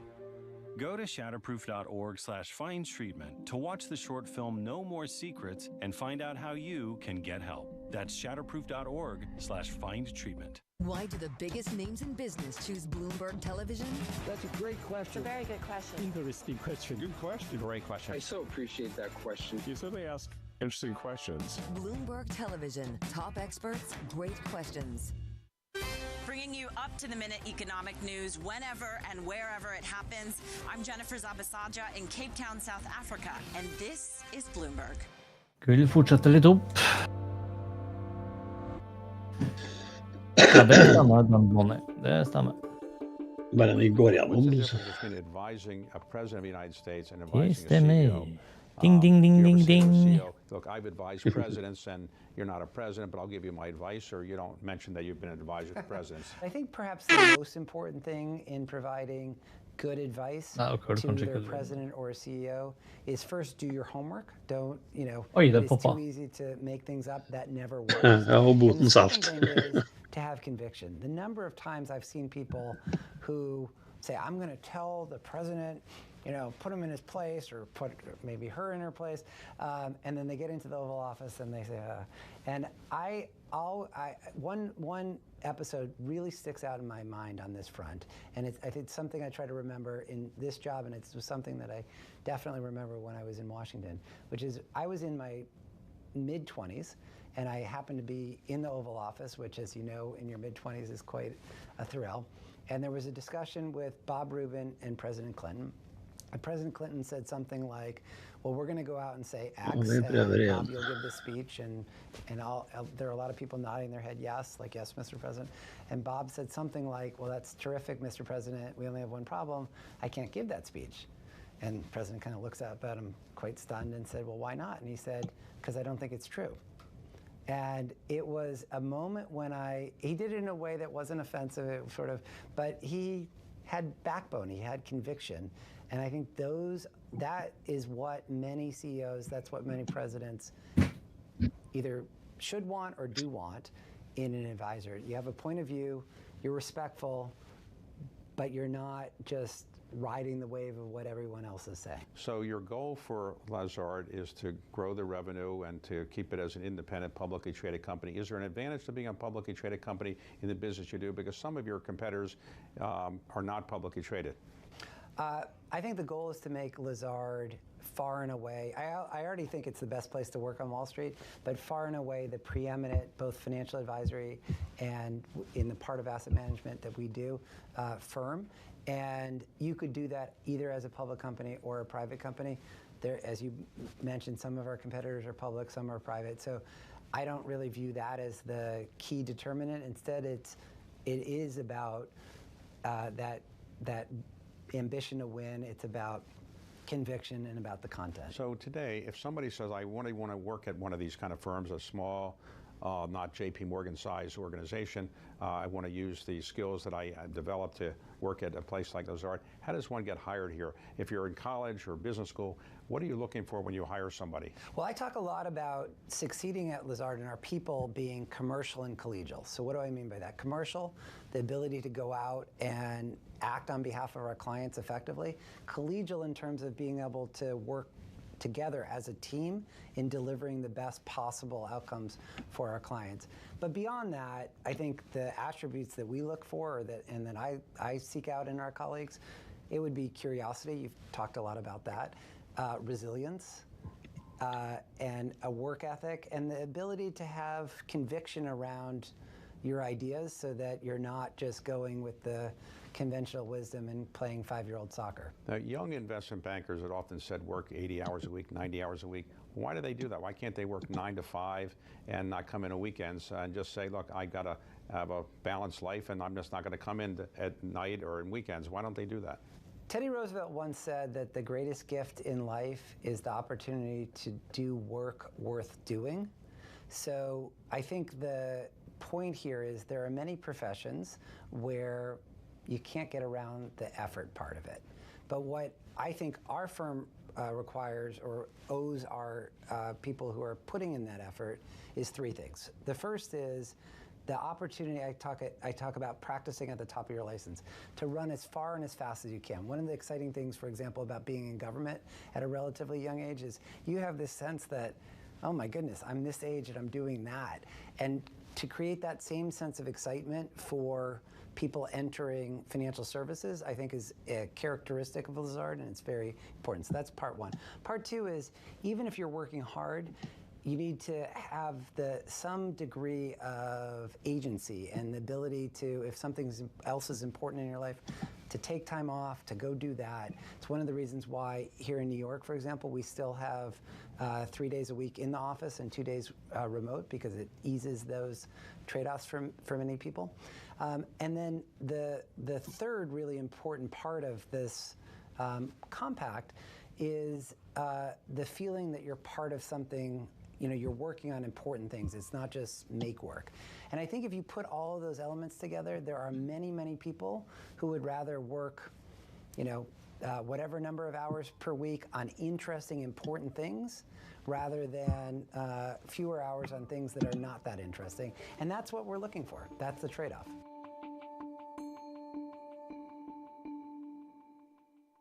Asia is a continent of contrasts. The region is a nexus of rich cultural traditions and a vibrant hub of trailblazing innovation and modernity. How will it push the limits of technology even further? Going to space should become as easy as taking a flight. If NASA is designing a lander, their approach is they're designing a Formula One car. So we take, say, a Jeep approach. Min-Seok, give us a sense of how you translate Korean architecture for the rest of the world. We call this madang. In general terms, it's where we can be ourselves, where we belong. There is an old saying in Korea that says, "거미 불루, 화이 불치." It means simple but not humble. So it has a tremendous impact on Korean architecture.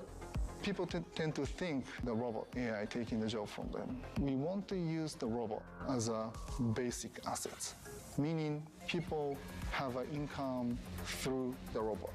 From space tech in India to robotics in Japan, Asia is driving the future, reshaping industries, societies, and the way we live. Join me as I take you through the bold innovations. Discover Asia's next-gen technologies on Momentum.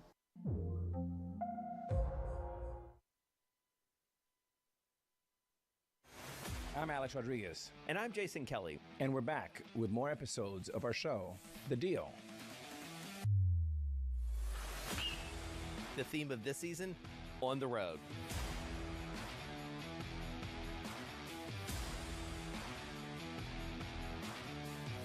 We're bringing you more behind-the-scenes conversations with the biggest names in sports, business, and culture, like Mellody Hobson.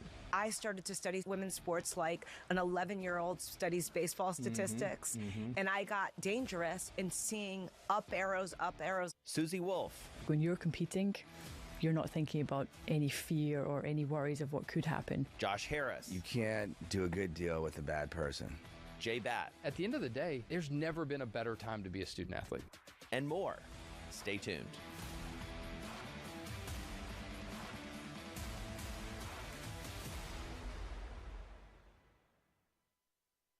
Bringing you up-to-the-minute geopolitical news whenever and wherever it happens. I'm Jumana Versace in Doha, Qatar, and this is Bloomberg. I'm David Weston. Join me for the next generation of Wall Street Week. This week, Vlad Tenev of Robinhood takes us into the wild world of mathematical superintelligence. We go to Saudi Arabia for the story of Aramco's plan to help wean the kingdom off of oil. We think of ourselves as a technology company delivering energy. We are very pragmatic here in the kingdom. And Larry Summers dissects the Fed's latest decision. Watch the all-new Wall Street Week. More than what you need to know, it's what you need to think about. Join me each week on Wall Street Week for stories of capitalism from business, markets, economics, tech, and climate. More than what you need to know, it's what you need to think about. Luisa Gomez Bravo sees her role as CFO of BBVA beyond just being at the helm of the bank's finances. It's like a little bit like being a doctor, no? You're the guardian of the health of the institution of the bank. Since moving into the job 18 months ago, Gomez Bravo has helped BBVA not just survive, but thrive, pushing revenue and profits to all-time highs. But that's just one piece of the picture. Spain's second largest bank draws 2/3 of its income from abroad. In Mexico, it's the largest financial institution. In an effort to bolster its Spanish presence, it's pursued a takeover of peer and rival Banco Sabadell. Now the challenge is not just to grow the firm, but to reshape it. I see the CFO role as a strategic partner, and you have to be on top of where you are putting your capital, the planning of capital. And in a bank like ours, we are in 30 countries. How do you deploy that capital? In which country? In which segment? In which product? Accountability is important, and entrepreneurship. Hvordan har det gått med folket her I dag da? Vi pluss? Vi minus? Even? Ja, litt pluss her I hvert fall.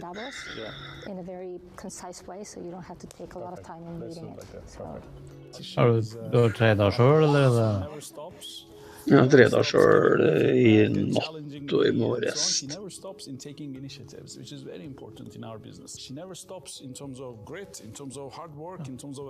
Har du kommet på live nå, eller demo, ja? Ja, på live. Ja, det bra. Det var noe til helvete med barnebidraget. At the core of that strategy is technology and Hæ? innovation. Jeg har det økt nå, faktisk. Ja, nå så var det snart ferdig med. Jeg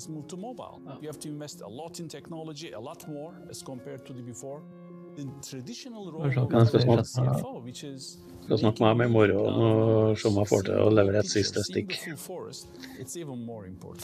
The way we see it at BBVA, innovation is not just an output of an app or a commercial campaign. Kim I 399 pluss på trading.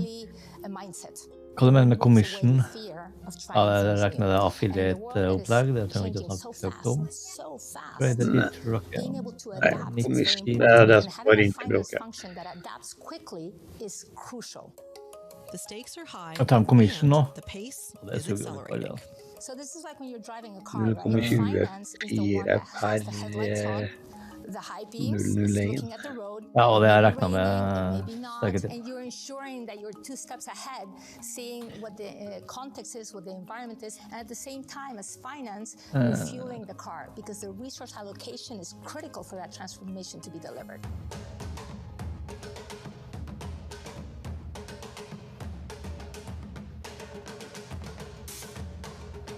Det faktisk gode penger, Tim. Jeg betaler ut mine partnere 100 000 I måneden. Per 100 stykk. Det gode penger, det altså. Går 90 minus på Marsko. Hadde en stygg en jeg måtte ut av. Ja, bra tenkt jeg inn igjen. Ikke gjort en dritt I dag på Viking. 1693 på copy, ja. Det jo slutt jobben snart da, ja.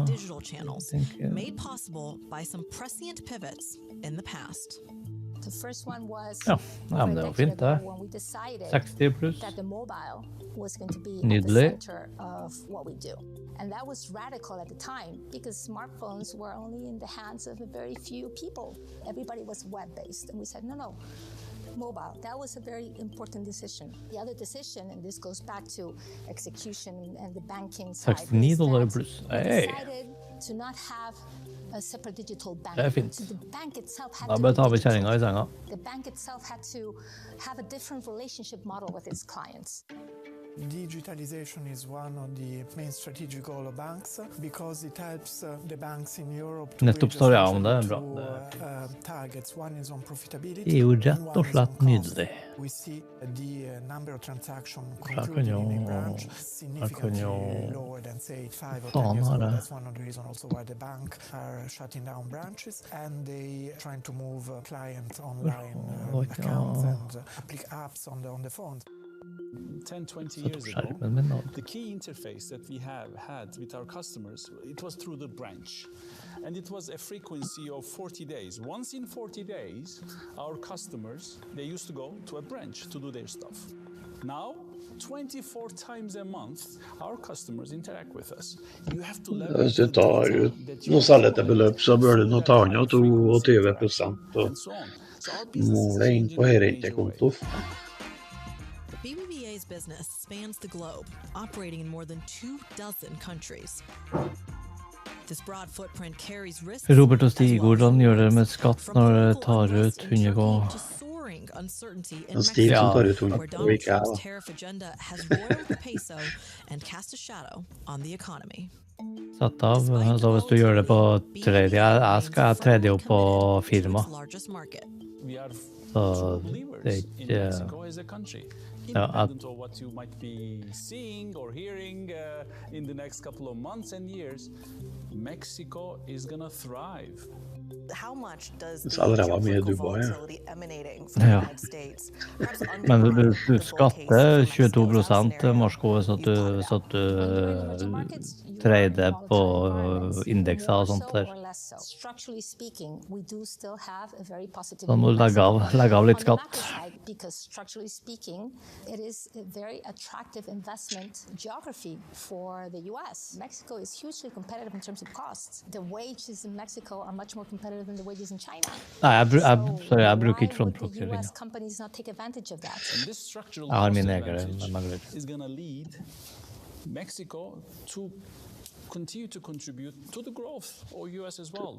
The Faen, value man går chains ned and resten supply av chains laget, are gitt. so integrated that Mexico has to play a continuing role in the further development of the US. And US is growing very healthily, very nicely. It will benefit Mexico this way or that way. It will benefit Mexico. Mexico for BBVA is, a source of resiliency of earnings, and it generates, it complements the diversification that we have from the footprint. But there's another topic that is very important, which sometimes we don't focus a lot about, and why we're so convinced that Mexico is going to continue to do well, which is the leverage in the country. Because the leverage in the country is only 33%. And when you've seen Mexico grow and BBVA grow in Mexico, you've seen it grow because structurally speaking, the leverage is so low that just a little bit of growth in the leverage is going to be able to support that bull case in Mexico. So that's why we're structurally positive in Mexico. While BBVA builds on its success in Mexico, it's working to expand its business in other parts of the world, including right at home in Spain. Its proposed deal with Sabadell would push the firm beyond 100 million customers and above €1 trillion in assets. The Spanish, business is focused on customer acquisition. We see that acquiring customers generates revenues going forward, and that is the focus. Men om du tar ut lønn fra firmaet, ikke da må du digital basis and continue to improve on our efficiency. Ja, du må ta ut. Jeg har 43% på bi-inntekt. Is competing with Wall Street. I think the diversification that we have in our footprint provides us with a competitive edge. Og overstiger du 800 000 i året, så blir det enda mer skatt. Så det er artig. Du bidrar nå i hvert fall. Ja, det skal ikke stå på det. Gomez Bravo says BBVA's digital expertise. Det er så mye at vi slubber tannfortrygda vår. The European story regarding digital banks or Italy Jeg har fast lønn. is a different mode, let's say. It's really actually building on the scale that we have in Spain. Altså i jobben min, men jeg tar ikke ut noe spesielt. Nå har jeg brukt, i fjor brukte jeg over 1 million i kun testing og utvikling og sånne ting. Altså i selskapet. So it's a way to compete in other markets in a cost-efficient way. Even as BBVA and its European peers scale up, their price-to-book ratios lag behind their global competitors. Har hendt at jeg har gjort det fra ene selskapet. Jeg driver jo 3 selskap. Så det ene selskapet har tatt ut lønner fra. BBVA has committed to $1 billion in share repurchases. It almost feels like European banks are taking a page out of the American playbook. Is that fair? I think the European banks, in general, were underperforming the American banks, and I think there was catch-up to be done there. And I still think that European banks are trading, below American peers when their profitability levels are, much nicer than the way they were before. But obviously there's been a positive trend in the evolution of the European bank stocks. Obviously the rate environment is more positive, and with a terminal rate scenario that you can put at 2% or 1.75%, European banks are going to be structurally positive. You're still at very distressed PE levels. Ja takk, de er på plass. Despite dividends that we know that BBVA Har du tatt bedriftsøkonomi eller livets skole? Nei, det in 5 years' time. Altså, ingen som sier livets skole. Alle sier livets skole. Jeg er så harry å si det. De som ikke har det godt i skole. Nei, skole har jeg gått. Men ikke bedriftsøkonomien. Så alt er selv lært. And the CIB, just like anything else, it really is about talent. This is Bloomberg.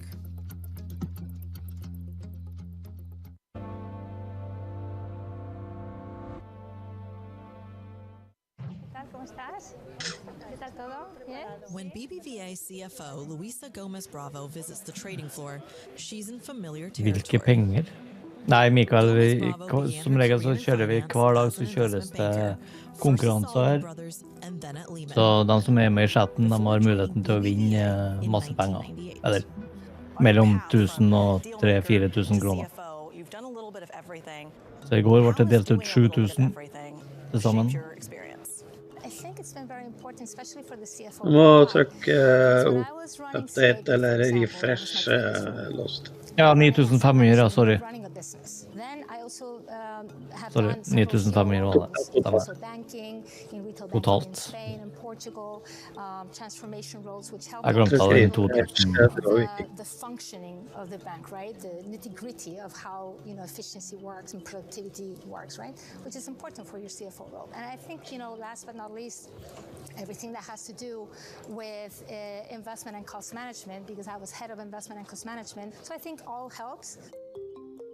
Women remain a rarity in the C-suites of large European banks. Bravo's rise to CFO demanded an extra measure of persistence. When you're working your career as Ja, han ene fikk jo 2 ganger stemme. Posten.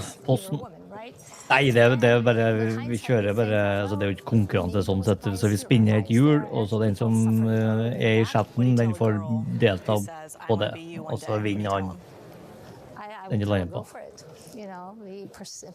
vi deler bare ut gevinst slutten av dagen. Gomez Bravo's roots in deal making serve her well at a time when BBVA is looking to expand its investment banking business. It increased headcount in the world's 2 largest financial hubs and expects increased activity to follow. Jeg vet ikke om Botox havna i buret, eller hva han gjorde. Og så har du må slippe den ut igjen. Ja. But then we will continue. It will continue.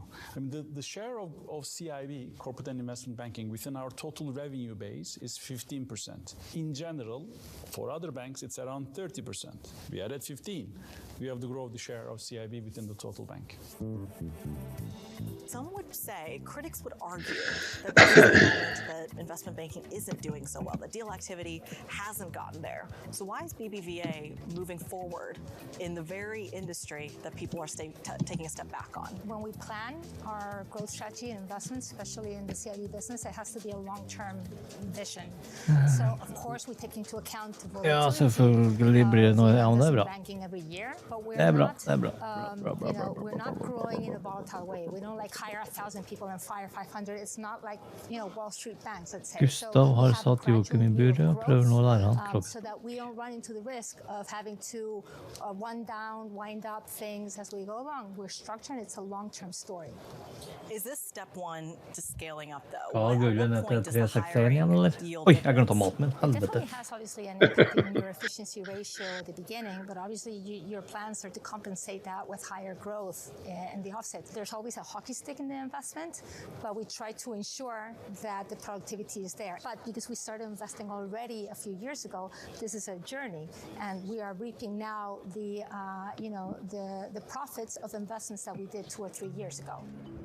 You talk about the measuring stick a little bit. So in all of these plans, what does success look like? What do you see that says, I did it? The fact that you are growing your business, that you have competitive advantages in specific spots. We're not competing everywhere. Jeg ser det at beløpet tar øka, men det var vel We have solid positions in Latin $100.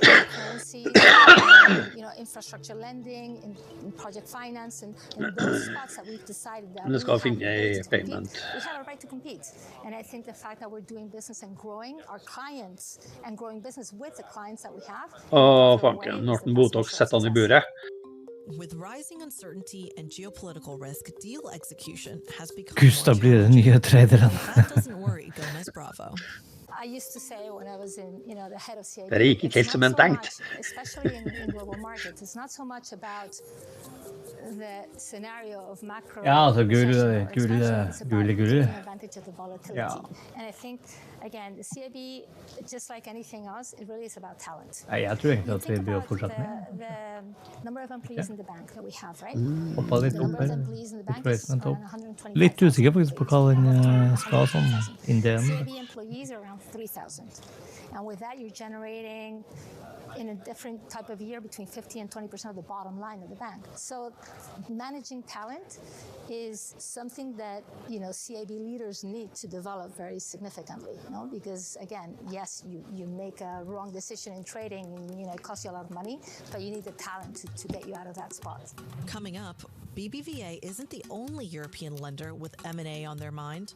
CEO Onur Genç explains why he considers banking consolidation critical for the economy.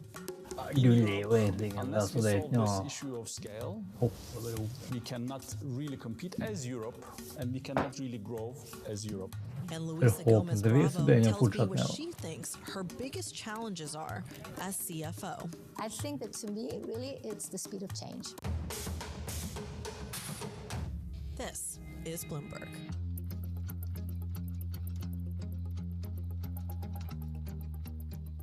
U.S. jobs numbers are released. Bloomberg has the report under surveillance with crucial data and expert analysis at terminal speed. Nobody covers Jobs Day like Bloomberg. AI should be for everybody, from leaders to the working on floor. And we can save 90% of time, 50% of workforce. AI is core in centers of change. And therefore, we invest heavily to AI. Actually, we started more than 10 years ago. Because we think the past help our hand and legs. Now the machine help us in brain. Are you betting all your money in this right now? When the OpenAI appear, immediately I ask whole corporations study how will you bring generative AI to their job.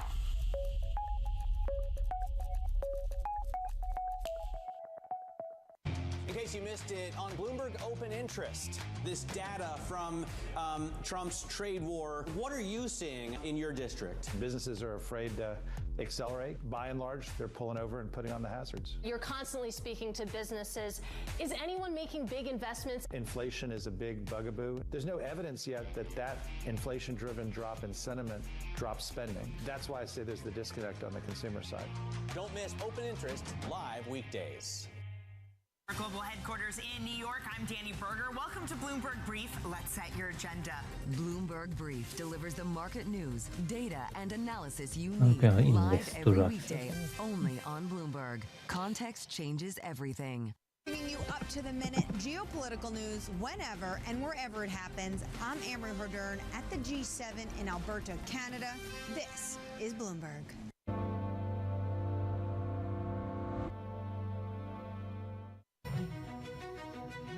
BBVA began its pursuit of Banco Sabadell in May of 2024 and hopes to close the deal by the summer of 2025. If it comes to fruition, it would mark the first completed transaction in a wave of consolidation attempts in European banking. Some would argue that BBVA and the Sabadell acquisition has almost paved the way for other potential banking deals. On the table. It absolutely is. It's the juiciest thing in Europe right now, isn't it? I think it makes sense that the consolidation, there is a new consolidation waves at the moment in Europe because we are already in a change of monetary policy. We know the ECB is cutting rates. So when banks could count less on, say, the net interest income, the traditional income from the banking activity, then they need to look around and see how this can be somewhat offset or matched. There is also the topic of Välkommen där, sitter och PC och bara finna en telefon. Bla bla bla bla bla bla bla bla bla. Luka, visst är det vapen, history, finance.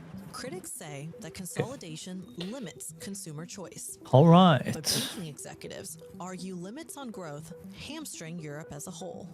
Why is consolidation so important for Europe right now in the banking space? Because Europe needs to grow. Europe needs to grow. Pause. I mean, again, take 10 years, 15 years, 20 years, 30 years. The growth of Europe versus the growth of the US or any other geography that you can pick up is so little. Nej, han inte. In Europe, different than US, 75% of corporate borrowing comes from the banking system. In the US, it's 25%. The rest comes from capital markets.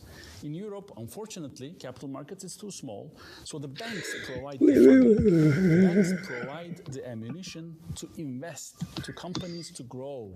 So you need banks, you need strong banks, you need profitable banks. And in the context of the fixed costs becoming larger in banking, you need to be large. In Europe, unless we solve this issue of scale, we cannot really compete as Europe, and we cannot really grow as Europe. The case against consolidation would be that the larger you are in scale, the more it could hurt the rates and the growth for everyday earners, everyday citizens, for consumer rates. What do you say to that? We have multiple metrics to show that in different parts of the world, Europe, there's so much competition. Europe is the second largest as EU, as the continent, as the Union, second largest GDP in the world. And in the top 25, there is no EU bank. Isn't there something wrong in this? I mean, so the other banks in other countries, there's competition there, but they're very large. It doesn't fit. There are many measures to look into competitive nature of our banking markets in Europe, and I fully believe that there is no competition issue. We should let banks grow. While awaiting approval on a Sabadell takeover, BBVA is pulling other levers, from opening new private banking hubs to expanding its wealth management division.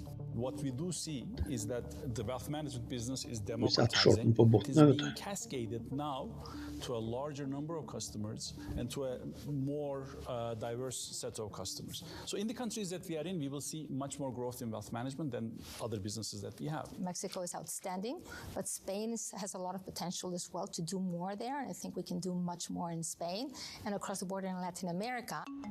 Do more and do better. Those are the principles driving Luisa Gomez Bravo as she helps steer BBVA into the future. I ask her what she sees when she looks ahead. What is the opportunity for the next decade that excites you the most? Well, I think it's this challenge regarding digitization and taking that forward and actually Gullstange om 35 minuter. Advancing the relationship model with our clients, right? Finding those opportunities of being, a better partner for the clients going forward. And that means that we're going to be looking at growing also in corporates more, in other businesses, in those capital-light businesses. So I think there are plenty of growth opportunities, and I think at the core, it's really the client, right? And how can we accompany the client better to be able for the client to capture his dreams, no? Hypothetically, let's talk about the opposite there. It's a hot summer night in Madrid. You can't sleep. What's the challenge that's keeping you up at night? I think that to me, really, it's the speed of change. Och så Gull i utgångspunkten så skrek och Gull upp. We're accustomed to change. It's the speed of change. And how quickly can we adapt and how quickly can finance adapt. So it's that speed of change, that time to market against that speed of change that really is more in the background of my mind. Complete the sentence. The hardest part of being a CFO is prioritizing. Externally and internally. So prioritizing externally, meaning that you have to prioritize resources, you have difficult conversations, but internally as well, because you have to manage your agenda. And sometimes you have to prioritize internally as well what you devote time to. So prioritization, I think it's quite Ja. a hard thing to do. Is there an Nei, area of knowledge 15, that you would sorry. advise a CFO to develop? I think analytical skills are important. I think more than an area specific of knowledge, because your team should have that knowledge, and if not, you should get a team that has the knowledge. Obviously, you need to like the numbers. If you don't like numbers, then don't go into finance. You know, it's sort of like a recipe for disaster if you don't like numbers. No. So if I call you up and I say, Louisa, I have great news. I just got promoted to CFO. Da har du 5 minutter. What's the first piece of advice you give me? Be cool and be calm. That's what be cool-headed and be calm. I think that's a good recipe for success. Being a CFO, focus on communication, being transparent, focus on learning, leadership. It's your ability to have a view of the forest and being able to deep dive at the tree level as well. I'm Kriti Gupta. This is Bloomberg.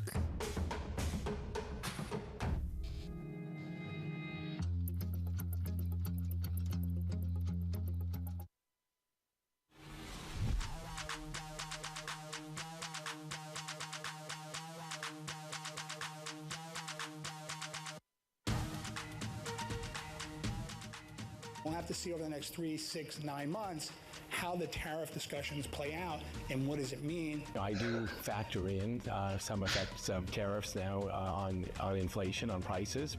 I like the idea of the 10% tariff across the board. I've spent my entire career focused on fiscal discipline. Jones er helt ut av sine posisjoner, eller? I think Doge is doing tremendous damage to government. Ikke shorta han i Nasdaq. Nei. Elon Musk is Men hva han er på den andre kontoen der, det vet jeg ikke. but who understands that we're in the midst of the most Jeg stemmer han satt privat på noen, så technologies. When we are facing a once in a Ganske tungt opp. We cannot close this retirement gap without private-public partnership. We have to have good policy. Han tok dem opp på toppen. That the market is correct to be, as of now, pricing in 3 rate cuts in 2025? Han gikk vel long, gjorde han ikke? Jo. Ja.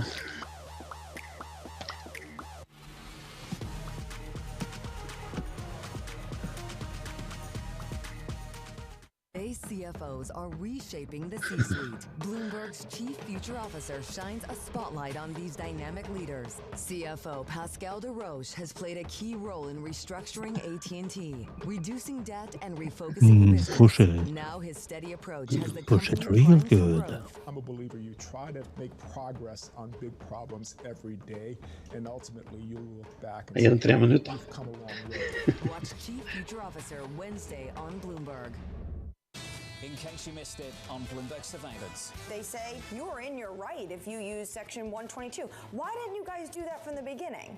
Well, Section 122 only gives you 150 days. In Section 122, if you use this now for 150 days, would it be a bridge to 301 or a bridge to 232? What are you thinking more long term? You can be the strategist on that. So just got to tell you one thing. You're not allowed to hire Anne-Marie. She's with us, all right? Don't miss Bloomberg Surveillance live every weekday. Bloomberg loves earnings. Det åpner klokka 12. I can't wait. It's like opening presents. Come on, man. It will be exciting. Nobody covers earnings like Bloomberg. People ask me all the time, what is the key to being a really good investor? Nei. I tell them it's to Bare surround vanlig dag. yourself with and work Men with the best fleste tar lang helg. I'm going to take you to meet the greatest investors Så in the world. det blir ikke like mye volum som ellers i morgen. It's 100 years, 80 years, 100 years of dollar strength. So much so that Ja, det er en inneklemt dag. gold, oil are denominated in dollars. I think undoing that will take a long, long time. In case you missed it on the opening trade. What trade does is it meets a consumer demand. Consumer demand is not weakening. China supplies a little over 30% of what we eat and consume. That's unlikely to change anytime soon.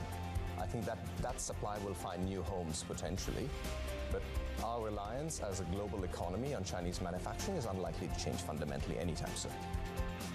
Don't miss the opening trade live every weekday.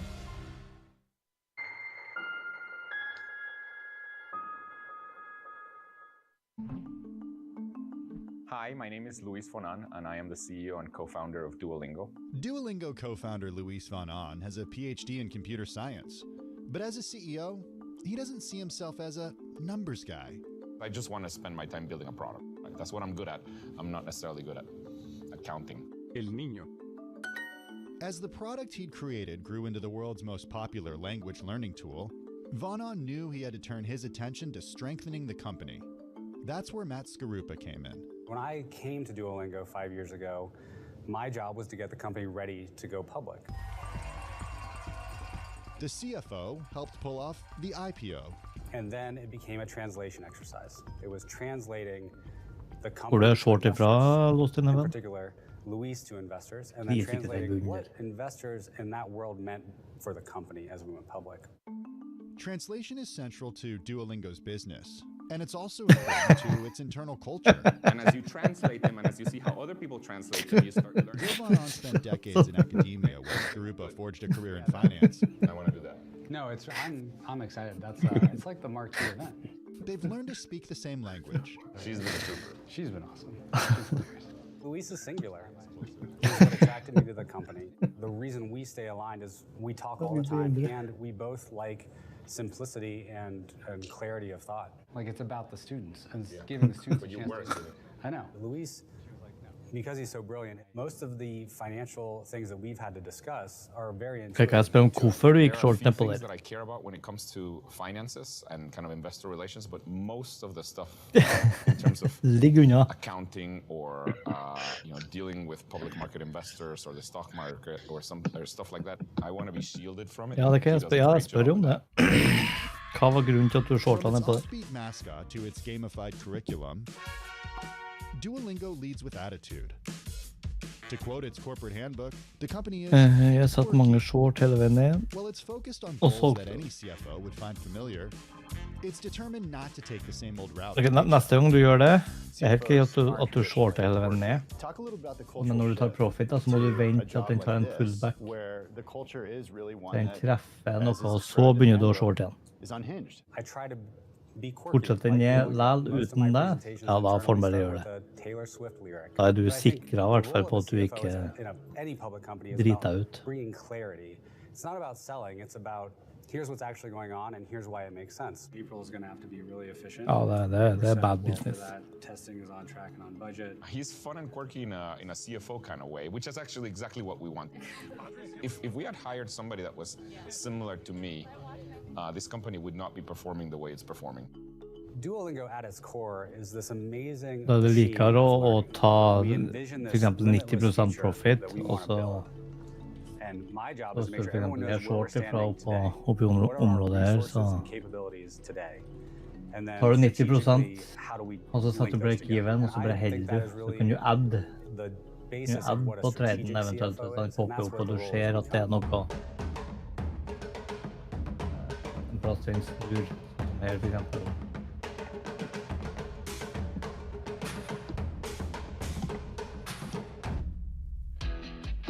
Duolingo runs on the freemium model. It offers language lessons at no Helt cost, utrolig. but adds features for people who pay. Free has translated Skatt på det er vel into like robust for annual user growth. sitter og roper, Converting tenker free jeg. users to paid subscribers is the ultimate goal, but it's a marathon, not a sprint.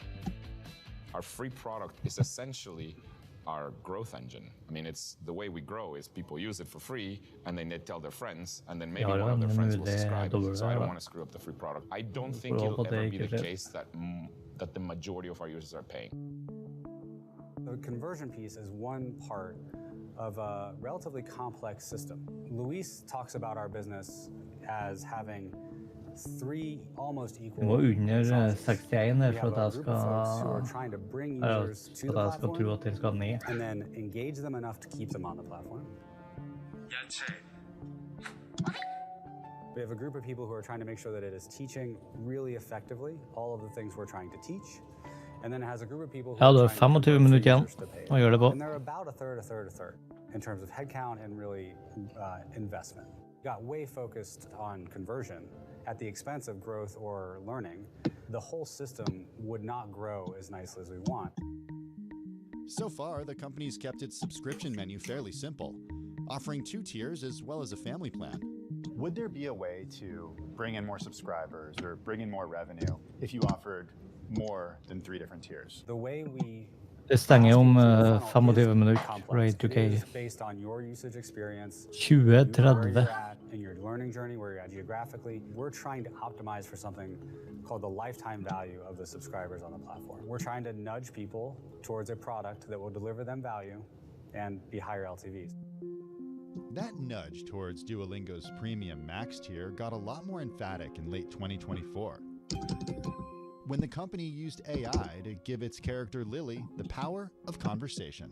Introducing Video Call, a new way to practice your language skills.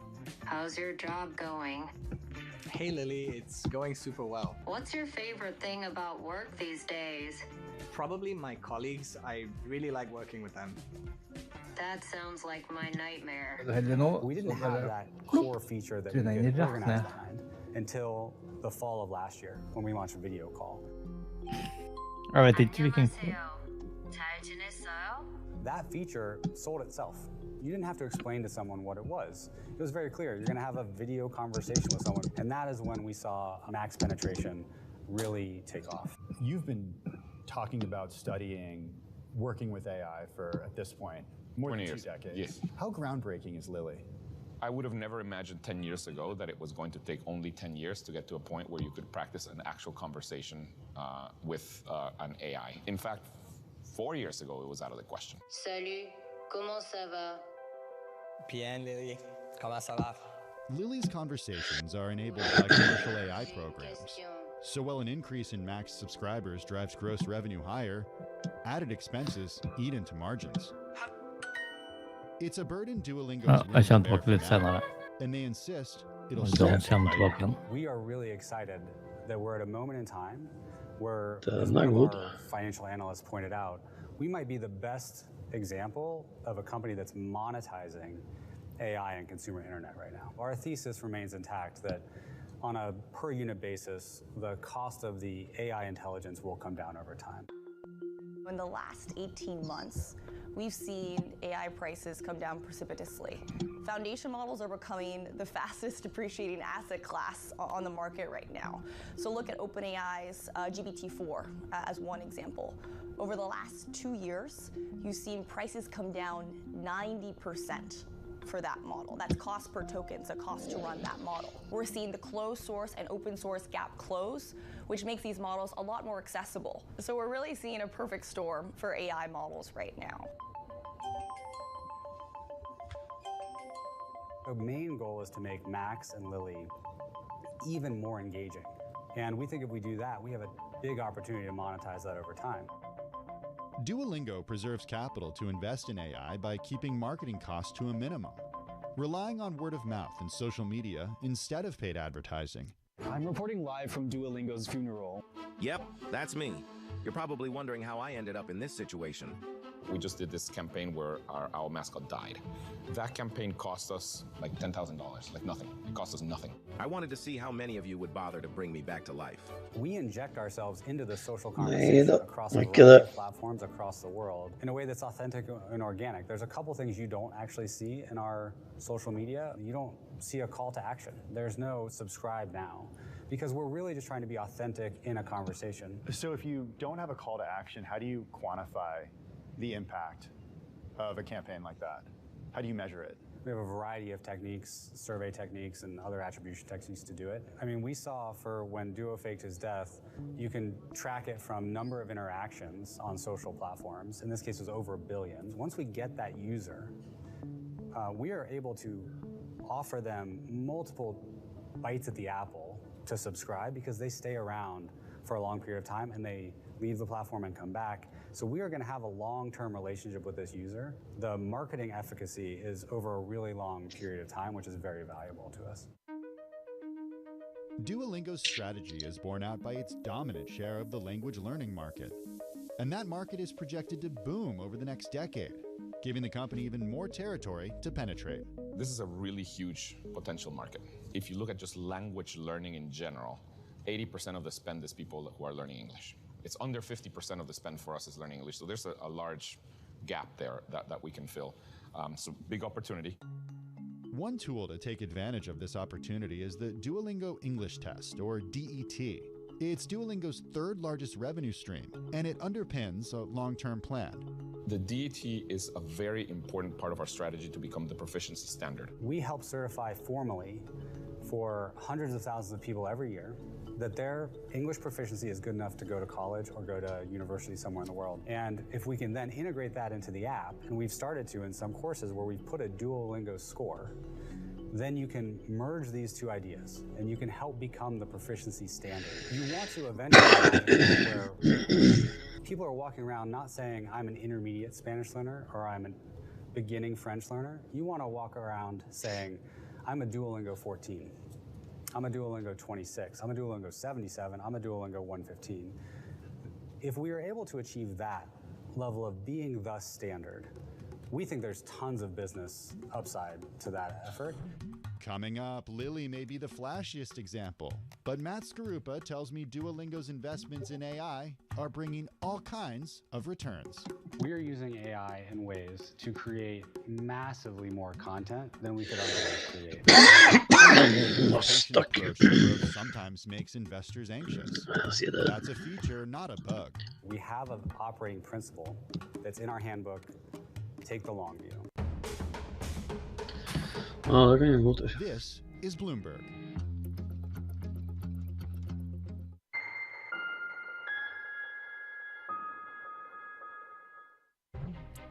That's the gift, I think, I think we're giving ourselves. When you ask Duolingo's CFO Matt Skaruppa about his career path, he doesn't just tell you where he's worked and when. He explains what he's learned at each stop along the journey, starting with his college degree in chemical engineering. Chemical engineering taught me a ton about systems. They're all complex, and when you pull on one thing in a system, it's attached to everything else you find. And then after chemical engineering, I went to Bain, the consulting firm, where I learned the power of pure strategy, but really about how you communicate strategy and how important that communication is to the actual strategy. Following that, I went to KKR, where I learned from the best capital allocators in the world. And what I learned from them was how you identify and then double down on durable businesses. At Goldman, I learned a ton about how you structure deals to maximize option value. And when you put all of that together, that's a pretty good CFO skill set. But it came about because I kept putting myself at the bottom of steep learning curve. And then I found myself at Duolingo at the bottom of another steep learning curve in a company that loves putting people at the bottom of steep learning curves. Skaruppa also found himself in Pittsburgh, a city historically known more for steel than software. He's come to believe that physical and cultural distance Duolingo's success. Luis founded the business here and took a long time before they even thought about monetizing. That only happens in a place where you're removed from the social pressure or you're removed from the way of doing things that everyone else does. And I think that in a complex system, which our business is, where we have a bunch of process improvements that we make, being separated and far apart from the posts initially really helped us develop that process and compound those gains over time. And I think that's a competitive advantage for us. CEO Luis von Ahn says he considers Netflix and Spotify models to emulate. But with its emphasis on design, imagination, and style, there's more than a little Apple in Duolingo's appeal to consumers. Engagement is the #1 thing we try to solve for, and we try to do that by making the app joyful and fun. And we have a huge swath of really talented designers that enable us to iterate on that product every day and make it 1% better. Creating something like that costs money. How do you do that? How do you make it engaging? How do you continue to iterate without breaking the bank? Ja, det ska kännas när det blir någon efter här. The business model we do in part is so that we have a good amount of cash flow that comes off the business to reinvest in design, because it really is a cycle. We think that the more we can put into making it a wow experience, a truly delightful product experience, the more people will stick around and the more chance we'll have to get more subscription dollars. And once we get those dollars, we can then reinvest in doing that. So it truly is a cycle over time. Duolingo has increased headcount every year since its IPO, and design is the company's second largest department, behind engineering. It's determined to preserve a brand and culture based on joy and connection, even with its AI-first approach to content creation. We are using AI in ways to create massively more content than we could otherwise create. Humans are still in the loop. We're still making sure that it has an excellent quality to it. But we're about to release about 148 new courses that we weren't able to even think about creating if we didn't have AI available. So it essentially lets us keep costs flat and by orders of magnitude increase the content we create. How are you using AI when testing the product right now? We do dog food the lessons a ton internally with our employees, and everyone's expected to use the app and find bugs and do all of that. There are going to be advances in AI that help us to write code better, test that code, these type of things, and we'll implement those over time as well. Do you A/B test with users too, who are outside the company? Oh, for sure. The biggest way we improve the product over time is through our A/B testing methodology, and it's really the core process moat that we have. And what that means is that we are making small changes, testing them on subsets of our users, seeing what wins and what doesn't, and then implementing what wins. With AI driving faster creation of new content, Duolingo now has more courses to attract more users in more countries. We think that we can grow in almost every country in the world from here. There are about 2 billion people in the world learning a language. A lot of them are learning English. And we've gotten even better at providing more advanced English content over the past couple years, especially as AI has helped us create that content. What about China? China's been a really rapidly growing market for us. It's been relatively small in terms of total number of users, but it is an enormous market. Not only are there a lot of English learners in the market, but they spend a lot of money. Advanced learners outside the US are more likely to become paid subscribers, but that creates pricing challenges, since AI features like Lily cost more, and users in many countries can't easily afford rates charged to US customers. We try to adjust the price to be more comparable to like a GDP per capita ratio. And then for Max in particular, we set a floor where we want to make a good gross profit dollars per Max subscription. Over time, as the cost of Max comes down, we would expect to have more ability to experiment with the Max price and potentially lower it in regions where that made sense. Coming up, Feliz Viernes. Duolingo has nothing against making money. So why do they refuse to show their users more advertising? When we went public, Luis mentioned that at any given moment, we could dramatically increase our revenue at the drop of a hat by adding more ads. And then he said that he didn't want to do that. This is Bloomberg. Get your fixed income fix. Watch Bloomberg Real Yield every Friday at 12 p.m. Eastern, right here on Bloomberg. Context changes. Ja, jag ska i hvert fall ikke gjøre noe før det stenger. Det var noe sånt han sa, jeg tror. Price increase at these levels that we've seen, and at what point do we see, winter coming again? Winter's not coming back. We're past that phase. If Bitcoin's not going to zero, it's going to $1 million. And you have all the evidence you need to determine that, right? The President of the United States has determined he supports Bitcoin. The cabinet supports Bitcoin. Scott Pessich supports Bitcoin. Paul Atkins has shown himself to be an enthusiastic believer of Bitcoin and digital assets. Ken Taz at CFTC feels the same way. The banks are going to custody Bitcoin. Bitcoin has gotten through its riskiest period. The accounting has been corrected. There's now only 450 Bitcoin a day available for sale by natural sellers. Don't miss Bloomberg Crypto live Tuesdays. Bloomberg's global financial correspondent, I get to meet the people shaping the way money flows around the world. And I want to bring you with me.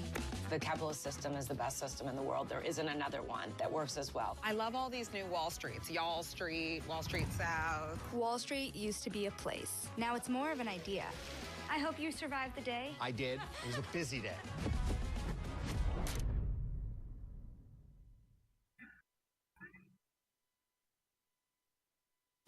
Good morning. This is Bloomberg Surveillance. Welcome back to the opening trade. Watch Bloomberg Tech. This is the Asia Trade. This is Wall Street Week. Welcome to Balance of Power. This is Bloomberg Television. It's a multi-trillion-dollar industry. We'll show you what's happening in ETFs like no one else. ETF IQ, Mondays on Bloomberg.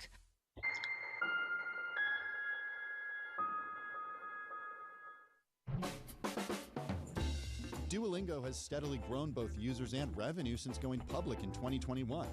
It's turned a profit in each of the last 2 full years. The company's stock has surged in the last 12 months, even as it resists the urge to pull some levers that would drive short-term growth. There is a nice confluence between the long-term investor and what we're trying to do. We have an operating principle that's in our handbook, take the long view.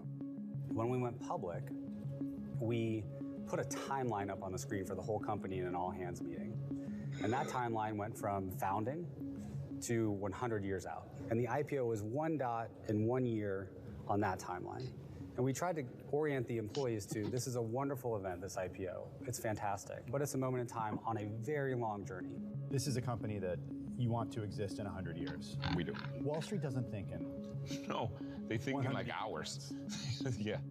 And what I've learned of Wall Street, and particularly Wall Street investors, when they say they are long-term investors, that means they'll keep your stock for like a month.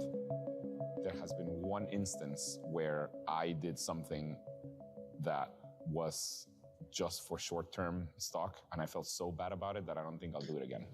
What was that? There was one quarter, a few quarters ago, we were not going to beat the quarter. We were going to probably just hit it. And so far, we beat every quarter. So we were all like, wait, what? Our perfect record. We're like a 4.0 student that is going to get a B for the first time. This is not good. And I decided that for a short period of time, at the end of a lesson in our app, we would show 2 ads instead of 1. Turns out that by itself was good enough to beat the quarter, but it's bad for the product. It's not good. And after that, I'm never doing that again. While Duolingo's overall revenues have soared, revenue growth from ads has been relatively modest. Wall Street may just have to learn to live with it. You must be tempted to just show a few more ads and bring in some more revenue from that free tier. When we went public, Luis mentioned that at any given moment, on any given day, in any given hour, we could dramatically increase our revenue at the drop of a hat by adding more ads. And then he said that he didn't want to do that. Do you foresee that view shifts at all in the next few years? I mean, there was a time when people said Netflix will never do ads. I've learned enough as a public company CFO to never say never. However, Luis is the most hands-on CEO I've ever seen or worked with. While he's around, I do not see that changing. But there are some changes to keep an eye on. Duolingo has offered lessons in music and math since 2023, and it's now rolling out a chess course. We really do want to be an app that teaches, most subjects that take a long time to learn. We're not going to be teaching you how to fix your faucet. That you can probably do on YouTube. But if it's something that takes a long time to learn, we want to be teaching that to you. We're starting with math and music, but we're probably going to add many other things. It makes a ton of sense that math and music are the next adjacencies that we would look at, because they're very much in keeping with how you learn a language. You have to repeat it frequently, and it follows a set of structured rules. How much capital will they require to be built out? It will depend on how much they grow and how successful they are. And we'll make those decisions over time iteratively. What about margins? How should investors think about margins on those products? They're part of the main app, and that means they're part of the main subscriptions. And so their fundamental base is not a different margin profile. Some of them will have different marginal costs or this or that. But over time, we have been consistent that we like our high gross margin business, and we're going to try to endeavor to keep it. Matt Skaruppa models Duolingo's first principle, take the long view, in everything he does as CFO. So I asked him what he sees when he trains his binoculars on the future. What's the opportunity in the next decade for Duolingo that most excites you?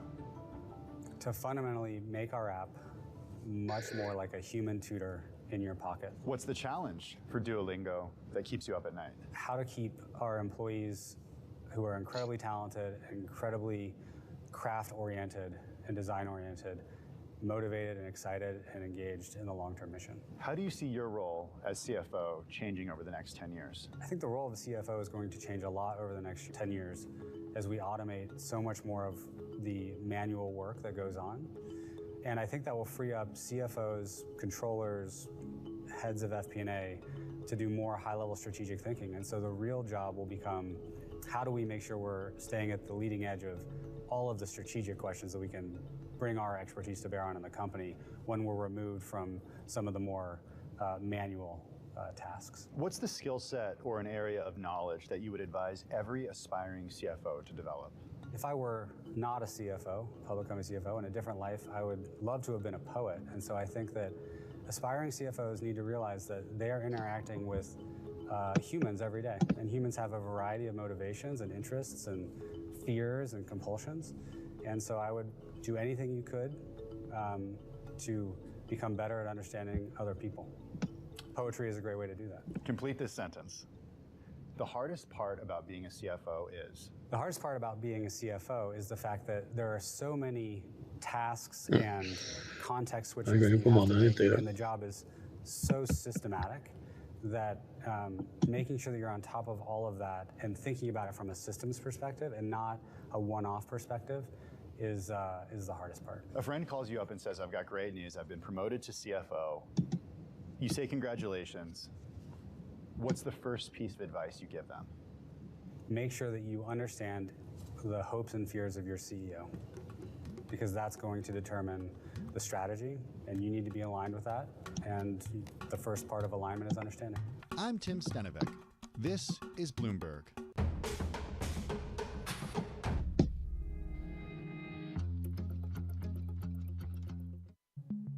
There is a nice confluence between the long-term investor and what we're trying to do. We have an operating principle that's in our handbook, take the long view.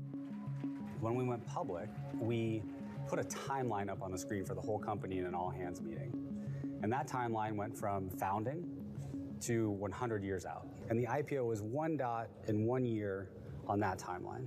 And we tried to orient the employees to, this is a wonderful event, this IPO, but it's a moment in time on a very long journey. This is a company that you want to exist in 100 years. We do. Wall Street doesn't think in. No, they think in like hours. Yeah.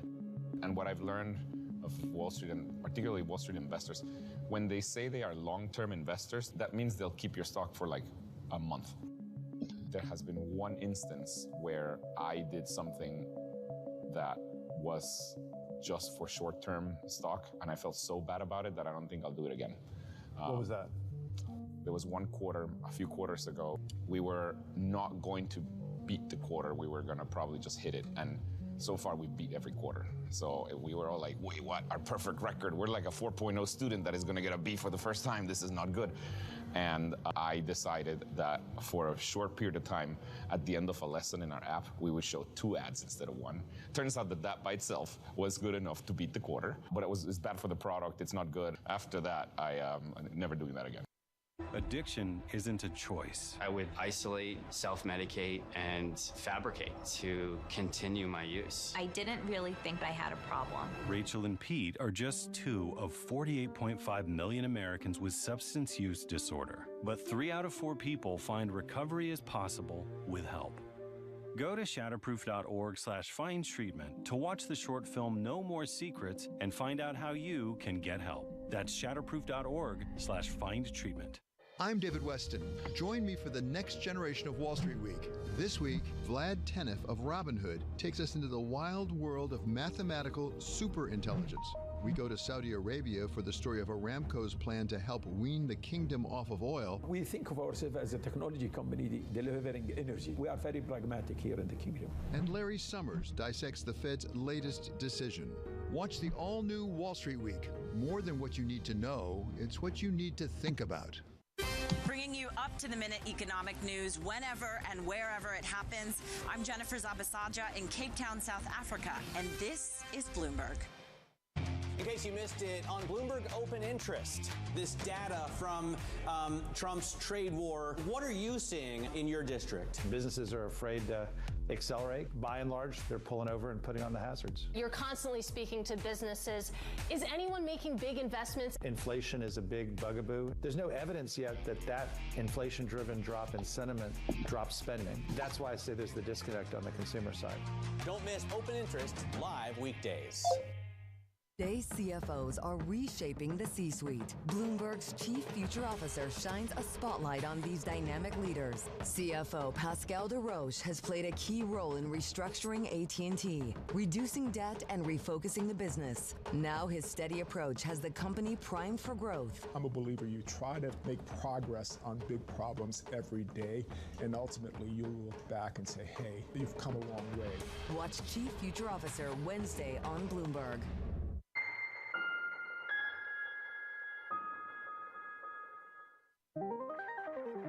If you were to pick one thing to magically erase from existence, that would bring all of modern life to a screeching halt, your best option would probably be magnets. You are surrounded by magnets.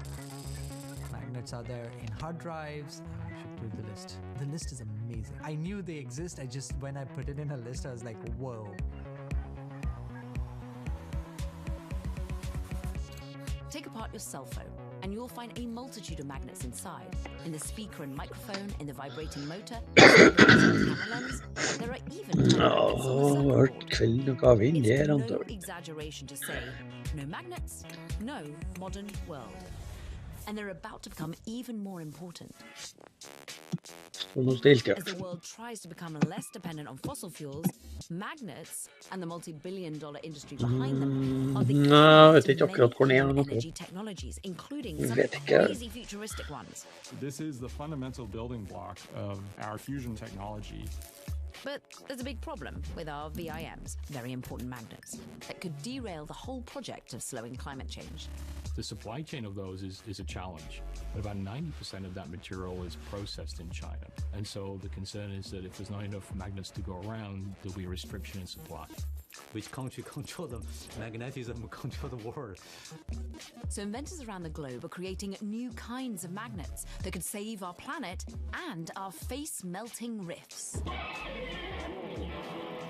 That'll make sense later.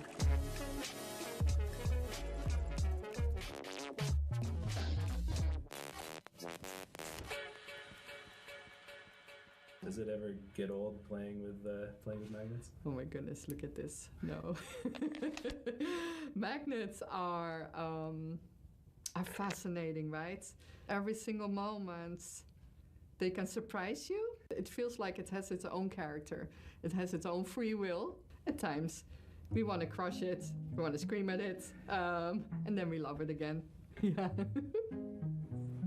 Caroline Mulder is a magnet scientist. She spends her time trying to make better, stronger magnets. This is our daily life, right? Trying to get this material have the most amazing magnetic properties that we can harvest. Ja, hör det. Moment of truth. Voila! Nu när jag datorn. It's a wealth of intrigue for a scientist or an engineer, and even more interesting if you can make a product that can actually change the world for the better with it. The kind of magnets Caroline makes are called permanent magnets. That is, metals that are magnetic on their own, as opposed to electromagnets, which only become magnetic when electric current flows around them. Permanent magnets are a big business. In 2023, about $38 billion worth of these metals were produced globally. And they're particularly important for clean energy technologies like electric vehicles and wind turbines. Without magnets, these things simply wouldn't work. Why? Well, let's look at an electric vehicle motor. When you turn on the motor, electricity flows into this metallic shaft, creating a magnetic field. That doesn't do much on its own, but look what happens when we add these permanent magnets. Their magnetic fields push against the central magnetic field. That makes the shaft rotate, and that makes the car go. Thanks, magnets. What about a wind turbine? Well, it's just the opposite process. The movement of the blades causes a magnet to spin around a central wire, which creates an electric current in the wire and generates electricity. It's like the motor in reverse. One turns electricity into motion, the other, motion into electricity. So, our magnetic friends spin around happily, making and using clean energy, and everything's great, right? Well, here's the problem. Most permanent magnets today used in wind turbines or electric car motors come from using rare earth metals, typically neodymium. Rare earths are metals that are only found in the Earth's crust in trace amounts, a few parts per million.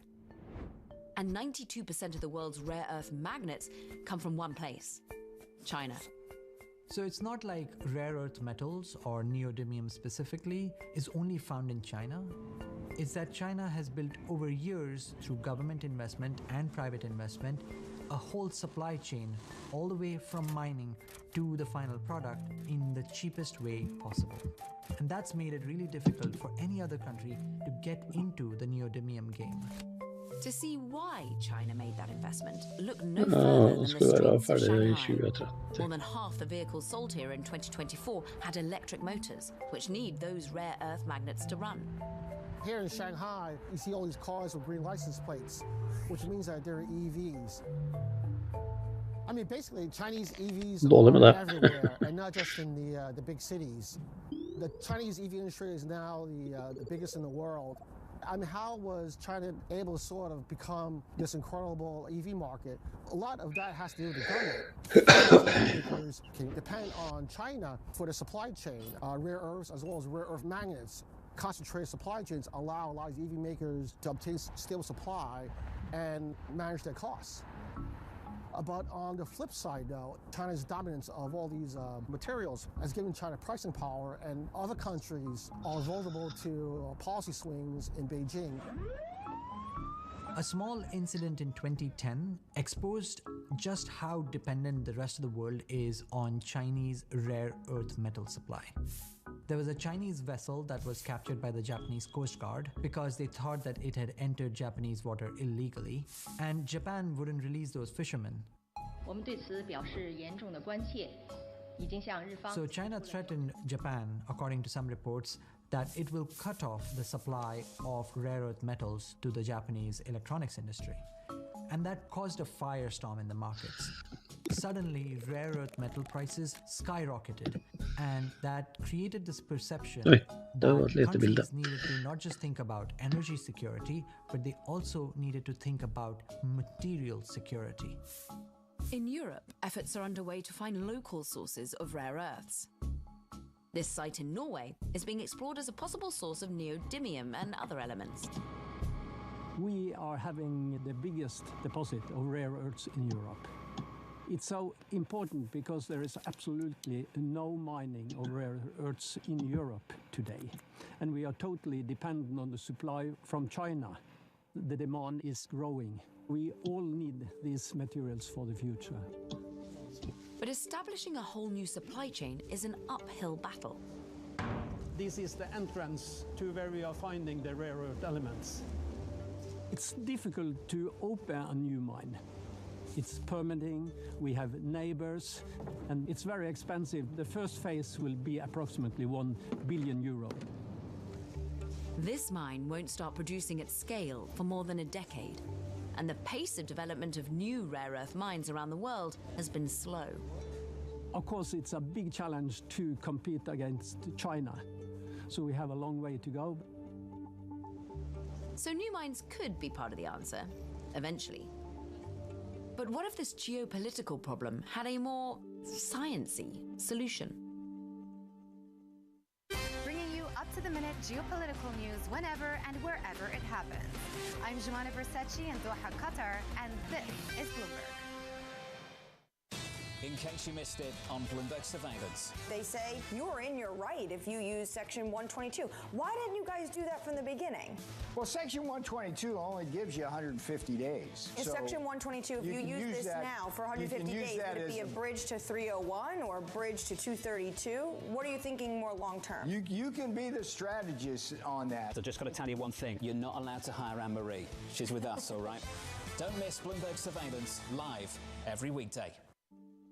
My name is Jianping Wan. I'm professor at the University of Minnesota. Magnetism is magic, still is magic to me, same as when I was a college student. Originally from China, Jianping has been working on a new kind of magnet, and he's been at it for a very long time. This material I work on for 20 years, and it's called the iron nitride magnet. Iron and nitrogen, two of the most abundant elements, no rare earths required. A magnet like that could solve the rare earth supply chain problem and be a billion-dollar business. A nitrogen atom. But it's not as easy as it sounds. Finding a stable molecular structure for iron nitride is a notoriously tricky problem. You know, it's a very hard materials to make, and that scares away a lot of people. So that's why I step in. I feel I can solve these problems. He and his students built these specialized machines from scratch and got to work. By 2013, they were getting good, but not great results. Performance of this material is still not good enough. I think if you ask anyone to invest to see this material can be replaced rare earth permanent magnet, no one will say yes. But Jianping was wrong. Investors had magnet fever. He started a company, Niron Magnetics, that secured more than $100 million in funding. But the journey from lab to product was just getting started. The genesis of Niron was indeed Professor Jianping's work at the University of Minnesota. What we had to figure out then is, well, how are we going to make this and scale the product? Iron nitride is a little bit tricky. It's a real challenge to make and scale the material and do it cost effectively. And so the last 10 years have really been focused around developing a process that is scalable. We settled on this nanoparticle approach. And how we do that is we start with making iron oxide nanoparticles, basically highly engineered rust. In this stage, the rust is not terribly magnetic. We have to process it further to take it from the iron oxide phase into the iron nitride. You can see the material becomes much more magnetic. In order to turn it into a magnet, we have to take a further step and take the powder and make it very alignable. And so you can see that the particles form these chains or needles, if you will. This allows us to get the right structure when we compact this material into a finished magnet. Oh, there's a nice one. It's always fun to play with magnets, right? After years of perfecting this process, Niron says it's about ready to ship. Its first target market is audio, yet another industry with magnets at its core. In speakers, it's the magnet behind the cone that drives the actual cone to go up and down and vibrate. We recently made an electric guitar. We used that at our ribbon cutting ceremony. What picks up the sound or the vibration of the strings are guitar pickups, and they're made from magnets. Told you it would make sense later. But beyond cool guitar dads, Niron hopes its magnets can have an impact on all kinds of clean energy technologies. It's raised more than $30 million from car makers like GM and Stellantis, which are interested in using iron nitride for their growing EV lines, something Niron says will be possible in 3 to 5 years. And the company claims that with further development, its magnets could become the strongest permanent magnets ever. But iron nitride does have one major drawback. It tends to lose its magnetism in the presence of other magnets. The area that's different to, I would say, rare earth materials today is it has more moderate, what we call coercivity, which is this resistance to demagnetization. In speakers, that doesn't really matter because the magnet is static, but in motors, it's spinning, and so it experiences other magnetic fields in the motor. So many problems. Even now, Niron still give me the challenge, how can we improve the performance? Right now, the performance still not good enough for all the application. I believe, we need to invest more on the fundamental research. If Niron gets past these hurdles, its magnets could become essential to the clean energy technologies of the present. But what about the future? Something more sci-fi. Not $1 billion business, but $1 trillion business. Well, there's a magnet for that too. What we're trying to do is develop fusion technology that we could build around the world as power plants. These types of machines that use very large magnets to basically hold a star. And we're really leveraging new types of magnets to make them smaller, faster, more powerful. Founded in 2018, Commonwealth Fusion Systems is the brainchild of some physics nerds with a dream: to finally take fusion from science experiment to real-world power source. And they think their unique magnets are the key to making this happen. The magnets that we're building are the strongest in the world for their size. Strong enough to actually lift an aircraft carrier if we wanted to try. All right, let's cut right to it. This is Bloomberg's new show, Primer. Technology is $1 trillion game. Won, lost, won again, just by backing the right science at precisely the right moment. My life has been focused on how can you elicit intelligence from brain cells in a dish. This is the fundamental building block of our fusion technology. We're doing things that have never been done by anybody, ever. Everyone is selling the future. If you want to understand what's coming, you'll want to watch Primer, because details matter. Lasers on? So do lasers. There we go.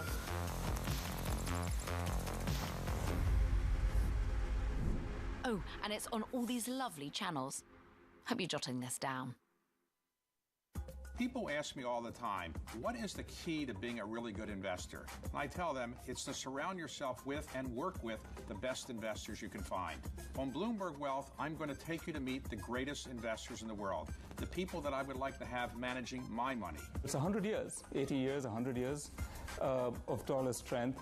So much so that important commodities, gold, oil, are denominated in dollars. I think undoing that will take a long, long time.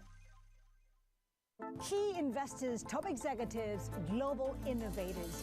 Join me for in-depth conversations with the biggest newsmakers on the day's top stories. Insight with Haslinda Anand, only on Bloomberg. Join me each week on Wall Street Week for stories of capitalism from business, markets, economics, tech, and climate. More than what you need to know, it's what you need to think about.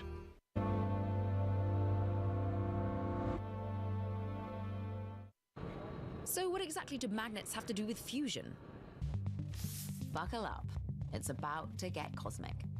Nuclear fusion, the same reaction that gives the sun its energy. A nuclear fusion reactor is trying to replicate what the sun does, but on Earth. And that is no small feat. The sun is essentially taking hydrogen and compressing it to make helium. In the process, it produces a lot of energy. But the sun is 1,000,000 times bigger than the Earth. I think that's right. Close enough. And so its gravitational force is enormous, and it's able to use that gravitational force to compress all that hydrogen into helium. On Earth, we don't have all that gravity to work with. Luckily, we can use heat instead. And that's what a tokamak reactor does. It's essentially a bagel-shaped reactor made up of magnets on the outside that hold together hydrogen in the form of plasma that is superheated to 100 million degrees Celsius. And because plasma has an electric charge, it reacts to magnetic fields, so the magnets can contain it. The world over the last 50 years has built about 150 tokamaks. We actually understand the physics really well of how these specific devices work, but the engineering of the magnets is really hard.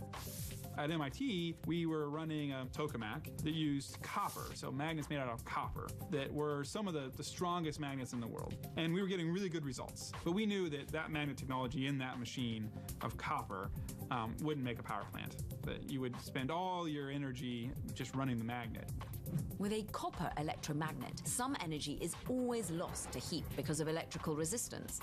You need to pump more electricity through the magnets than the fusion power can create, meaning you end up in the red. So what do? Well, here we need to introduce you to a new kind of magnet, a fabulous, freaky, I freaking love science kind of magnet, the superconductor. My name is Daniel Davis. I'm a research faculty here at the National High Magnetic Field Lab, and I work on making superconducting magnets. Superconductors have all kinds of strange properties. Under the right conditions, their magnetic field can actually make them levitate. We have to cool it down by placing it in liquid nitrogen. It will try to expel the magnetic field around it, and that will lock it in place at a certain height above the superconducting track. That, in scientific terms, is pretty sweet. But the property that makes them so useful for fusion is right there in the name, superconductor. It's a material that has zero electrical resistance. So that means it can carry current without generating any heat. Unlike copper magnets, which lose energy to heat, superconductors don't, which gets your energy investment closer to turning a profit. But there's another problem. Most of the superconductors that exist are low-temperature superconductors. And when physicists say low, they mean really low. Like the temperature of outer space. Like close to absolute zero. We're talking low. Like low. Really low. And it turns out, magnets don't like to be that cold. The extreme temperature limits the strength of their magnetic field. To compensate, you have to make them bigger, way bigger. No, it takes a lot of work to build something big. It gets very expensive. Like the amount of money you need to spend on something to get just the first one can get very, very expensive. That's exactly what's happening with ITER, a giant fusion reactor currently under construction in France that uses superconducting magnets. Look at this thing, it's huge. And as a result, it's projected to cost as much as $65 billion. So, to make fusion smaller, cheaper, and more practical, Commonwealth's founders needed a whole new kind of magnet. The question was like, would that material ever happen?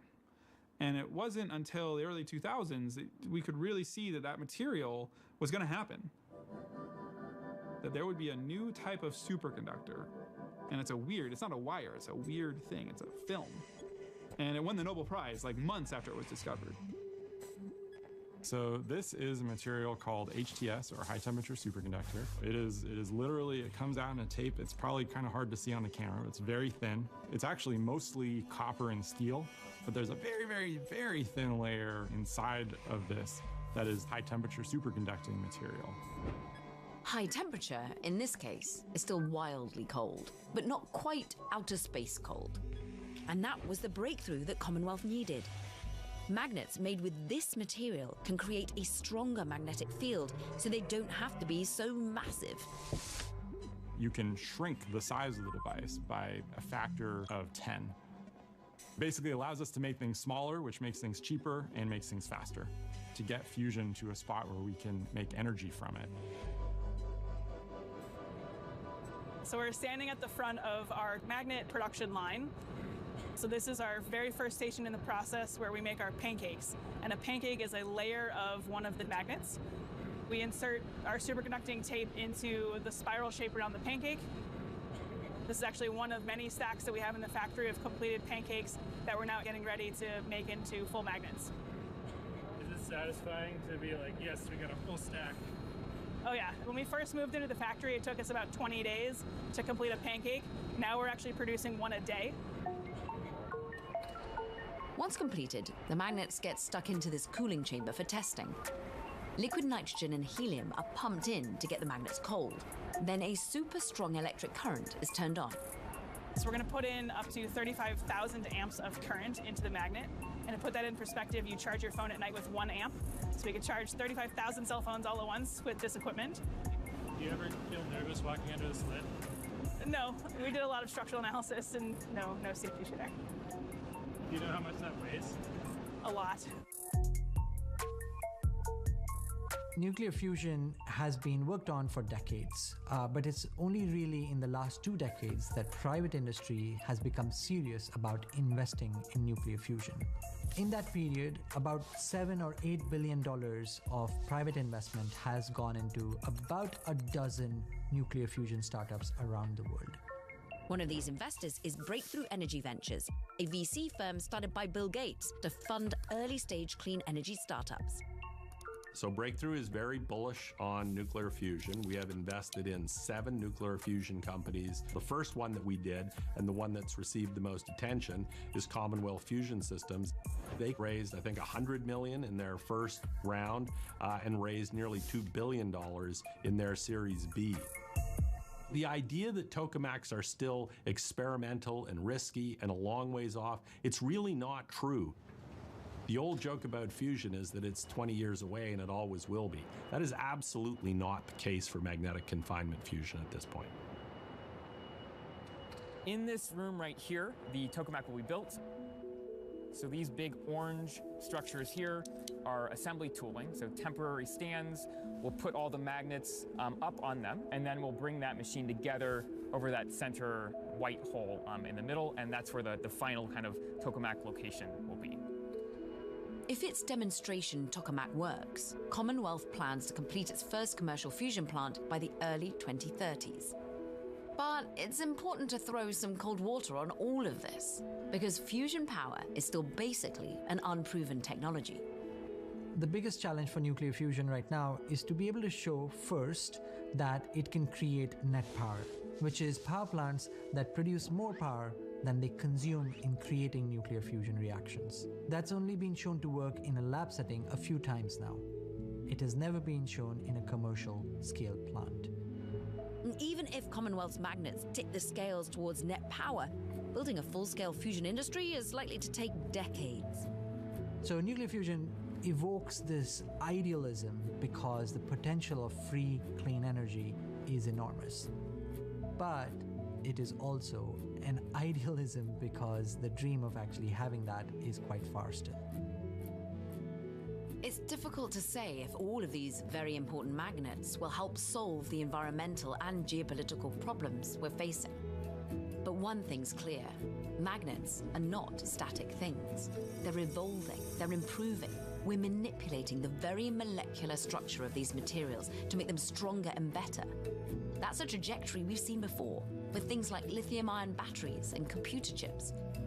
It's a trajectory that has the potential to create huge businesses and a lot of change.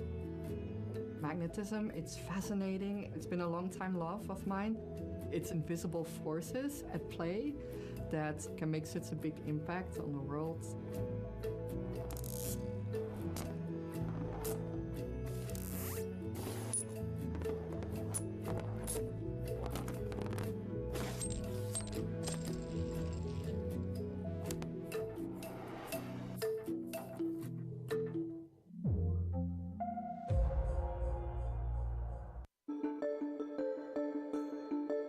Was it easy to get the pandas to come back to Washington, D.C.? Did the Chinese say, we have some extra pandas, we don't know what to do with them, we're going to give them to you? Well, it was a little more difficult than that. It probably took us, it was about over the course of a year where we had conversations with our colleagues in China, and we were able to get pandas here very quickly. I think it's a testament to the relationship we've built over decades, to the conservation success that we've had here with our pandas and our panda program. And so it was a lot of conversations, but I think we always knew in the end that we did want pandas at the National Zoo. How many pandas are there in the entire world? So this is incredible because this is all due to this panda program, and this is so important. So when we started with giant pandas 50 years ago, there were fewer than 1,000 pandas in the world, right? We're talking in the wild and zoos, fewer than 1,000. And decades later, there are close to 2,000 pandas in the wild now. Actually, I think a little over 1,800. There are over 700 pandas in breeding centers. So as part of this program, we have tripled the number of pandas on the planet. But still a small number of pandas. Because of this program, there are more pandas on the planet, more quality panda habitat in the wild, and pandas have gone from being endangered to being vulnerable.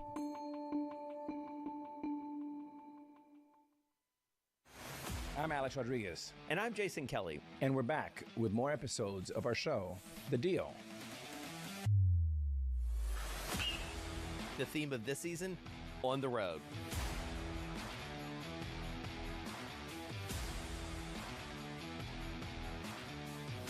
We're bringing you more behind-the-scenes conversations with the biggest names in sports, business, and culture, like Melody Hobson. I started to study women's sports like an 11-year-old studies baseball statistics, and I got dangerous in seeing up arrows. Susie Wolf. When you're competing, you're not thinking about any fear or any worries of what could happen. Josh Harris. You can't do a good deal with a bad person. Jay Batt. At the end of the day, there's never been a better time to be a student athlete. And more. Stay tuned.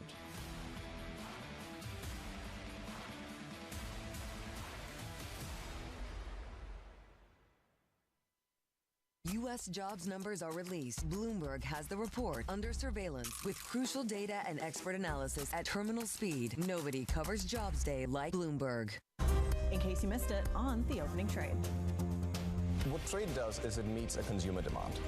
Consumer demand is not weakening. China supplies a little over 30% of what we eat, wear, and consume. That's unlikely to change anytime soon. I think that supply will find new homes potentially. But our reliance as a global economy on Chinese manufacturing is unlikely to change fundamentally anytime soon. Don't miss The Opening Trade live every weekday.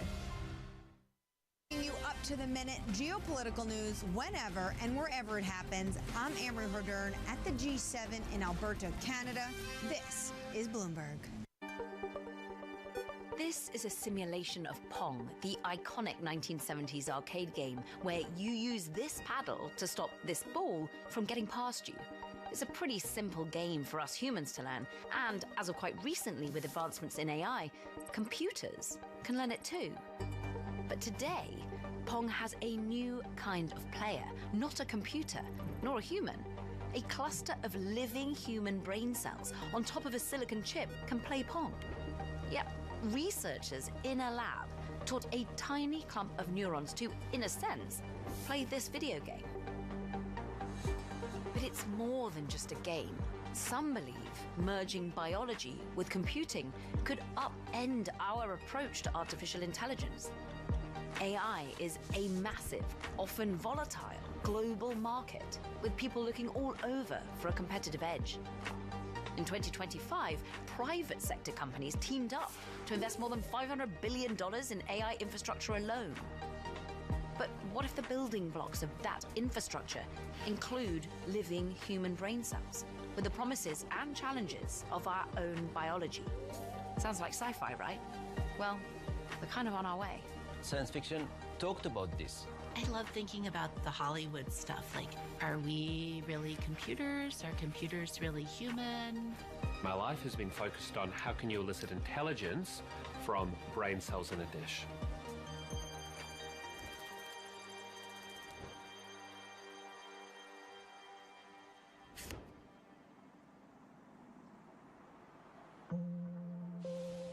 I've got a pretty broad background. I did some work starting with cognitive psychology, neuropsychology, and then eventually moving into neuroscience. Brett Kagan is the Chief Scientific Officer at Cortical Labs in Melbourne, Australia. They made a name for themselves when they got their neurons to play Pong in 2022. They called it Dish Brain. Yeah, let's just set up and see how it goes. Maybe we'll all be in for a surprise. Quick timeout. Before we go any further, it might be worth understanding why companies like Cortical Labs are blending living neurons with synthetic systems. Compared to traditional machine learning, brains need far less training data to understand real-life environments and new situations. So what you're seeing here is we're investigating, can neurons actually distinguish between different handwritten digits? And we want to see, can the neurons behave in a way that says they recognize that all of the sixes look like sixes, all of the fours look like fours, and so on. Anything with biology can learn to navigate its environment incredibly quickly, incredibly efficiently. And we've had to learn to do that through evolution, otherwise we died. The promise of far less data and energy consumption is the holy grail for AI advancement. Here's why. Supercomputers like this one can be 1,000,000 times more powerful than the fastest laptop. But both supercomputers and AI run on the same basic technology, silicon chips. There's never been a focus like there is currently on the chip industry. People have realized that chips are the heart of everything, that this fundamental change to the economy that's being promised in the form of AI depends upon semiconductors, depends upon their rapid development, and depends upon an ever-increasing supply of them. For over 50 years, we have been creating better chips by packing more and more transistors inside one integrated circuit. The transistors are on-off switches, the physical manifestation of ones and zeros. And we've gotten faster and faster by going smaller and smaller. Over the last 6 decades, we've been trying to double the amount of transistors on an integrated circuit every 2 years. This is the heralded Moore's Law, observed by this guy back in 1975. Today, a phone's processing chip contains billions of transistors, and those transistors are so small, they're just a few nanometers apart in places. But As our good old Intel co-founder, Gordon Moore, observed, this steady march of progress also has an endpoint. You're creating a chip, a three-dimensional circuit, by depositing layers of material on a disk of silicon. Some of those layers now are 1 atom thick. Guess what? When you get to 1 atom, you can't go any thinner. So, we have a problem, and folks all over the world are looking for solutions to our processing limits. After all, our demand for more computing likely isn't slowing down. It's not like suddenly companies and governments and organizations are going to say, you know what, we don't need more data. Everybody wants to collect more and more data, right? People liken it to the, modern gold rush. I wonder whether DeepSeek has kind of changed. I mean, it feels like it's upended the race this week. DeepSeek is such a fundamental change to the economics of what's going on. DeepSeek's January 2025 effect on markets was a strong reminder of these economic incentives. Companies are racing to build more efficient AI models all around the world, at times also fueling existing political tensions. The president said that he believes that this is a wake-up call to the American AI industry. One long-standing breakthrough in AI comes from biology and our ability to replicate it. Back to neurons. The state of data and computing right now is pretty exciting, right? There's a lot going on. A big part of that is trying to learn what we can from how neurons in the real brains and biological brains connect to each other and how they communicate. And then seeing if we can take what we've learned about the biology and then hardwire that into artificial systems, into computational systems. And that's where sort of these ideas of like artificial neural networks and deep learning came from. And the current status of these artificial neural networks and deep learning is pretty fantastic. But building these AI models and allowing masses of people to use them is costing a lot of energy. Already there are parts of the world where there literally isn't enough power available via the grid to support these giant data centers. By 2034, data centers around the world are expected to consume roughly 1,580 terawatt hours yearly. That is about as much as is used by all of India. To use the words of Jensen Huang, the CEO of NVIDIA, there's $1 trillion of infrastructure out there that needs to be modernized. The old way of doing things just simply doesn't stack up to the needs of modern computing. So neurons might help solve some problems, especially around energy. Our brains are much better and more efficient in similar tasks to AI. For example, a supercomputer must consume up to 40 megawatts of power to function. Our brains run on just 20 watts. That's the difference between a couple of LED light bulbs and thousands of homes. Our brains are also powerful, with about 86 billion neurons that form over 100 trillion connections to each other. And with cells, the distinction between hardware and software isn't quite as well distinct. They're dynamic and intertwined. The cell's actual structure can change and mutate too. Because of the way that computer chips are organized, they have limited logic functions. They tend to want to do things one thing after another. That's what they're good at. That's what they were designed to do. Human brain doesn't work that way. The human brain is kind of a lattice structure of interconnections where information flows in sort of different ways and different points. So the limitations of bio is that we're just at the very beginning of it.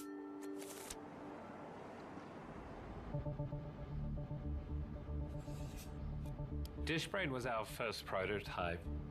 We were essentially trying to ask the question, can you interact with a bunch of brain cells in a dish and get them to do anything useful at all? Brett and his team started by growing a layer of 800,000 neurons on top of a silicon chip. That's about the size of a small bumblebee's brain. And since neurons in our brain naturally communicate using electrical impulses, the researchers could both send and receive impulses between the neurons and a computer hooked up to a silicon chip. To translate the Pong game into something this clump of neurons could sense and control, the chip is divided into 3 sections.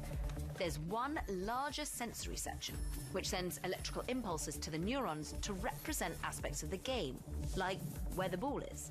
There's also two motor sections. If neurons send impulses in this one, the paddle moves up. If neurons send impulses in the other, the paddle moves down. The chip acts as a communicator between the neurons and the game. But it still doesn't mean that these neurons would want to play the game. Why would a bunch of cells in a dish actually change their activity in any particular way? There's no Pong playing gene that exists in brain cells to make them want to play the game Pong. So the researchers tried to give the neurons incentive. Every time the brain cells missed the ball with the paddle, the researchers stimulated them with chaotic and unpredictable bouts of electricity. On the other hand, when the neurons successfully hit the ball, they received predictable stimuli from the researchers. Within minutes, the neurons started hitting the Pong ball more consistently. Why did it work? One possible explanation is a theory called the free energy principle. It suggests that almost all things in nature, even as small as the dish brain, are constantly trying to perceive and understand their world and minimize surprise.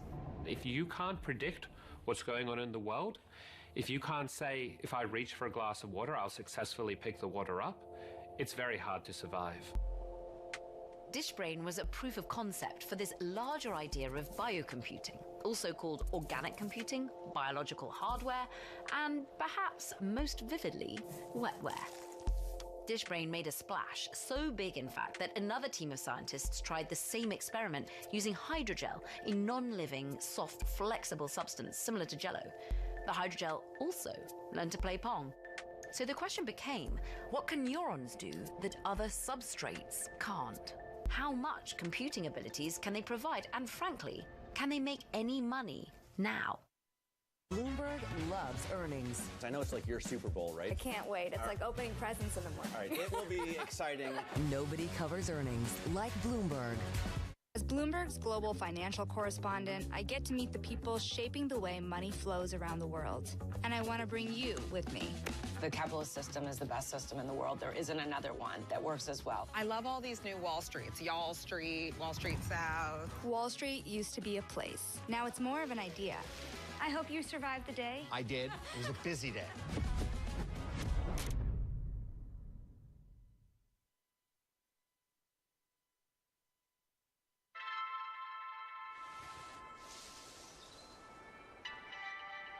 Vevey. It's a small city, it's peaceful. It's quite nice to do fundamental research here.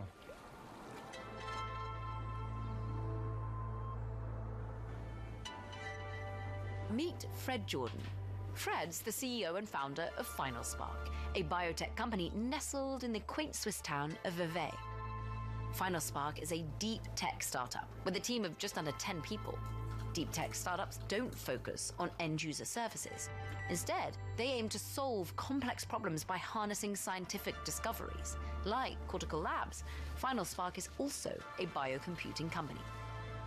We have a way to have neurons connect together to create a small ball, and that is called a brain organoid. Final Spark relies on their own funds of just over $1.5 million.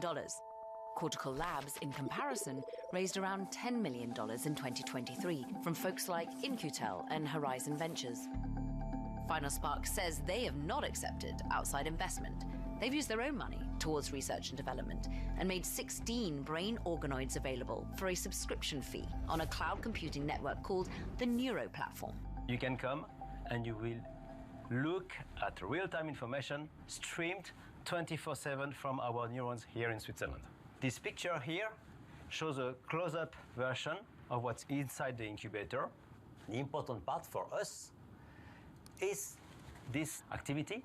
Each of these small graphs here represents the voltage for 1 second of one electrode.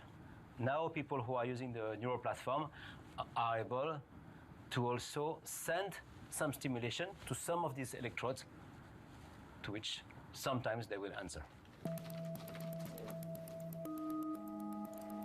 Researchers from all over the world can log on to the Neuro Platform to observe, study, try different things. Some in the field of robotics, others use the organoids as teaching tools in alternative computing university classes. Initially, we built this only for us. And then one university came, and then 9, and then 34, and now we have 200 people who want to access remotely to our brain organoids. This is totally new. There is no background at all. So there are more questions than facts about this way of investing. So I think this is the biggest challenge. Investors are always cautious fundamentally about deep tech. And it's even not only deep tech, it's a new deep tech. If you talk about quantum computing, for instance, it's deep tech, but it's an old deep tech. In the future, we'll have to live in a world where there will be some parts in computing which are living and others which are just artificial.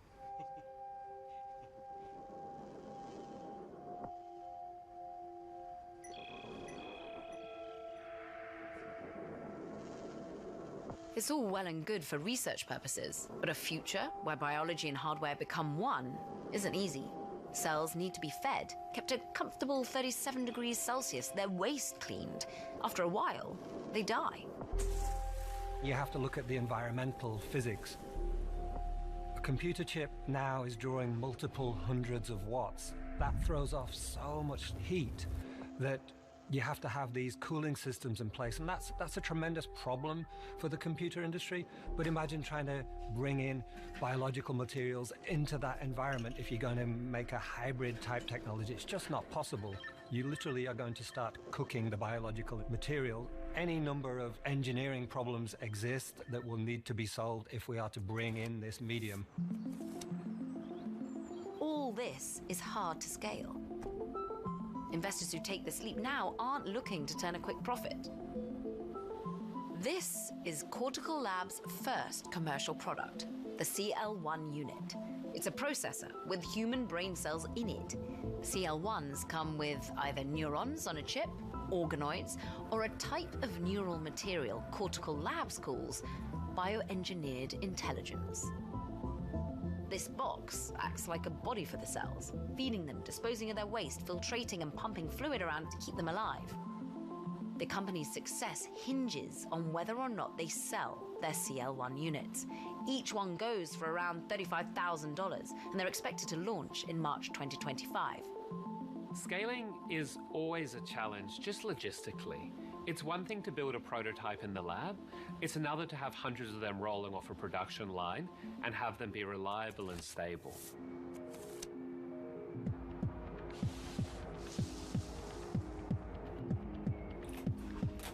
I'm not the Pope. I can fail. Perhaps my imagination, my fantasy is not big enough, but I would not invest into these companies from my side. This is Thomas Hartung. He focuses on toxicology, think poisons, in an effort to improve public health. Thomas, how much time do you spend in here? Honestly, I come here when I look for my wife or some of the other people in our team. He spends a large amount of his time thinking about how we can use biocomputing and these brain organoids now. Our group was not the first to produce brain organoids. We used to call them mini brains at the time, but we were the first to standardize this. And we were very proud that when we showed this at one of these big science journalist events, the AAAS, we got on the front page of the Financial Times. I'm a crazy professor. I can do what I want. I'm trying to replace animal testing. Animal studies aren't always great at predicting how toxins or poisons affect humans. And although human brain organoids today deliver pretty modest computing tricks, their promise in the field of biomedicine is already remarkable. The potential for just basic neurobiology is enormous. It could be a very good strategy to accelerate drug development. It is a lengthy process to do an animal experiment, not only a costly one. The value of being 1 day earlier to the market for a pharmaceutical company is about $1 million.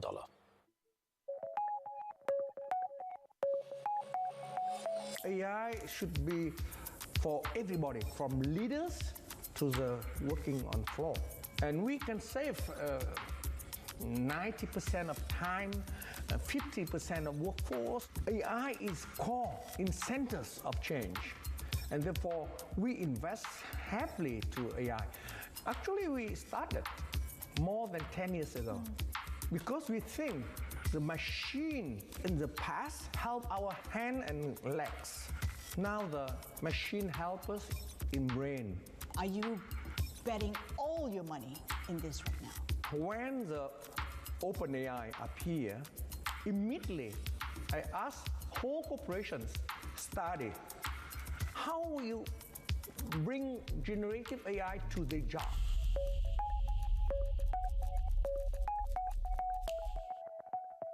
Addiction isn't a choice. I would isolate, self-medicate, and fabricate to continue my use. I didn't really think I had a problem. Rachel and Pete are just 2 of 48.5 million Americans with substance use disorder. But 3 out of 4 people find recovery is possible with help.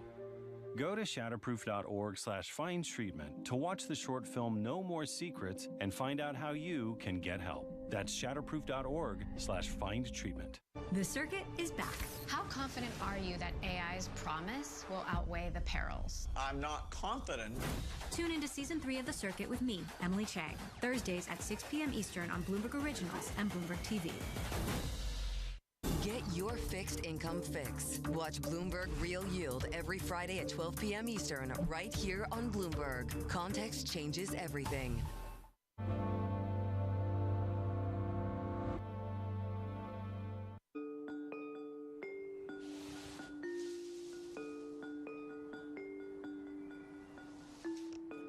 We first started to work with brain organoids probably around 2015, 2016. The aim of the lab is to understand Parkinson's disease, and we were pretty unsatisfied with available animal models as well as more simple cell culture models. The connection between the biocomputing and the disease modeling is actually quite interesting because one of the features or characteristics that we see in neurodegenerative diseases is dementia. So people start to forget things. The concept that we would like to explore is if I can train a brain organoid to learn certain tasks, can it also forget these tasks? And would it forget these tasks quicker or in a different way if it's in a disease context? Like, would an Alzheimer brain organoid forget things quicker than a healthy control organoid? There are no cures for neurodegenerative diseases, only symptom management. What if we could understand and get rid of the disease itself? If we can really understand the human brain, then we can potentially treat Alzheimer's, Lou Gehrig's disease, epilepsy, all kinds of brain-based disease that we really don't have good treatments for now. Many pharma companies have started actually to move away from these kind of diseases because it was just not commercially viable. Now, with these new technologies coming up, I think there's kind of new hopes that we would really develop or be able to develop therapies for these diseases that burden our societies quite a lot. Studies suggest that at some point in their lives, more than 1/3 of the entire human population will suffer from neurological conditions like Parkinson's, Alzheimer's, or dementia. By 2050, some project there will be an overall 22% increase in brain disorders, in part fueled by population growth and aging. The cost for Parkinson in the US alone for a bit more than $50 billion. This is direct and indirect costs, so really like the healthcare, but also what it does to the economy. At the moment, there is about 10 million Parkinson patients in the world. Yearly in the US, there is about 90,000 people being diagnosed with PD. And since worldwide populations are aging, the likelihood to suffer from PD is increasing. The idea of using biological medium to either process or store information makes sense in a lot of ways, but there are those who are saying, actually, this is living tissue. Not only how can we actually do this, but should we be doing this? I think the biggest elephant in the room is, would a brain organoid become self-aware? I'm not worried at all at the moment with these tiny, tiny little balls of cells that they would suddenly develop something which I could consider consciousness. There's a lot of ethical issues in all biomedical research, and this starts if you're using stem cells, as we do. You have to imagine the donors of these cells are often still alive. Is your signature is still valid because you couldn't imagine that somebody would produce a brain which is thinking? These are all interesting questions, yeah? And they really get hot if we assume at some point in the future these brain organoids could suffer. They could experience pain. They could suffer from what they learn. So imagine this, yeah? Is this still acceptable?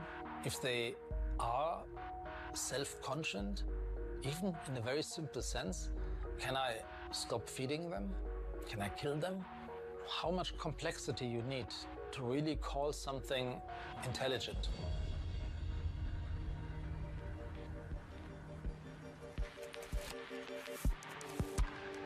A lot of things start and take years in the lab before they become commercially viable. I think we'll get there one day. It's just too early. One way to look at this is that it's taken the semiconductor industry more than 50 years to get to this point where they can supply the world of electronics. 50 years is quite a long time. They say they've been going at breakneck pace. The amount of money, the amount of effort, the amount of study, the amount of science that has gone into that will take a long time to replicate with another medium. Whatever the future may bring, one thing is already clear, that brain cells will always deliver more than the sum of their parts. And that's neither boring nor binary.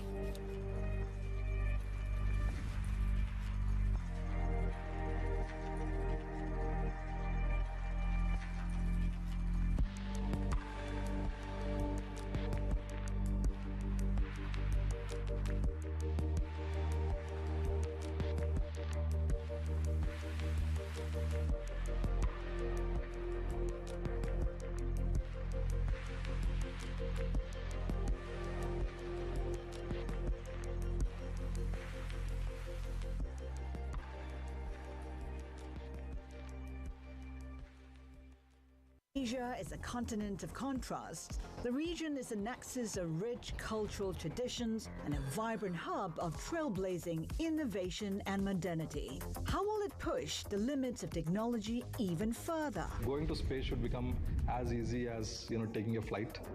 If NASA is designing a lander, their approach is they're designing a Formula One car. So we take, say, a Jeep approach. Min-Seok, give us a sense of how you translate Korean architecture for the rest of the world. We call this madang. In general terms, it's where we can be ourselves, where we belong. There is an old saying in Korea that says, "거미 불루, 화이 불치." It means simple but not humble. So it has a tremendous impact on Korean architecture. People tend to think the robot AI taking the job from them. We want to use the robot as a basic asset, meaning people have an income through the robot. From space tech in India to robotics in Japan, Asia is driving the future, reshaping industries, societies, and the way we live. Join me as I take you through the bold innovations. Discover Asia's next-gen technologies on Momentum.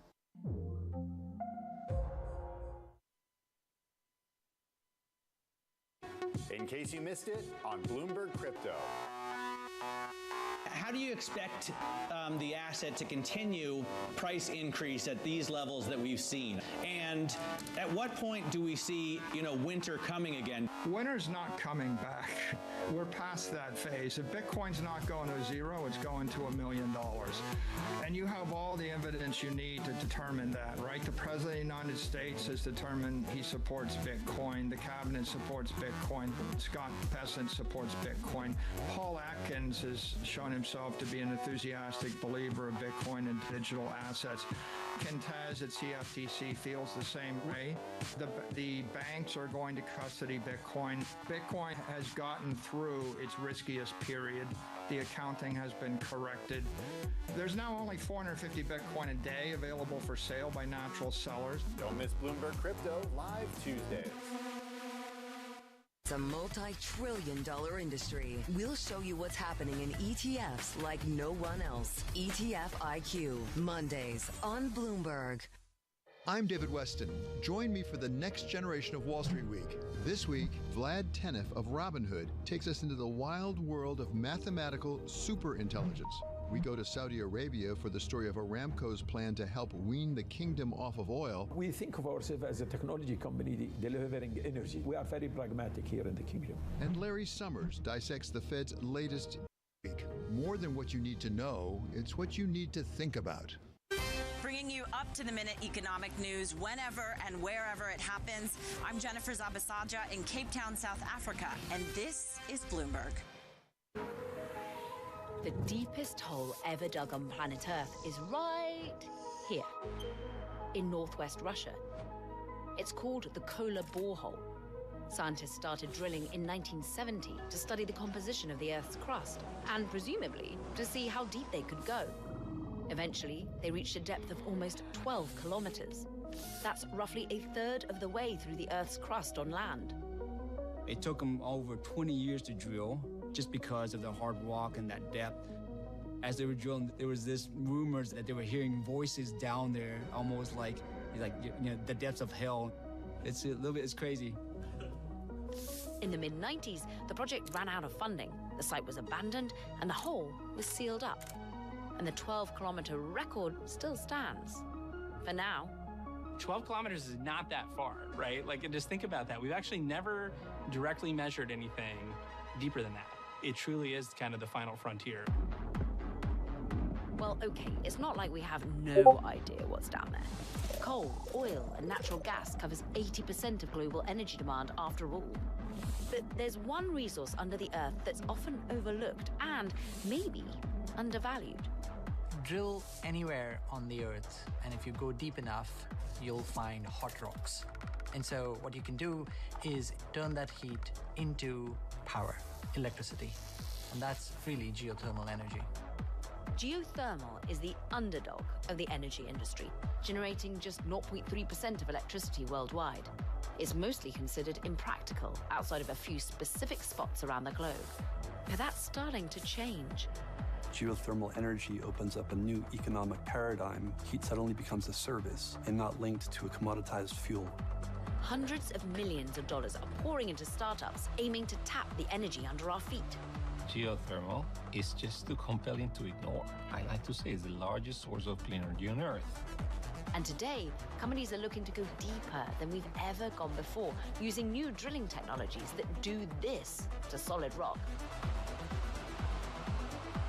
But are their new technologies really up to the task?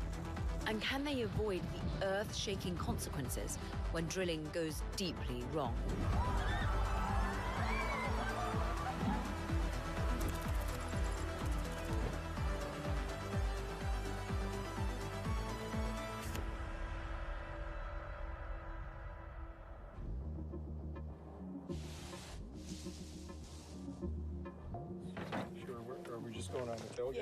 On the, That fellow in the bucket hat is Jim Folds. With his crew of geology students, he's constantly on the hunt for new hotspots, collecting data that geothermal companies can use to expand their operations.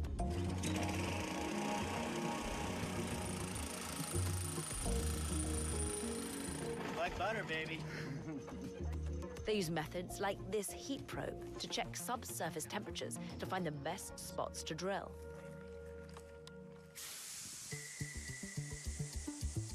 Geothermal energy, in a way, it's so simple. It's just the Earth's heat. It's always there. At least it will be there for another couple billion years. The core is much, much hotter than the surface of the Earth, and there's sort of large convection cells that help to bring that heat up closer to the surface from deeper levels.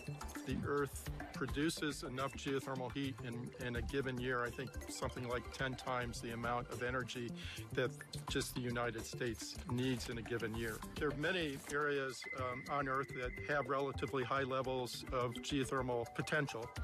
Countries like New Zealand, Indonesia, Turkey, and China all have plentiful geothermal resources. But Iceland is considered the true geothermal champ. The country transformed its volcanic heat into an economic windfall. Iceland was a developing country in the early 20th century. until it tapped geothermal energy. And once it did, it was able to use that energy and convert it into industrial output and become a richer country. It is today one of the most developed countries in the world with a very high per capita income. But there are many countries around the world that have access to geothermal power but have yet to really tap it. For places like Kenya, they're at an early stage of development. But if they can access more geothermal power, they can have cheap, clean electricity that can be converted into economic output pretty quickly.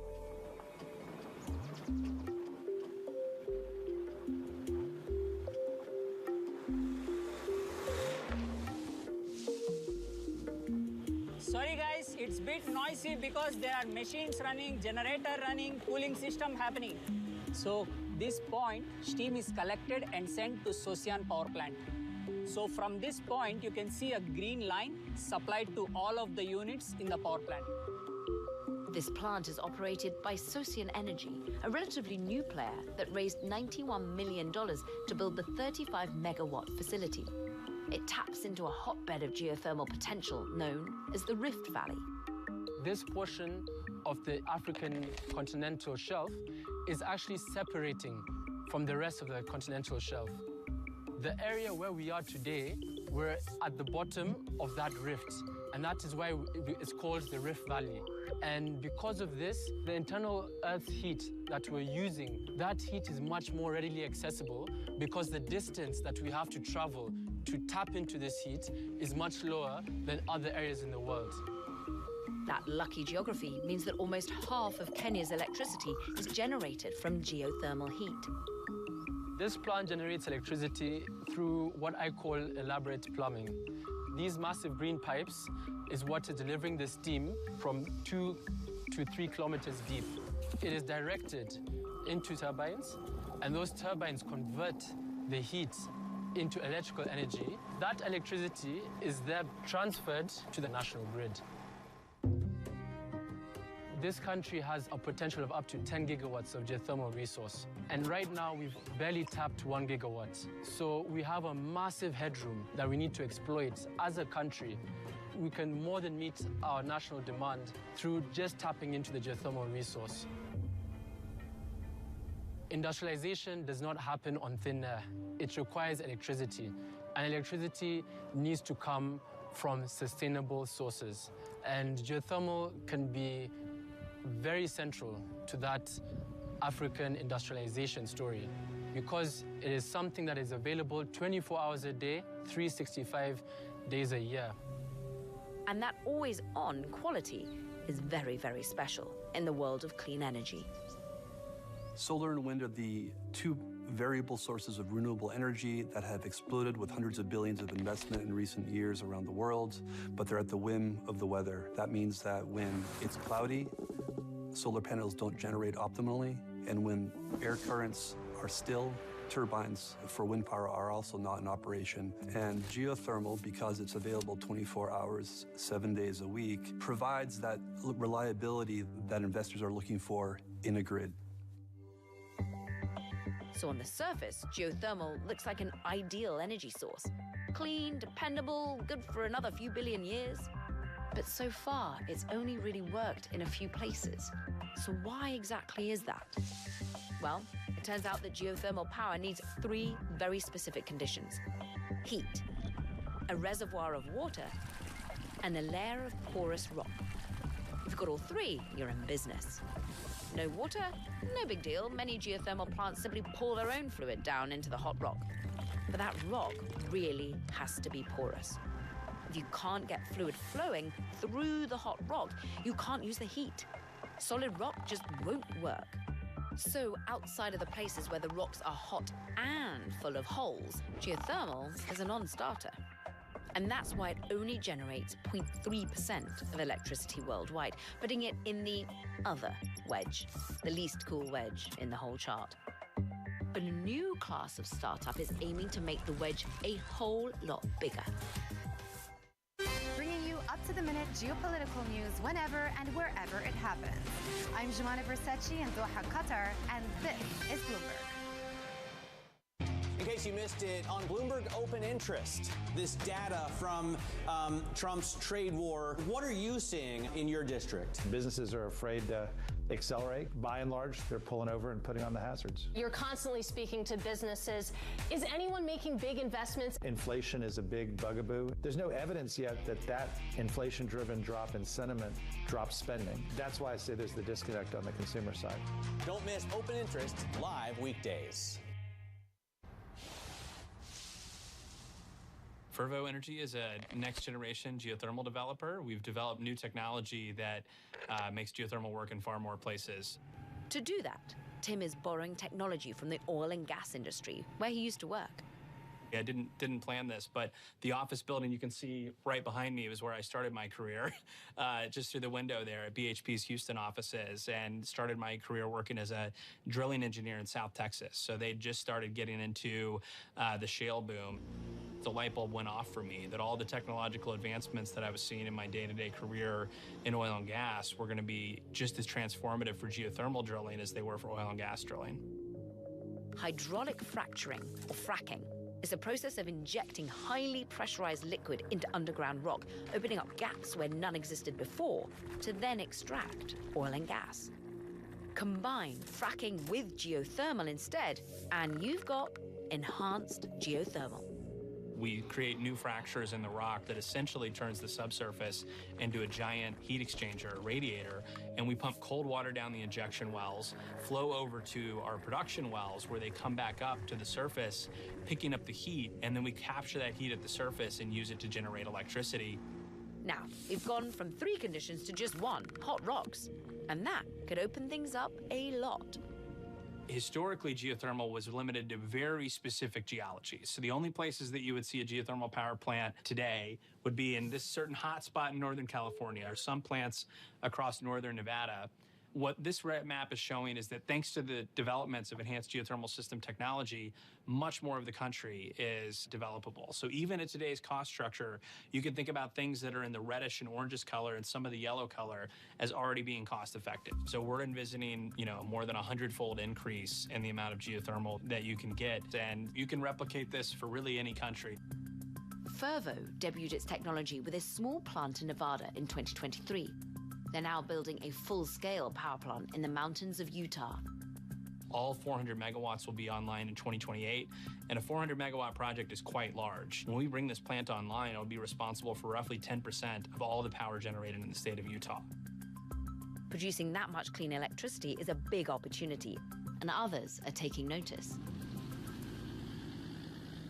An hour south of San Antonio, Texas, in a region dense with fracked gas wells, another enhanced geothermal startup, Sage Geosystems, is building a test plant. So, yeah, I spent 36 years in the oil and gas industry. It was all with Shell. I really wanted to be in the energy transition, and geothermal is that clean energy that best leverages my skill set. One of the most exciting parts about geothermal energy is that it provides the opening for a just transition for people who work in the fossil fuel industry. A lot of people who are currently engaged in geothermal energy come from oil drilling, and it requires the same skill set of geophysicists and roughnecks who are willing to do hard labor of drilling and have a knowledge of the Earth's crust and how to bore beneath it. Was 15% HCl correct? I don't know. You're supposed to just say, yeah, of course it was. Sure, definitely. And 537 barrels. 17.1%. My daughter definitely had an impact on me moving into geothermal. She worked for Sage before I worked for Sage. She likes to remind me of that. I was like, yeah, you should come over because it's way funnier over here.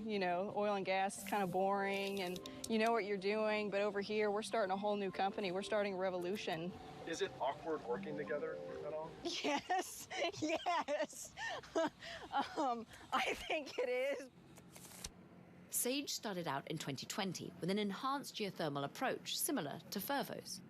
But they soon realized they could put their fracked wells to a different purpose. The space opened up underground can also work as a kind of battery.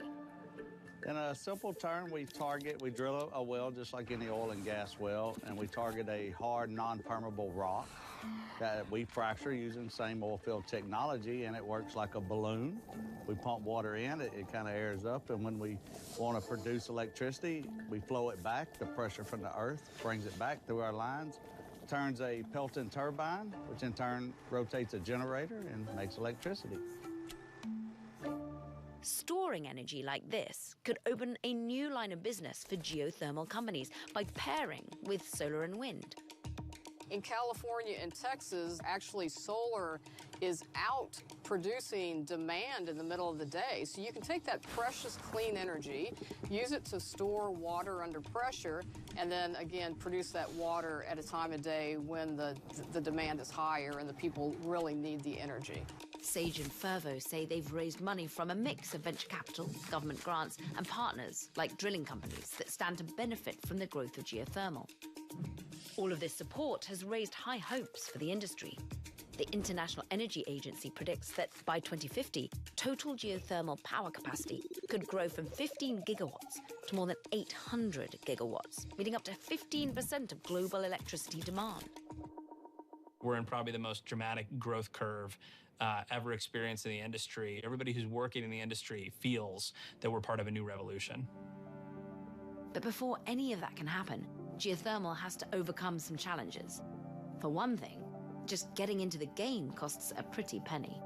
One of the issues with geothermal energy is that it requires high upfront costs, upwards of $90 million for a single borehole, compared to $1 million or less for a single gas generator. What that means in effect is that people who are doing the drilling need to change the economics by finding either states or municipalities that are willing to enter into a long-term agreement. It's being able to project 20, 30, 40, 50 years into the future and have a reliable return on your investment. And the problem right now is that investors don't have confidence about the stability of power prices that far in the future. For Sage and Fervo, even getting their early projects off the ground has been a pricey proposition. And they'll need to keep attracting humongous piles of capital as they expand their operations over the coming years. And there's another problem that could pose an even bigger risk to the growth of the industry. All right, let's cut right to it. This is Bloomberg's new show, Primer. Technology is a $1 trillion game. Won, lost, won again, just by backing the right science at precisely the right moment. My life has been focused on how can you elicit intelligence from brain cells in a dish. This is the fundamental building block of our fusion technology. We're doing things that have never been done by anybody, ever. Everyone is selling the future. If you want to understand what's coming, you'll want to watch Primer, because details matter. Lasers on? So do lasers. There we go.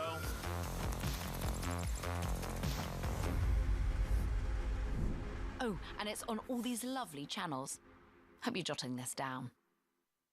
Today, CFOs are reshaping the C-suite. Bloomberg's Chief Future Officer shines a spotlight on these dynamic leaders. CFO Pascal Desroches has played a key role in restructuring AT&T, reducing debt and refocusing the business. Now his steady approach has the company primed for growth. I'm a believer you try to make progress on big problems every day, and ultimately you'll look back and say, hey, you've come a long way. Watch Chief Future Officer Wednesday on Bloomberg. From the world of politics to the world of business, Joe Matthew and Kaylee Lines deliver news, insight, and analysis live 2 times a day, every trading day. Balance of Power at 1 and 5 Eastern, only on Bloomberg. Join me each week on Wall Street Week for stories of capitalism from business, markets, economics, tech, and climate. More than what you need to know, it's what you need to think about.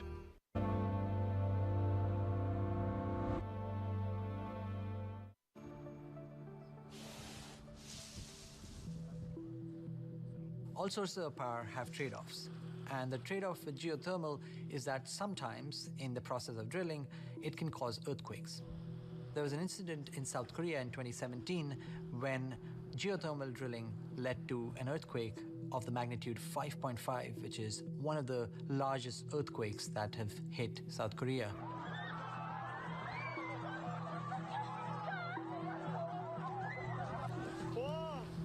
한동대학교에서 안에 있는 그 한동 글로벌 학교의 고등학교 3학년으로 갑자기 막 땅이 흔들리고 초등학생들이 흔들려 보이는 거예요.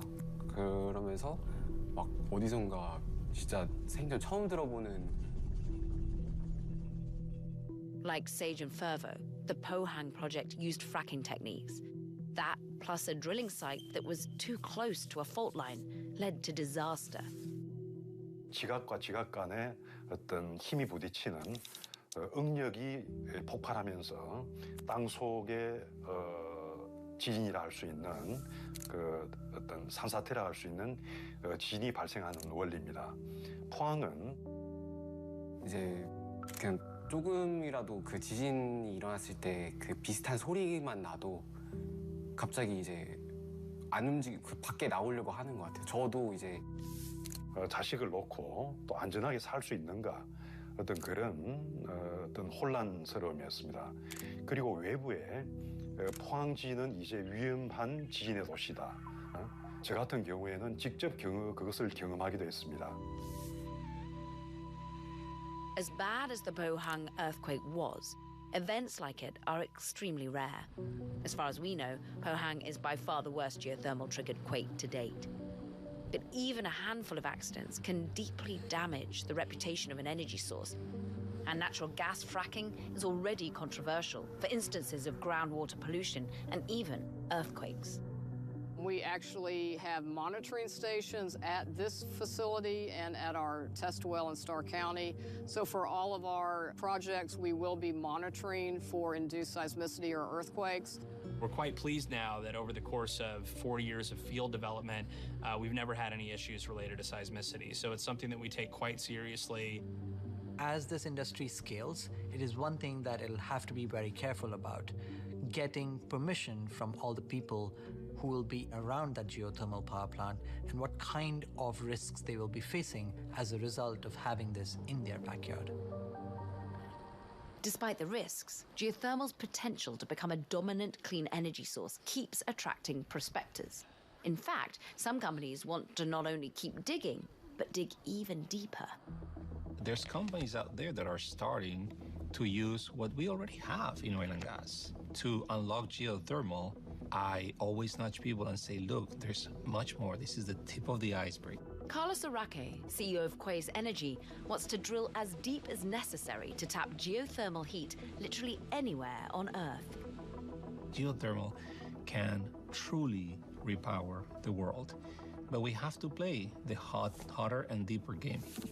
Enhanced geothermal only works down to around 3 or 4 kilometers. Going much deeper could open up far more drilling sites around the world and generate more power from hotter temperatures. 20 kilometers indeed opens up the whole world to geothermal, so twice as deep as an airplane flies high. If you can get to 20 kilometers, every part of the world has the geothermal potential of Iceland. Of course, there's a reason no one's done this before. At these depths that we're talking about, the type of rock that you encounter is what we call the basement rock. It's like these igneous rock that are like granite and basalt. So these are the type of really hard rock that for oil and gas with their conventional drill bit is very difficult to drill into. So we're not trying to use conventional drill bits, we're actually trying to use microwave, or in this case, millimeter wave. So it causes the rock to vibrate, and it actually starts to then heat up to the point where it's melting and then ultimately vaporizing.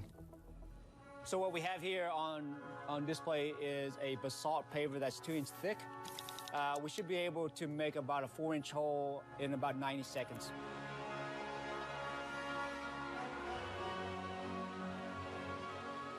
Using this terrifying beam of death, Quaise's engineers claim they might be able to drill down 10 kilometers in a few months. The Kola borehole, by contrast, took decades. Is that hot? It's really, really hot. But Quaise's approach is truly new and untested. While the company has been able to raise about $90 million of capital so far, some geologists are skeptical that geothermal power will ever be practical in the depths Quaise is aiming for. Is it possible that it won't work? It's always the case.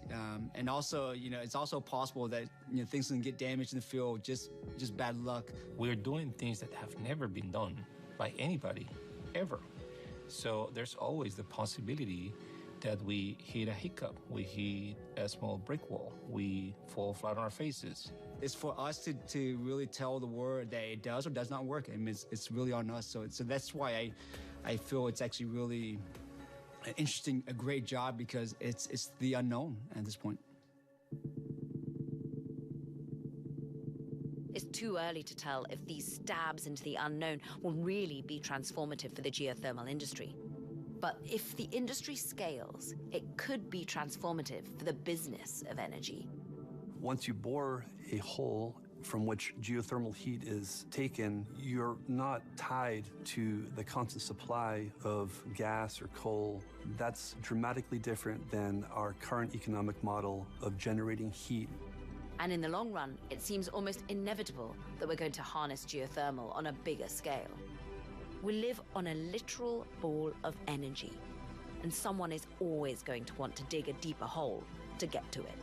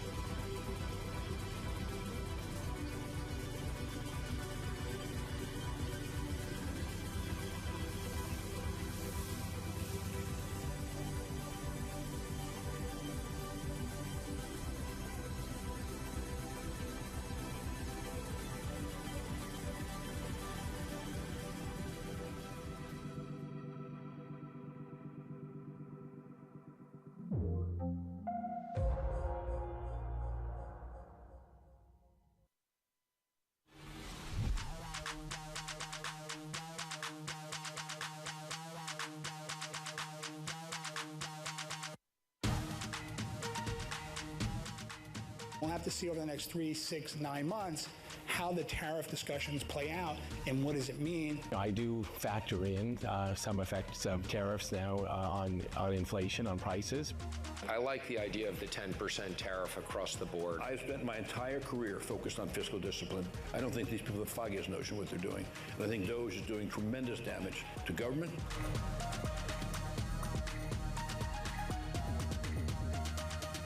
Elon Musk is probably the inventor of our age, but who understands that we're in the midst of the most profound convergence among technologies. When we are facing a once-in-a-generation technological disruption, we cannot close this retirement gap without private-public partnership. We have to have good policy. Do you think, Dawn, that the market is correct to be, as of now, pricing in 3 rate cuts in 2025? I would take the other side of that bet.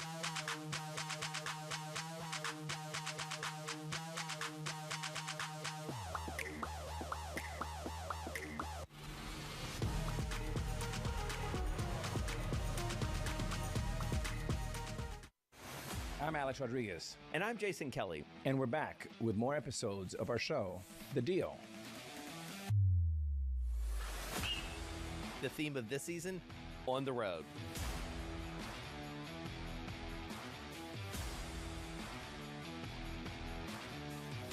We're bringing you more behind-the-scenes conversations with the biggest names in sports, business, and culture, like Melody Hobson. I started to study women's sports like an 11-year-old studies baseball statistics, and I got dangerous in seeing up arrows. Susie Wolf. When you're competing, you're not thinking about any fear or any worries of what could happen. Josh Harris. You can't do a good deal with a bad person. Jay Batt. At the end of the day, there's never been a better time to be a student athlete. And more. Stay tuned.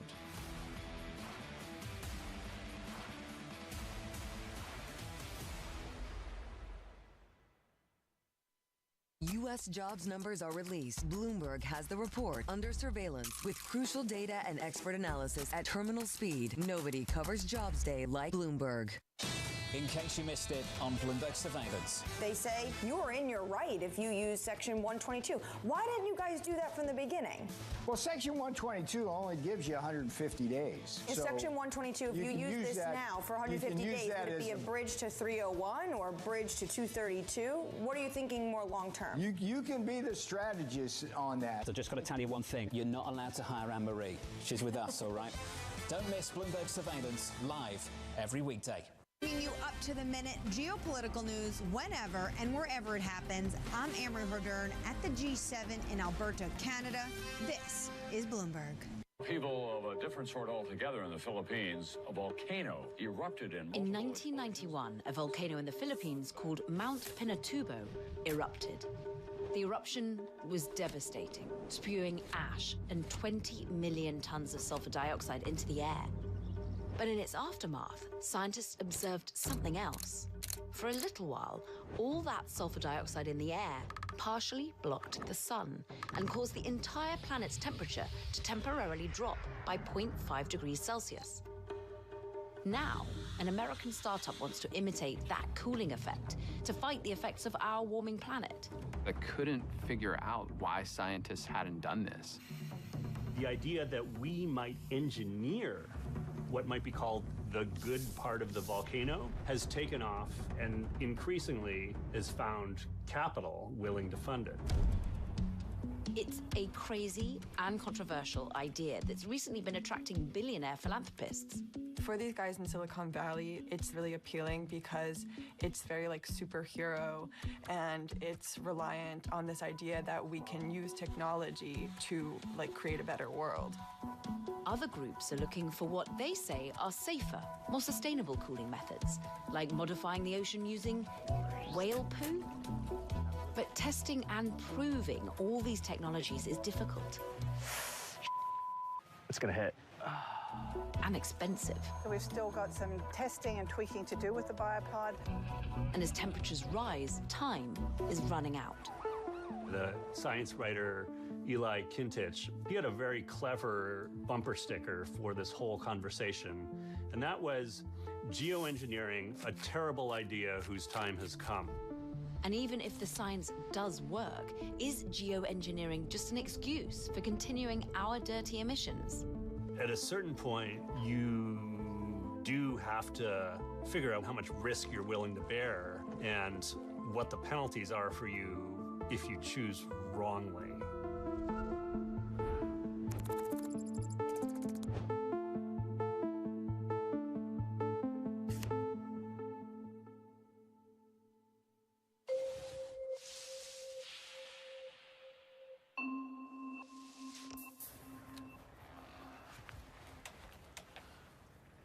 Hold this.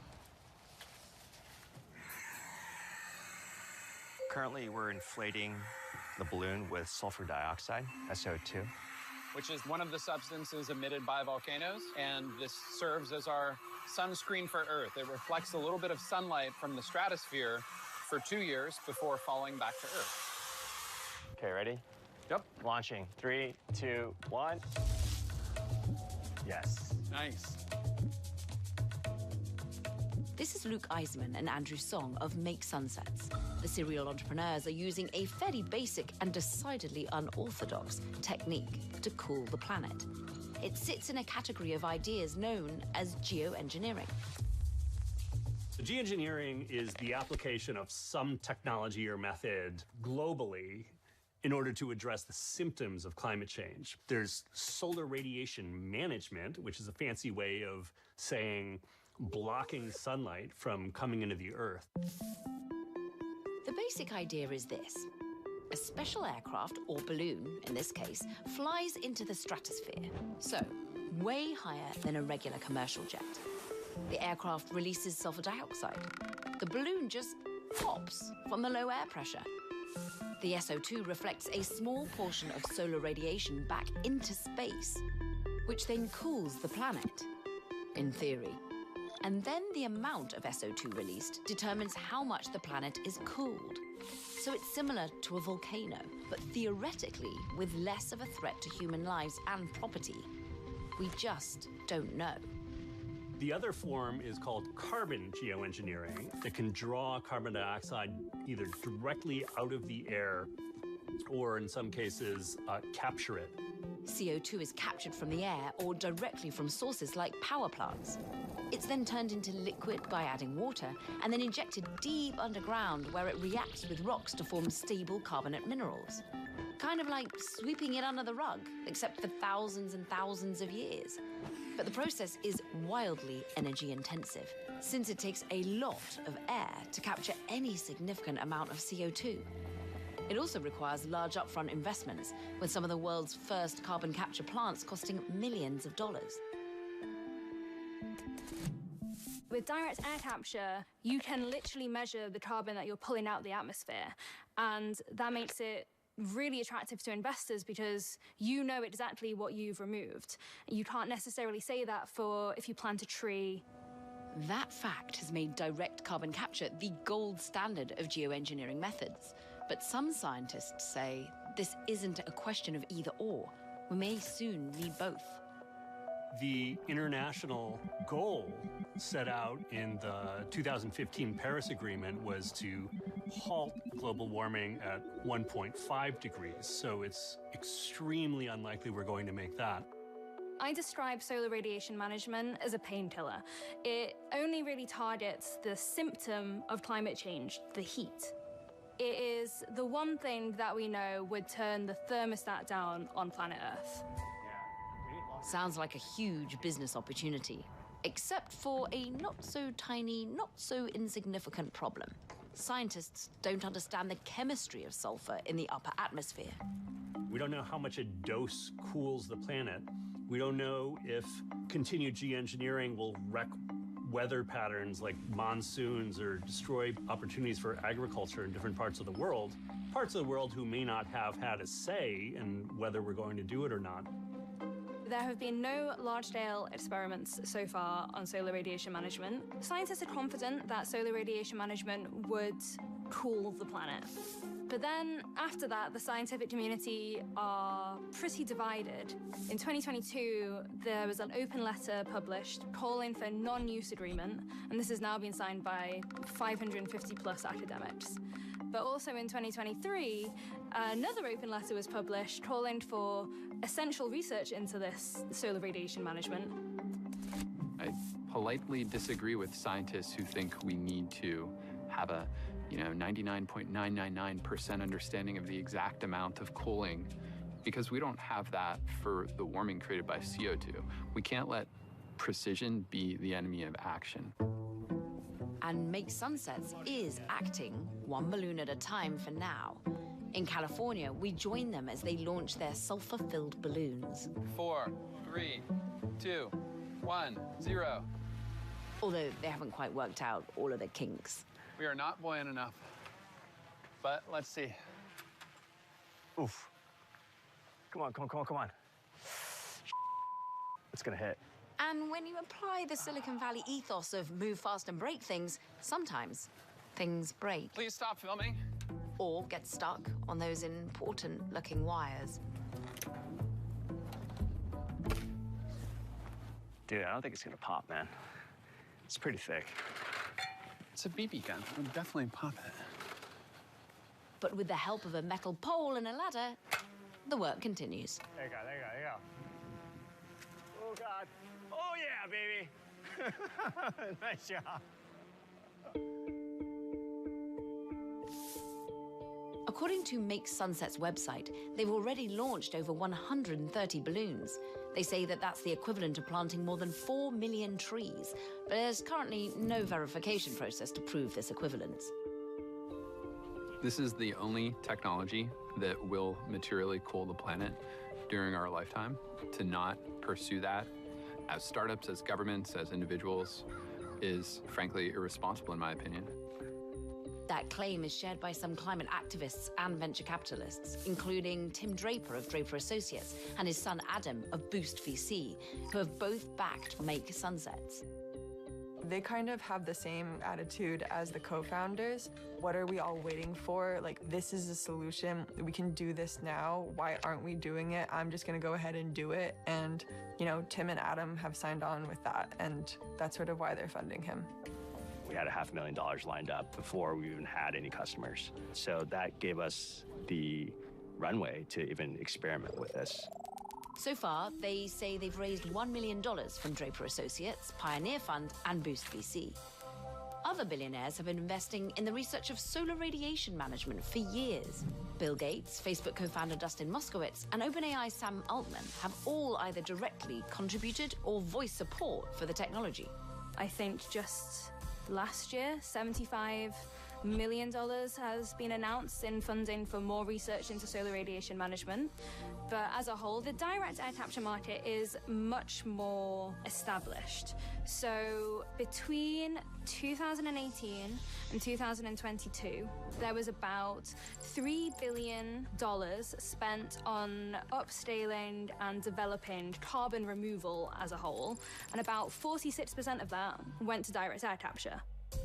Most of the attention and most of the money is on sucking carbon out of the air, but that's a really expensive and complicated project, and it would take a lot of that being done to make a huge dent in our overall carbon budget.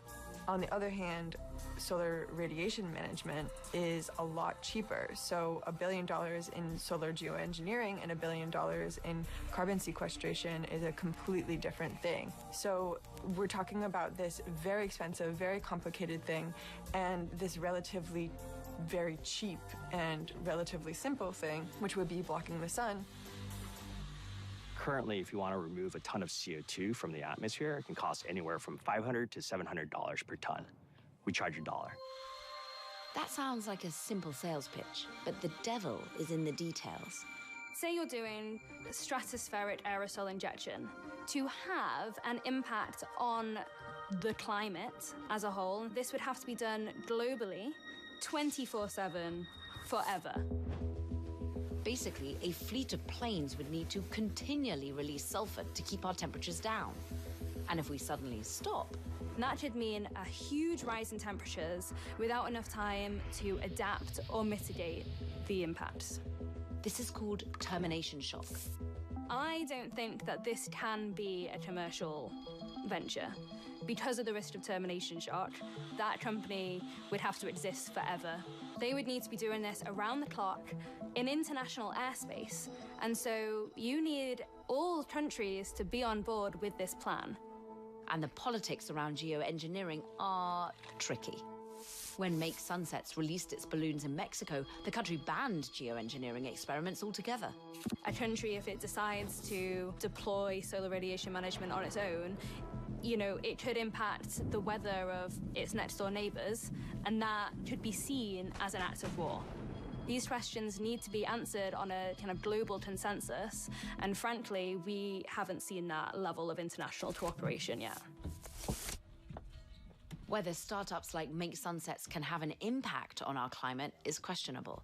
But one thing's certain, they've kickstarted a debate about the need to employ more drastic measures in the battle against climate change. And with it, they may have opened the door for other startups in the geoengineering space to enter through.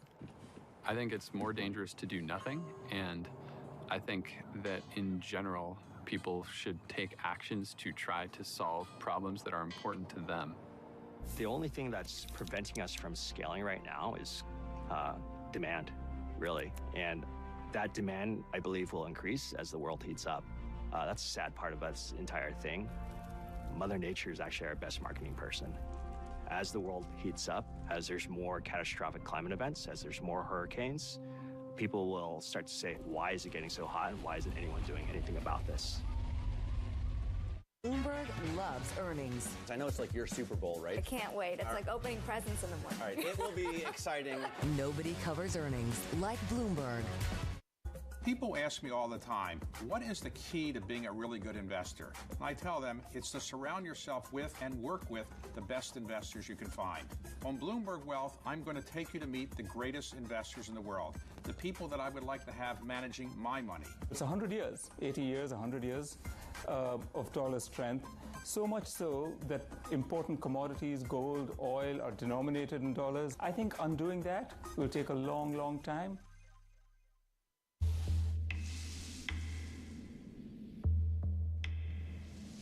Another geoengineering mission underway to reverse climate change is by Edwina Tanner and her team at WhaleX. Today, they're getting ready for a day of collecting data in the Coral Sea.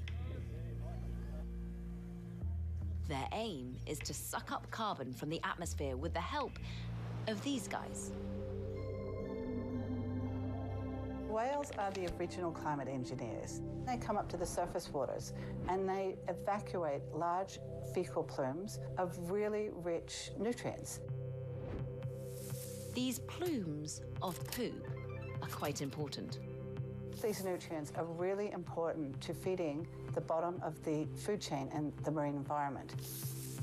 The nutrients found in the plumes feed phytoplankton, kickstarting an increase known as phytoplankton bloom. The phytoplankton naturally capture CO2 via photosynthesis and convert the CO2 into organic compounds. After the phytoplankton die, they sink to the deep ocean, carrying carbon with it. The whole process is considered a biological carbon pump and transfers about 10 gigatons of carbon from the atmosphere to the deep ocean each year. To simulate their own carbon pump, WhaleX invented a substance called aquafood, which is artificial whale poo. The aquafood would be tailored to local climates and released in multiple locations, thus exponentially increasing the amount of carbon removed from the atmosphere. This is a type of marine geoengineering or ocean fertilization.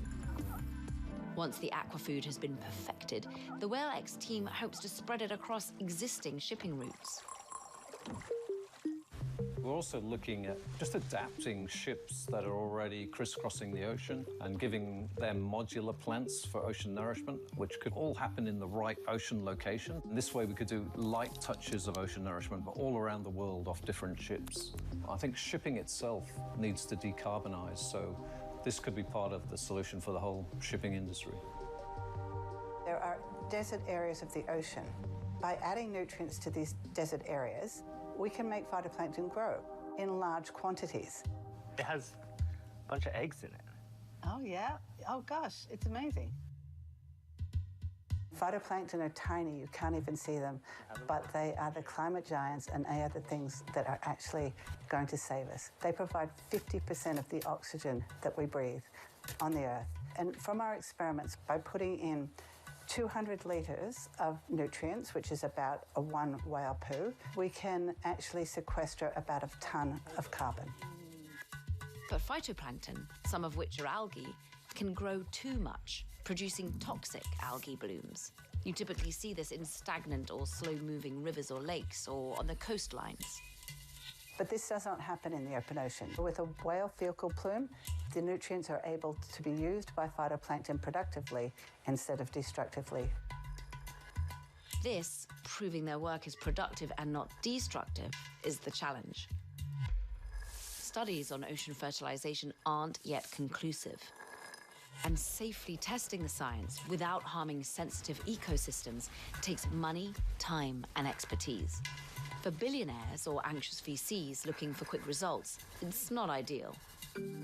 Billionaire philanthropists are really focused on impact, and they're looking for data and ways that they can measure that their dollars are making an impact on whatever issue they're interested in, from public health or education, you know, everything. To actually do the science we're doing literally costs the amount of a blockbuster movie. Today is a big day for the WhaleX team as they prepare to embark on a 4-day research trip. It's taken them a year to build their own biopod, which allows them to test the effects of their aquafood on a controlled area of the ocean.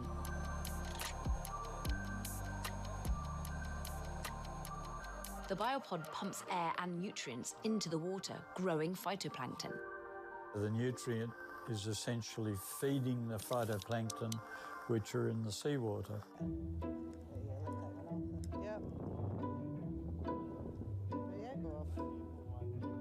as it's sinking at this end and slide at that end.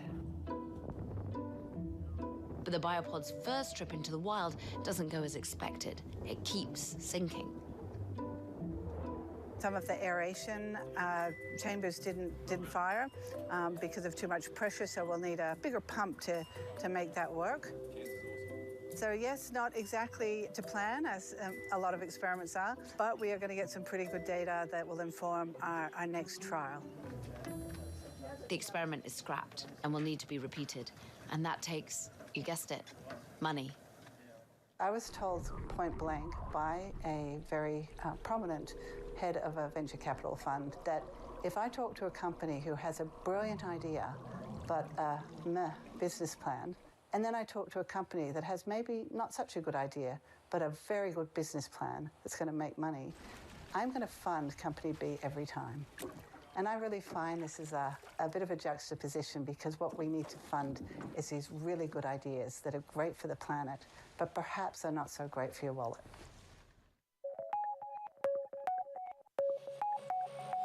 AI should be for everybody, from leaders to the working on floor.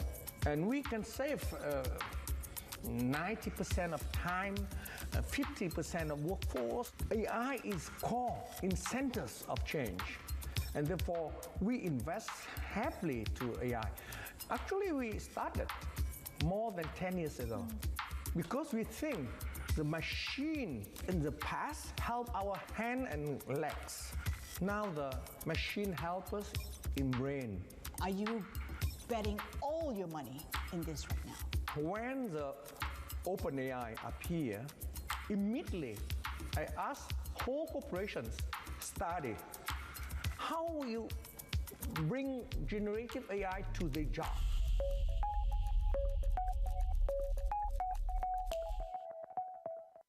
In case you missed it on The Opening Trade. What trade does is it meets a consumer demand. Consumer demand is not weakening. China supplies a little over 30% of what we eat, wear, and consume. That's unlikely to change anytime soon. I think that supply will find new homes potentially, but our reliance as a global economy on Chinese manufacturing is unlikely to change fundamentally anytime soon. Don't miss The Opening Trade live every weekday.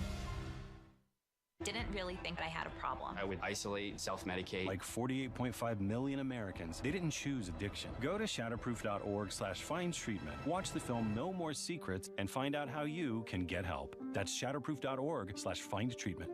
Get your fixed income fix. Watch Bloomberg Real Yield every Friday at 12 p.m. Eastern, right here on Bloomberg. Context changes everything.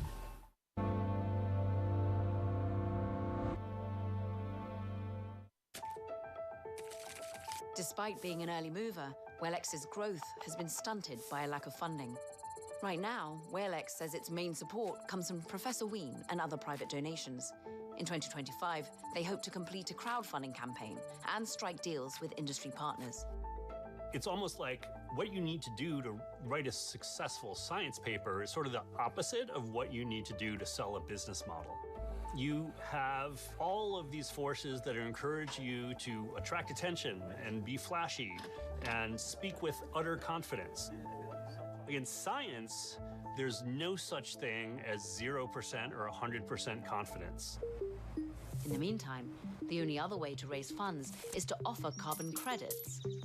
Once you can prove and verify your carbon sequestration, then you can actually sell off your credits to a company. We're not quite there yet, but this is the aim that in the future this will happen. So, step one for all these startups is figuring out how much carbon you've removed from the atmosphere, which, when you're dealing with a sample size the size of the ocean, is challenging enough. Then you need to apply a dollar amount to that carbon. And since the carbon offsets market is what you might call loosely regulated, it's been very confusing, very wild, wild west. That dollar amount is flexible. And while there is an existing framework to rely on for the calculation of carbon removal credits, there's no such thing for solar radiation management. Make Sunsets, for example, sell something it's called cooling credits. We sell cooling credits, where 1 gram of SO2 in the stratosphere offsets the warming effect of 1 ton of CO2 for a year. That would literally cost $16 per year for you to offset your carbon footprint for 1 year. Mate Sunset's cooling credits are really quite murky in how they're calculated. It'll be verified via existing satellite infrastructure that can already detect volcanic eruptions, and it's just infrared cameras. And so at scale, you don't have to trust us anymore. There's satellites that currently detect volcanic eruptions that can also detect our deployments at scale. From an investor point of view, something like ocean fertilization, although it's very novel, the science is not quite there yet, there is a path to market through the EU carbon dioxide removal framework. There is a lot of rigorous work going into making sure that these credits do what they say they do. That is not the case for solar radiation management. For now, the marriage between experimental geoengineering and the private sector is an imperfect union. But as the need for climate solutions grows, so too will the interest in unconventional methods. We have to be able to crawl before we can walk, and then before we can run. The best analogy I can give is, Jeff Bezos, Google, they started in a garage. This is the garage you're looking at right now.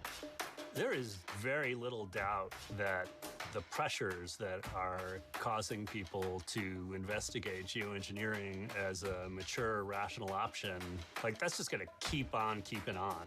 Every year, every decade that the world warms, we're going to need solutions that may seem increasingly less desperate. And with all of these geoengineering concepts, there is an elephant with a colossal carbon footprint stomping around the room: human emissions. It's not a solution to the problem. Climate change is caused by industrial greenhouse gas emissions going up into the atmosphere and warming the planet.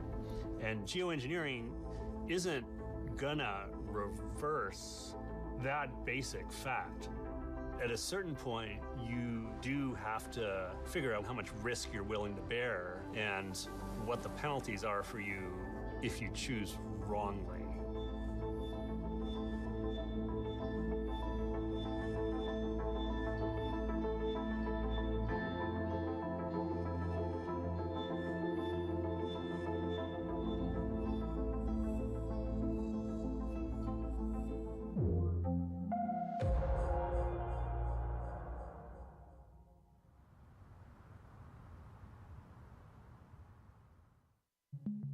There is a nice confluence between the long-term investor and what we're trying to do. We have an operating principle that's in our handbook: take the long view. When we went public, we put a timeline up on the screen for the whole company in an all-hands meeting. And that timeline went from founding to 100 years out. And the IPO was one dot in 1 year on that timeline. And we tried to orient the employees to, this is a wonderful event, this IPO, but it's a moment in time on a very long journey. This is a company that you want to exist in 100 years. We do. Wall Street doesn't think in. No, they think in like hours. Yeah. And what I've learned of Wall Street, and particularly Wall Street investors, when they say they are long-term investors, that means they'll keep your stock for like a month. There has been one instance where I did something that was just for short-term stock, and I felt so bad about it that I don't think I'll do it again. What was that? There was one quarter, a few quarters ago, we were not going to beat the quarter. We were going to probably just hit it. And so far, we beat every quarter. So we were all like, wait, what? Our perfect record. We're like a 4.0 student that is going to get a B for the first time. This is not good. And I decided that for a short period of time, at the end of a lesson in our app, we would show 2 ads instead of 1. Turns out that that by itself was good enough to beat the quarter, but it's bad for the product. It's not good. After that, I'm never doing that again. In case you missed it, on Bloomberg Crypto. How do you expect the asset to continue price increase at these levels that we've seen? And at what point do we see, winter coming again? Winter's not coming back. We're past that phase. If Bitcoin's not going to zero, it's going to $1 million.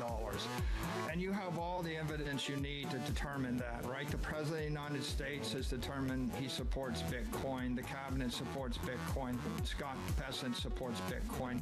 Paul Atkins has shown himself herself to be an enthusiastic believer of Bitcoin and digital assets. Kentez at CFTC feels the same way.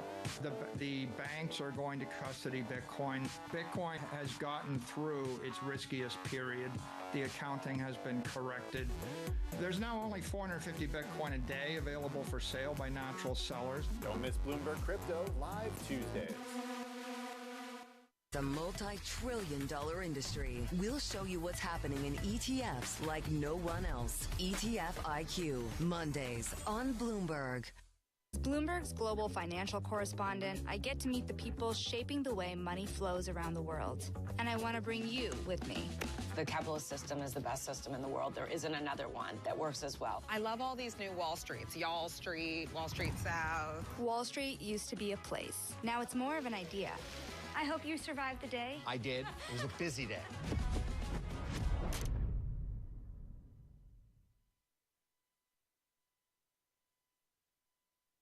Bringing you up-to-the-minute economic news whenever and wherever it happens. I'm Jennifer Zabasaja in Cape Town, South Africa, and this is Bloomberg.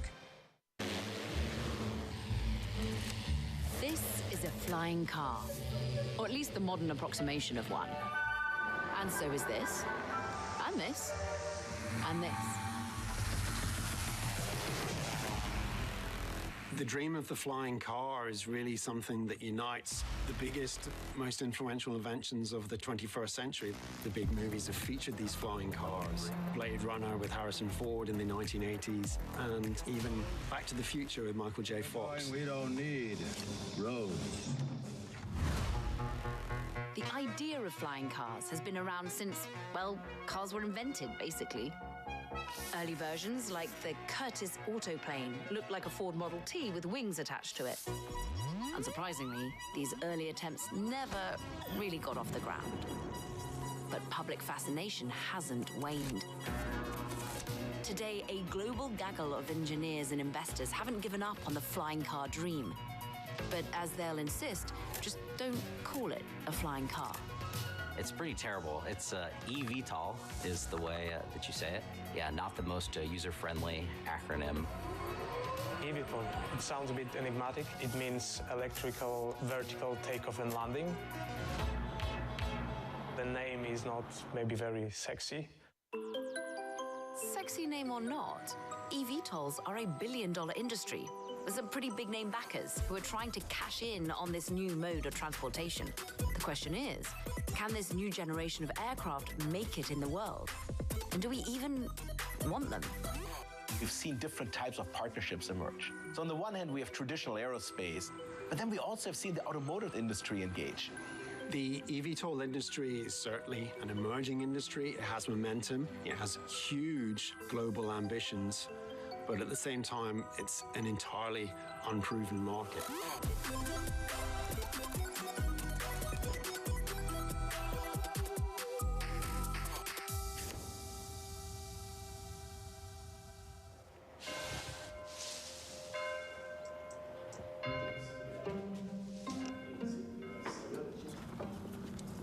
I've been always passionate about flight from a very young age, always looking up to the sky. Tamaj Patan is the founder and CTO of Jetson, a company that's building a flying car. Sorry, eVTOL. This is where we keep some of the fleet that is no longer in operation. This one has been testing parachutes for us, up until the point that one of the tests went sideways, and the whole passenger space is almost intact. So it's a good result of the test, and we have lots of data from it as we had redundant sensors on the vehicle that day.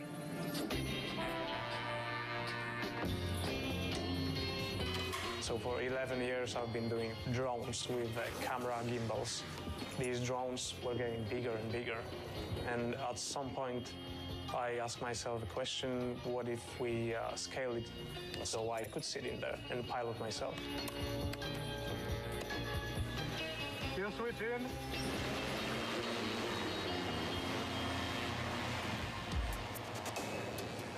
Probably everyone who first saw Jetson 1 noticed it's not like the rest of the eVTOL It needs to be exciting. It has to be like a sports car. Like a luxury sports car or ATV, Jetson's eVTOL is designed for personal use and can't be flown commercially. It's also not cheap. The Jetson 1 could set you back $128,000, and it's sold out through 2026. But not all eVTOLs are designed for personal thrill-seeking. One of the biggest commercial applications for the eVTOL is the air taxi, carrying passengers for short hops across crowded cities. But they have other uses too. There's a host of other applications beyond that, which could turn into commercial opportunities. Talking like perhaps logistics, huge opportunities in cargo. Beyond that, you could go into the military areas, surveillance, reconnaissance, troop deployment on a small scale as well. And investors are pouring a lot of money into them. One of the reasons that this industry has drawn so much money, drawn so much investment, is the potential prize on offer. For instance, if you look at estimates from Morgan Stanley, the addressable market could be $1 trillion by 2040. But what exactly makes an eVTOL? Well, an eVTOL. Let's break it down, shall we? eVTOLs are a new class of aircraft that are able to take off and land vertically and cruise like a plane. And they're electric. That means they're powered by electric propulsion. Here's how it works. Anything that flies relies on 4 forces to move up and through the air.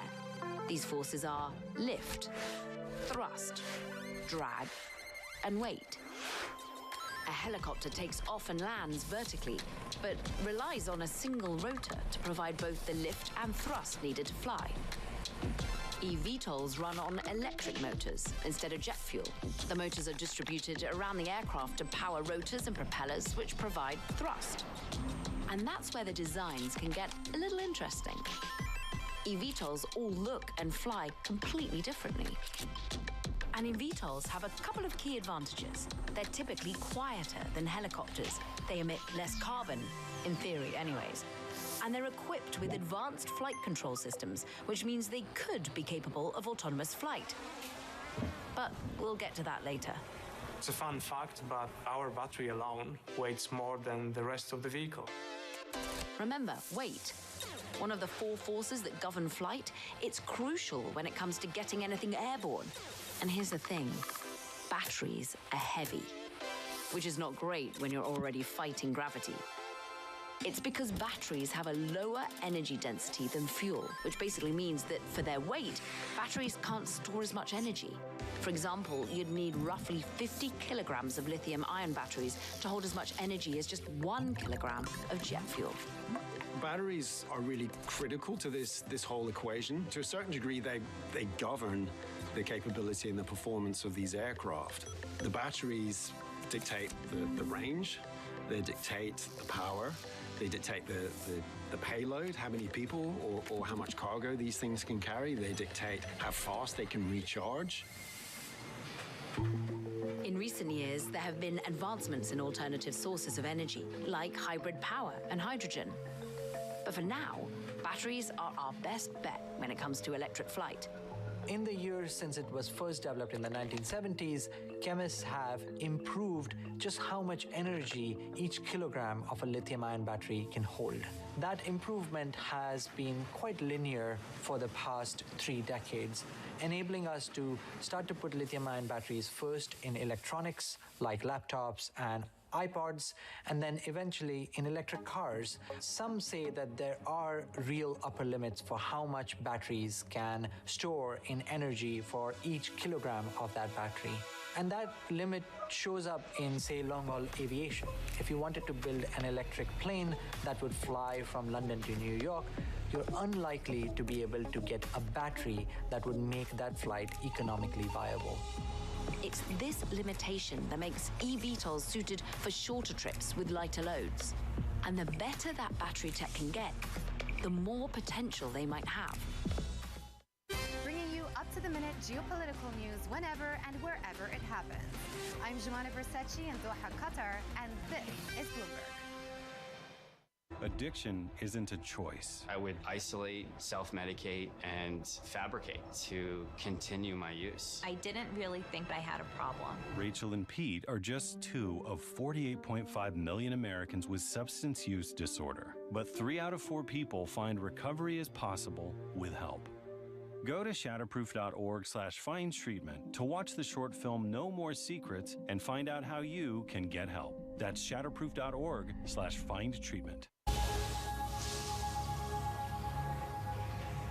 We are testing battery cells under airspace-specific loads. As you can see here, as the aircraft takes off, it goes through a cruise, and then it lands. And what we're really doing is that we're understanding how these guys perform in flight.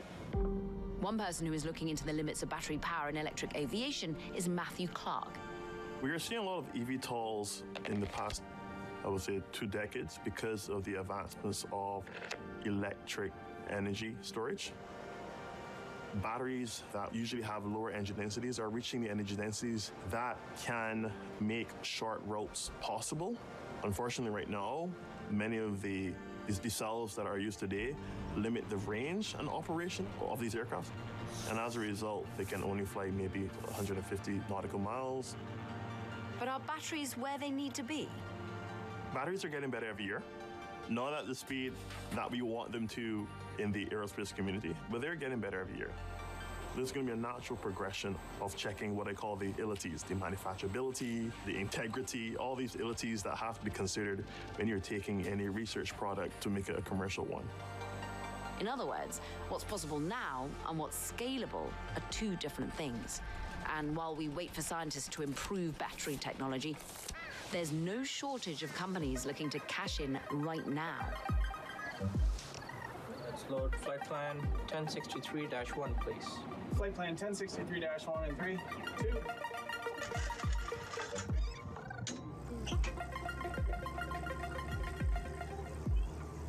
Archer's aircraft development company that's building a new type of airplane where we're leveraging technology around batteries, electric motors to develop a brand new type of aircraft.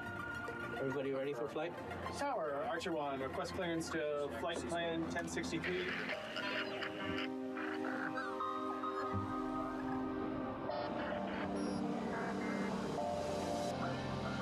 So in the lab here, the process starts with this station where we're taking cells and starting to test them and put them in the battery packs. Archer is one of the many eVTOL companies globally that's racing to commercialize their aircraft in cities around the world. As of 2025, they had a market valuation of around $4 billion, and investors including Stellantis, United Airlines, BlackRock, just to name a few. They also have contracts with the US military. We're here at our certification flight simulator in our integrated test lab. The hardware you see here is the real flight hardware from the aircraft, running the real flight software so that we can test with pilots in the loop and exercise the entire system functionality. Our team is just under 1,000 people right now. We have a handful of other facilities where we do manufacturing of the motors and batteries, do system integration testing, and really prove that all the components and systems work together. And then another facility around here where we build our initial aircraft. We've also got a factory that we've just built out in the state of Georgia. Archer is scaling up. And they're not the only ones. They're not even the only ones in Silicon Valley. I have a 2-hour commute from where my home is, and so I fly instead of drive because the flight is only 20 minutes instead of a 2-hour drive. So I am a personal use case of how I could use and fly in a Joby aircraft. Bonnie Simi is the president of operations at Joby Aviation. She's also a former Olympian luge competitor, but that's another story. Our use case, of course, is in large cities that are very, very congested. Imagine that you're in a congested city in downtown and you need to get to the airport. Let's say it's in New York City. You would think, okay, if I get into a taxi, it's going to take me maybe 45 minutes, maybe 2 hours, you just don't know. Imagine instead you could pull up an app and select a ride to the airport. Joby, like other eVTOL companies, is banking on the idea of the air taxi. Founded in 2009, they've raised over $2.5 billion in funding so far. Initially, we were funded through venture funds. Toyota alone has invested almost $1 billion, about $890 million. One person with an interest in the eVTOL industry is Robin Rydell, a certified commercial pilot who co-leads the McKinsey Center for Future Mobility. Full disclosure, he says he's offered consulting services to several eVTOL companies, but couldn't say which ones because of confidentiality agreements. The VTOL industry has developed quite a bit over the last, call it, decade or so.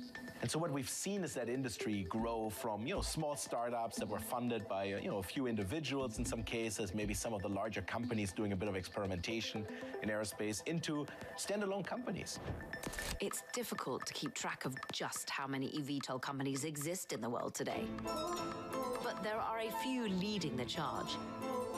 In China, there's companies like EHang and Aerofugia. In Brazil, there's Eve Air Mobility. The US has Joby Aviation, Archer Aviation, Whisk Aero, owned by Boeing, and Beta Technologies. Airbus is in France, and Vertical Aerospace is in the UK. And there's no shortage of big names in the automotive, cargo, and aviation industries getting involved. If you look at just the eVTOL manufacturers, so the startups and so on that are building these vehicles, we're somewhere between $20 to $25 billion in funding overall. And if you compare that to, traditional aircraft program, that's actually a good chunk of money. That's about, maybe 1 to 2 traditional large aircraft programs worth of funding that we're seeing. But money isn't a guarantee.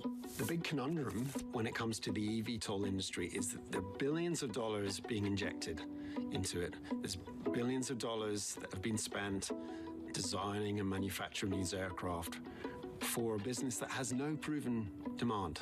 So fundamentally, eVTOL is still a very early industry. We still don't know if the operations will be viable from a financial point of view. And so this is still a risky investment. Some companies have already started struggling for funding. We had Volocopter, for example, in Europe, missed a planned entry into the Paris Olympics. At the end of last year, they filed for insolvency. And if eVTOLs are ever going to become a reality, there's still one teeny tiny hurdle they'll need to overcome. Certification and regulation is one of the biggest variables here. And I think a lot of people talk about type certification of the aircraft, which is getting an aircraft certified. But there's a number of other regulations that matter a lot, right? There's operating regulation. For example, how much reserve do you need to leave in your battery to plan for unforeseen events? That hasn't been figured out yet. Or, how do you train pilots for these vehicles, right? What kind of licenses do they need to hold? Or how do you think about what a vertiport needs to look like? The primary goal is to make a safe aircraft. And then going along with that is getting the aircraft certified. The levels at which we are certifying are comparable to commercial airliners that fly around today. And so whether or not we're flying passengers or, cargo like boxes, that level of safety needs to be in the same spot. As it turns out, it's not so simple to get something certified to fly commercially. And that's probably a good thing.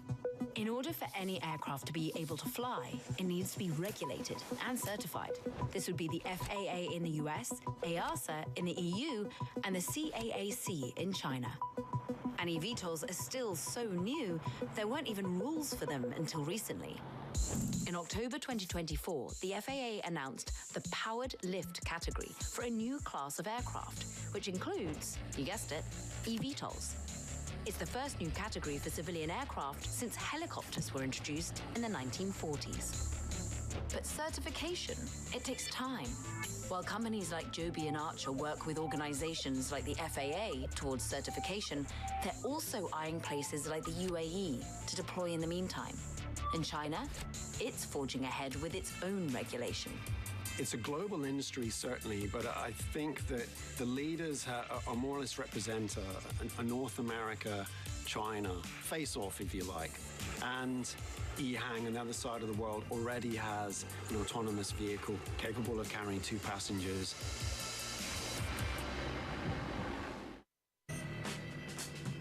All right, let's cut right to it.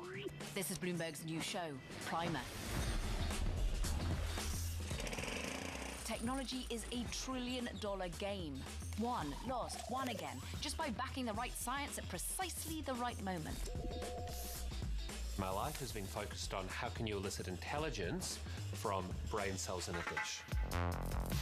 This is the fundamental building block of our fusion technology. We're doing things that have never been done by anybody, ever. Everyone is selling the future.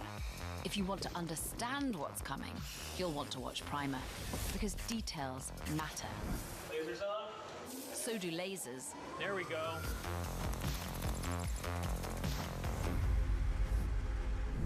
Oh, and it's on all these lovely channels. Hope you're jotting this down. I'm David Weston. Join me for the next generation of Wall Street Week. This week, Vlad Tenev of Robinhood takes us into the wild world of mathematical superintelligence.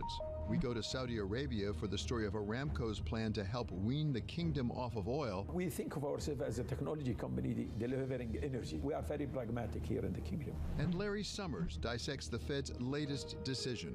Watch the all-new Wall Street Week. More than what you need to know, it's what you need to think about.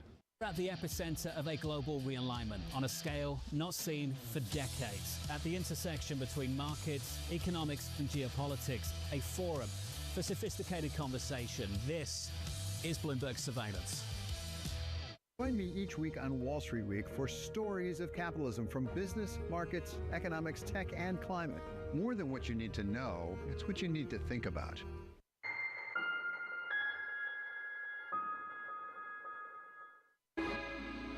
Remember autonomous flight? Like their electric land-based counterparts, one of the appeals of eVTOLs being electric is that there's potential to take the pilot out of the equation entirely. EHang in China is right at the front end of autonomous eVTOL flight, which is remarkable. And we're some way off that situation in other parts of the world. Many companies looking to launch eVTOLs commercially are starting out with pilots on board. But China-based EHang is moving forward with autonomous flight, straight out of the gate. They say their two-seat eVTOL has completed pilotless flights across 19 countries.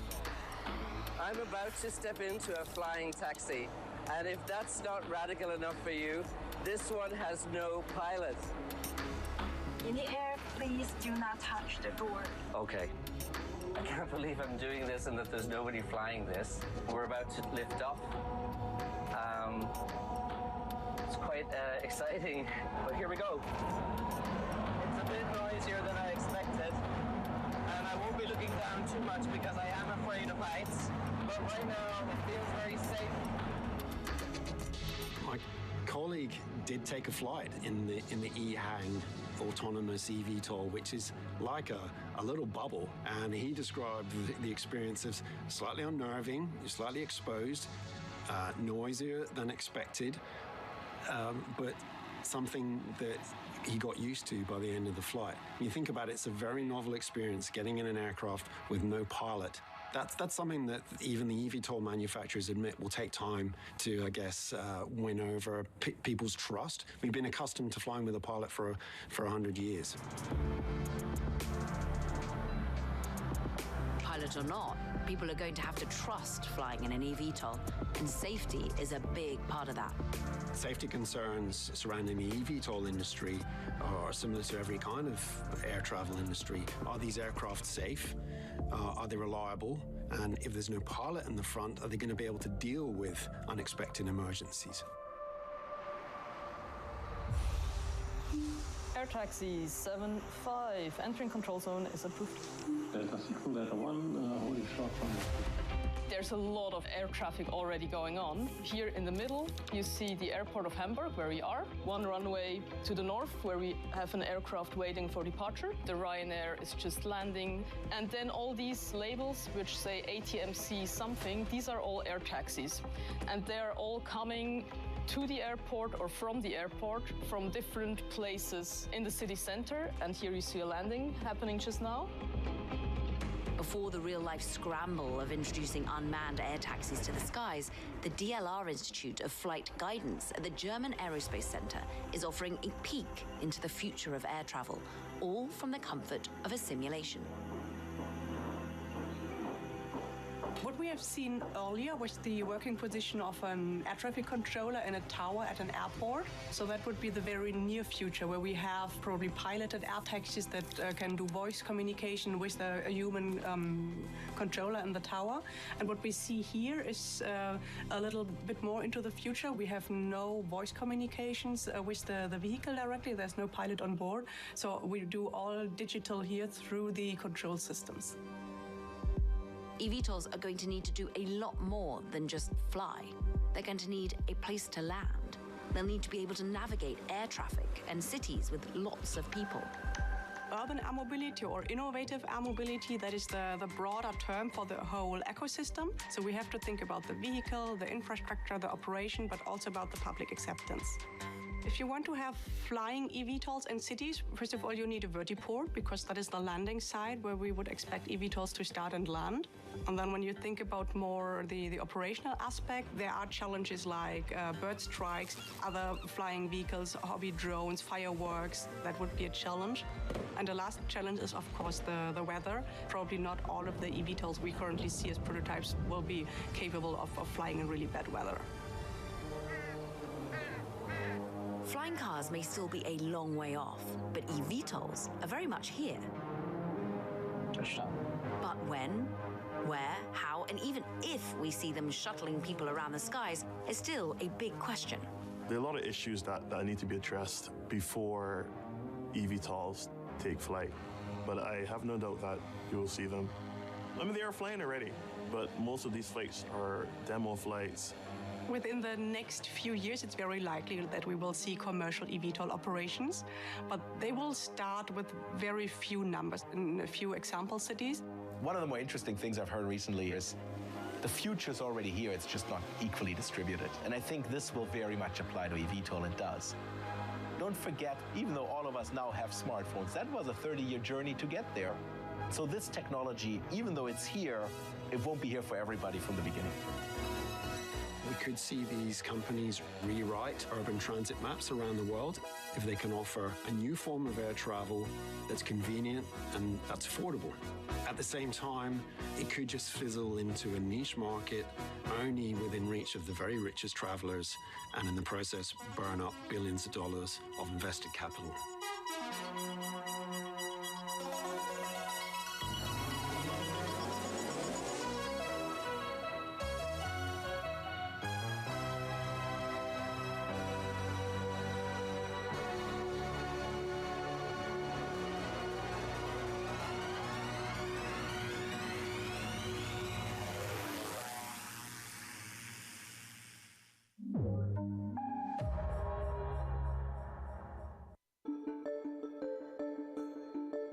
Was it easy to get the pandas to come back to Washington, D.C.? Did the Chinese say, we have some extra pandas, we don't know what to do with them, we're going to give them to you? Well, it was a little more difficult than that. It probably took us, it was about over the course of a year, where we had conversations with our colleagues in China, and we were able to get pandas here very quickly. I think it's a testament to the relationship we've built over decades, to the conservation success that we've had here with our pandas and our panda program. And so it was a lot of conversations, but I think we always knew in the end that we did want pandas at the National Zoo. How many pandas are there in the entire world? So this is incredible, because this is all due to this panda program, and this is so important. So when we started with giant pandas 50 years ago, there were fewer than 1,000 pandas in the world, right? We're talking in the wild and zoos, fewer than 1,000. And decades later, there are close to 2,000 pandas in the wild now. Actually, I think a little over 1,800. There are over 700 pandas in breeding centers. So as part of this program, we have tripled the number of pandas on the planet. But still a small number of pandas. Because of this program, there are more pandas on the planet, more quality panda habitat in the wild, and pandas have gone from being endangered to being vulnerable.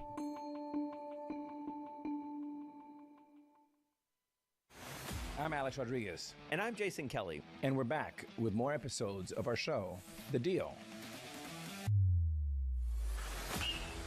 The theme of this season, On the Road.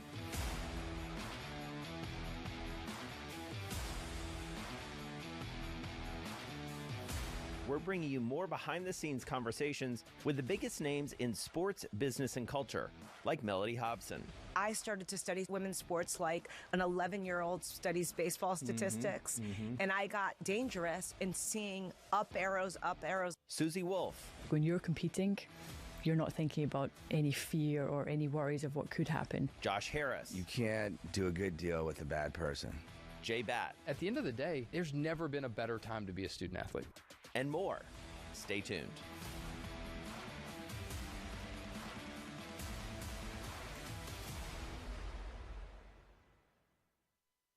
U.S. jobs numbers are released. Bloomberg has the report under surveillance with crucial data and expert analysis at terminal speed. Nobody covers Jobs Day like Bloomberg. In case you missed it, on Bloomberg Open Interest, this data from Trump's trade war, what are you seeing in your district? Businesses are afraid to accelerate. By and large, they're pulling over and putting on the hazards. You're constantly speaking to businesses.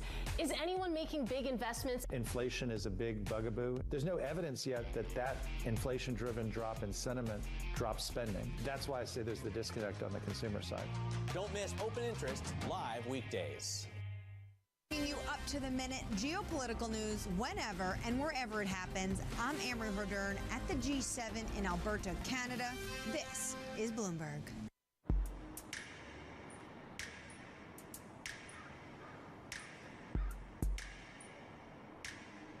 Be honest, do you still get excited when you hear the Windows startup sound? It reminds me of a magic time. This feels like, without it, there is no day that you could start. Microsoft, an indispensable and inescapable force for 50 years. The company invented the software industry and changed the world as we know it, transforming personal computing from a nerdy curiosity into a global necessity. I'll cheat a little bit. Yes! With 3 CEOs spanning 5 decades, each leader marked a distinct chapter in technological history. The thing they all have in common is this extraordinary curiosity. Bill is more of a reader. Steve studies numbers, finds patterns and pictures in them, and loves talking with people. Satya is like the Renaissance man CEO. The software giant has lasted this long by catching and capitalizing on technology waves, constantly hedging their bets over an uncertain future. We're always thinking about, okay, what happens tomorrow? What's going to happen tomorrow? Will the company keep going? They didn't catch them all, but just enough to stay relevant today. There have been so many twists and turns in the technological road. When I was in charge, I'd sit up all night thinking, oh, we're going to miss this, we're going to miss that. The fact that we've been able to navigate this changing environment, kind of a miracle to me. Here we are, and now, the road's got all these AI twists and turns that Satya, with a little bit of advice from Steve and I, gets to drive the car around these curves. Microsoft loomed large for years, but as the land of tech giants got more crowded and more competitive, it seemed to drift into the corporate doldrums. Until Satya Nadella and a big bet on OpenAI brought them back into the zeitgeist.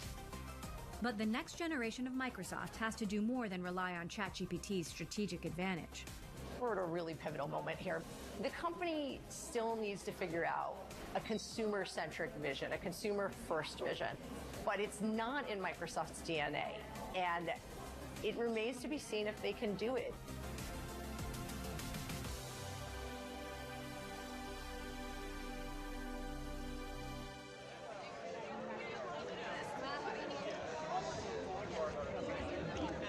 Welcome to Microsoft's 50th birthday! We're gonna go inside to watch the main event.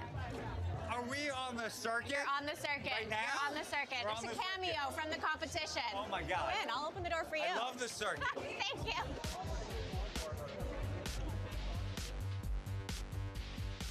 Welcome to the era of AI companions and of co-pilots.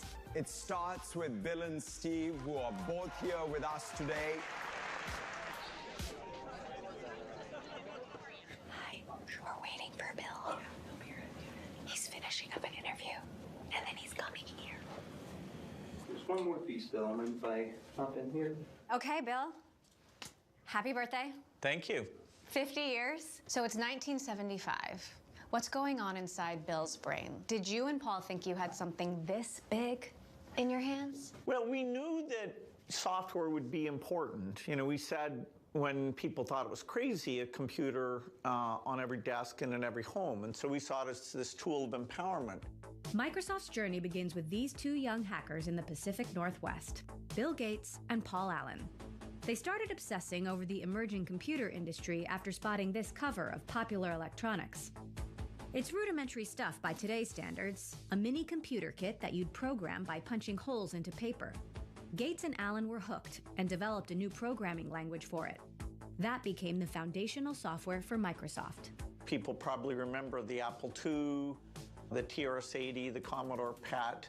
Those were the first computers that sold literally in the millions, and all of them included Microsoft Basic. So the reason you could write a program and try things out was because we'd worked with each of those companies. Then the IBM PC comes along. IBM now had 50% market share and was defining what a PC meant.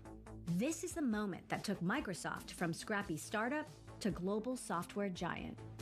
Gates and Allen got their software on the first IBM PCs, and in a stroke of business genius, inked a non-exclusive deal, making it possible for other manufacturers like Apple to license it. What was the scariest this might not work moment along the way? Well, there were times in our relationship with IBM that were very complicated. Very early on in the history of the company, we had a dispute with our customer. They weren't paying us. Thereafter, I said, I'm going to have enough money in the bank to pay everyone's salary for a year, even if nobody pays me anything. So I was very conservative financially. And we were always worried that once somebody realized what we realized, that they might do a good job as well. So, why didn't IBM, who had all the capital in the world and great people, why couldn't they do what we did? And we thought, well, we're more dedicated to software. We're going to price this stuff super, super low and make it available to everyone. Welcome to the Microsoft MS-DOS 5 upgrade training. It's new.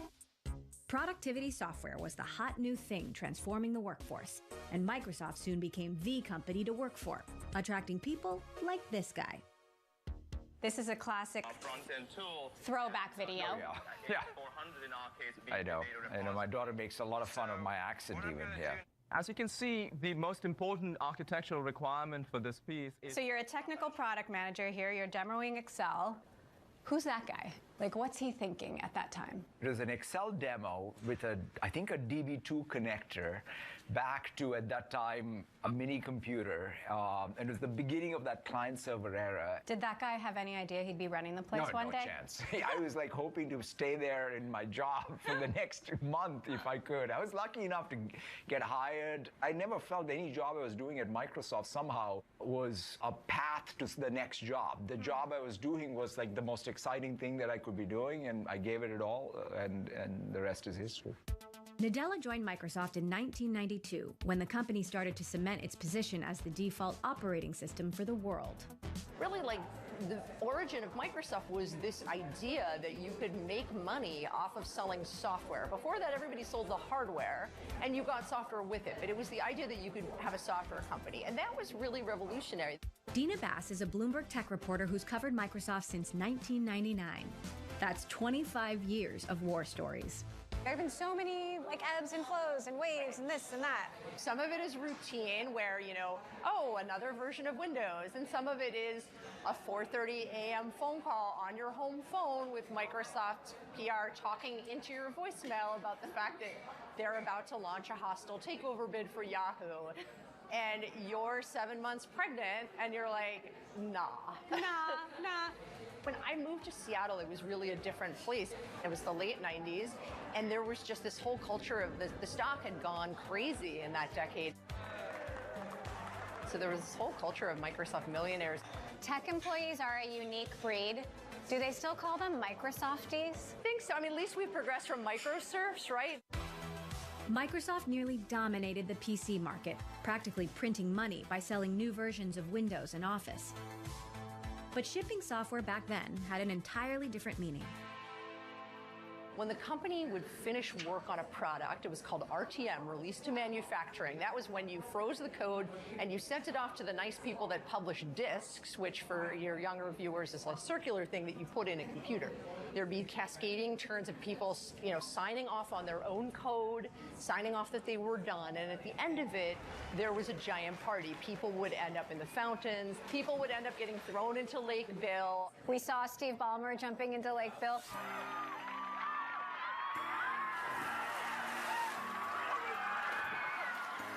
I like to be excited. There was so much to be excited about at Microsoft. We were doing great things and, trying to really, if you will, be cheerleaders for a whole industry. And that was a lot of fun. People brought super soakers to campus, and there was a giant water fight. Basically, to prepare for this, Microsoft, which has a very nice and pricey art collection, would take the art down from the walls because they didn't want it to get damaged. But it was a young culture that was kind of fun, which I think people don't really associate with Microsoft. Microsoft reached a pinnacle with the launch of Windows 95. It was a cultural moment. We had Jay Leno, and it was kind of maybe the time when people realized Microsoft was quite a unique company. Office had come together, the graphics interface had come together, on all the different systems, whether it was Apple Macintosh or Windows on the PC. We were providing the top application. So that was definitely a fun day that, showed that we had some special sauce.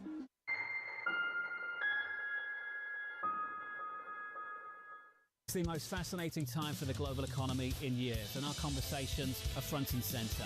We're stress testing consequential ideas, and investors around the world are scoring them in real time, helping to translate the policies from Washington into actionable ideas for Wall Street.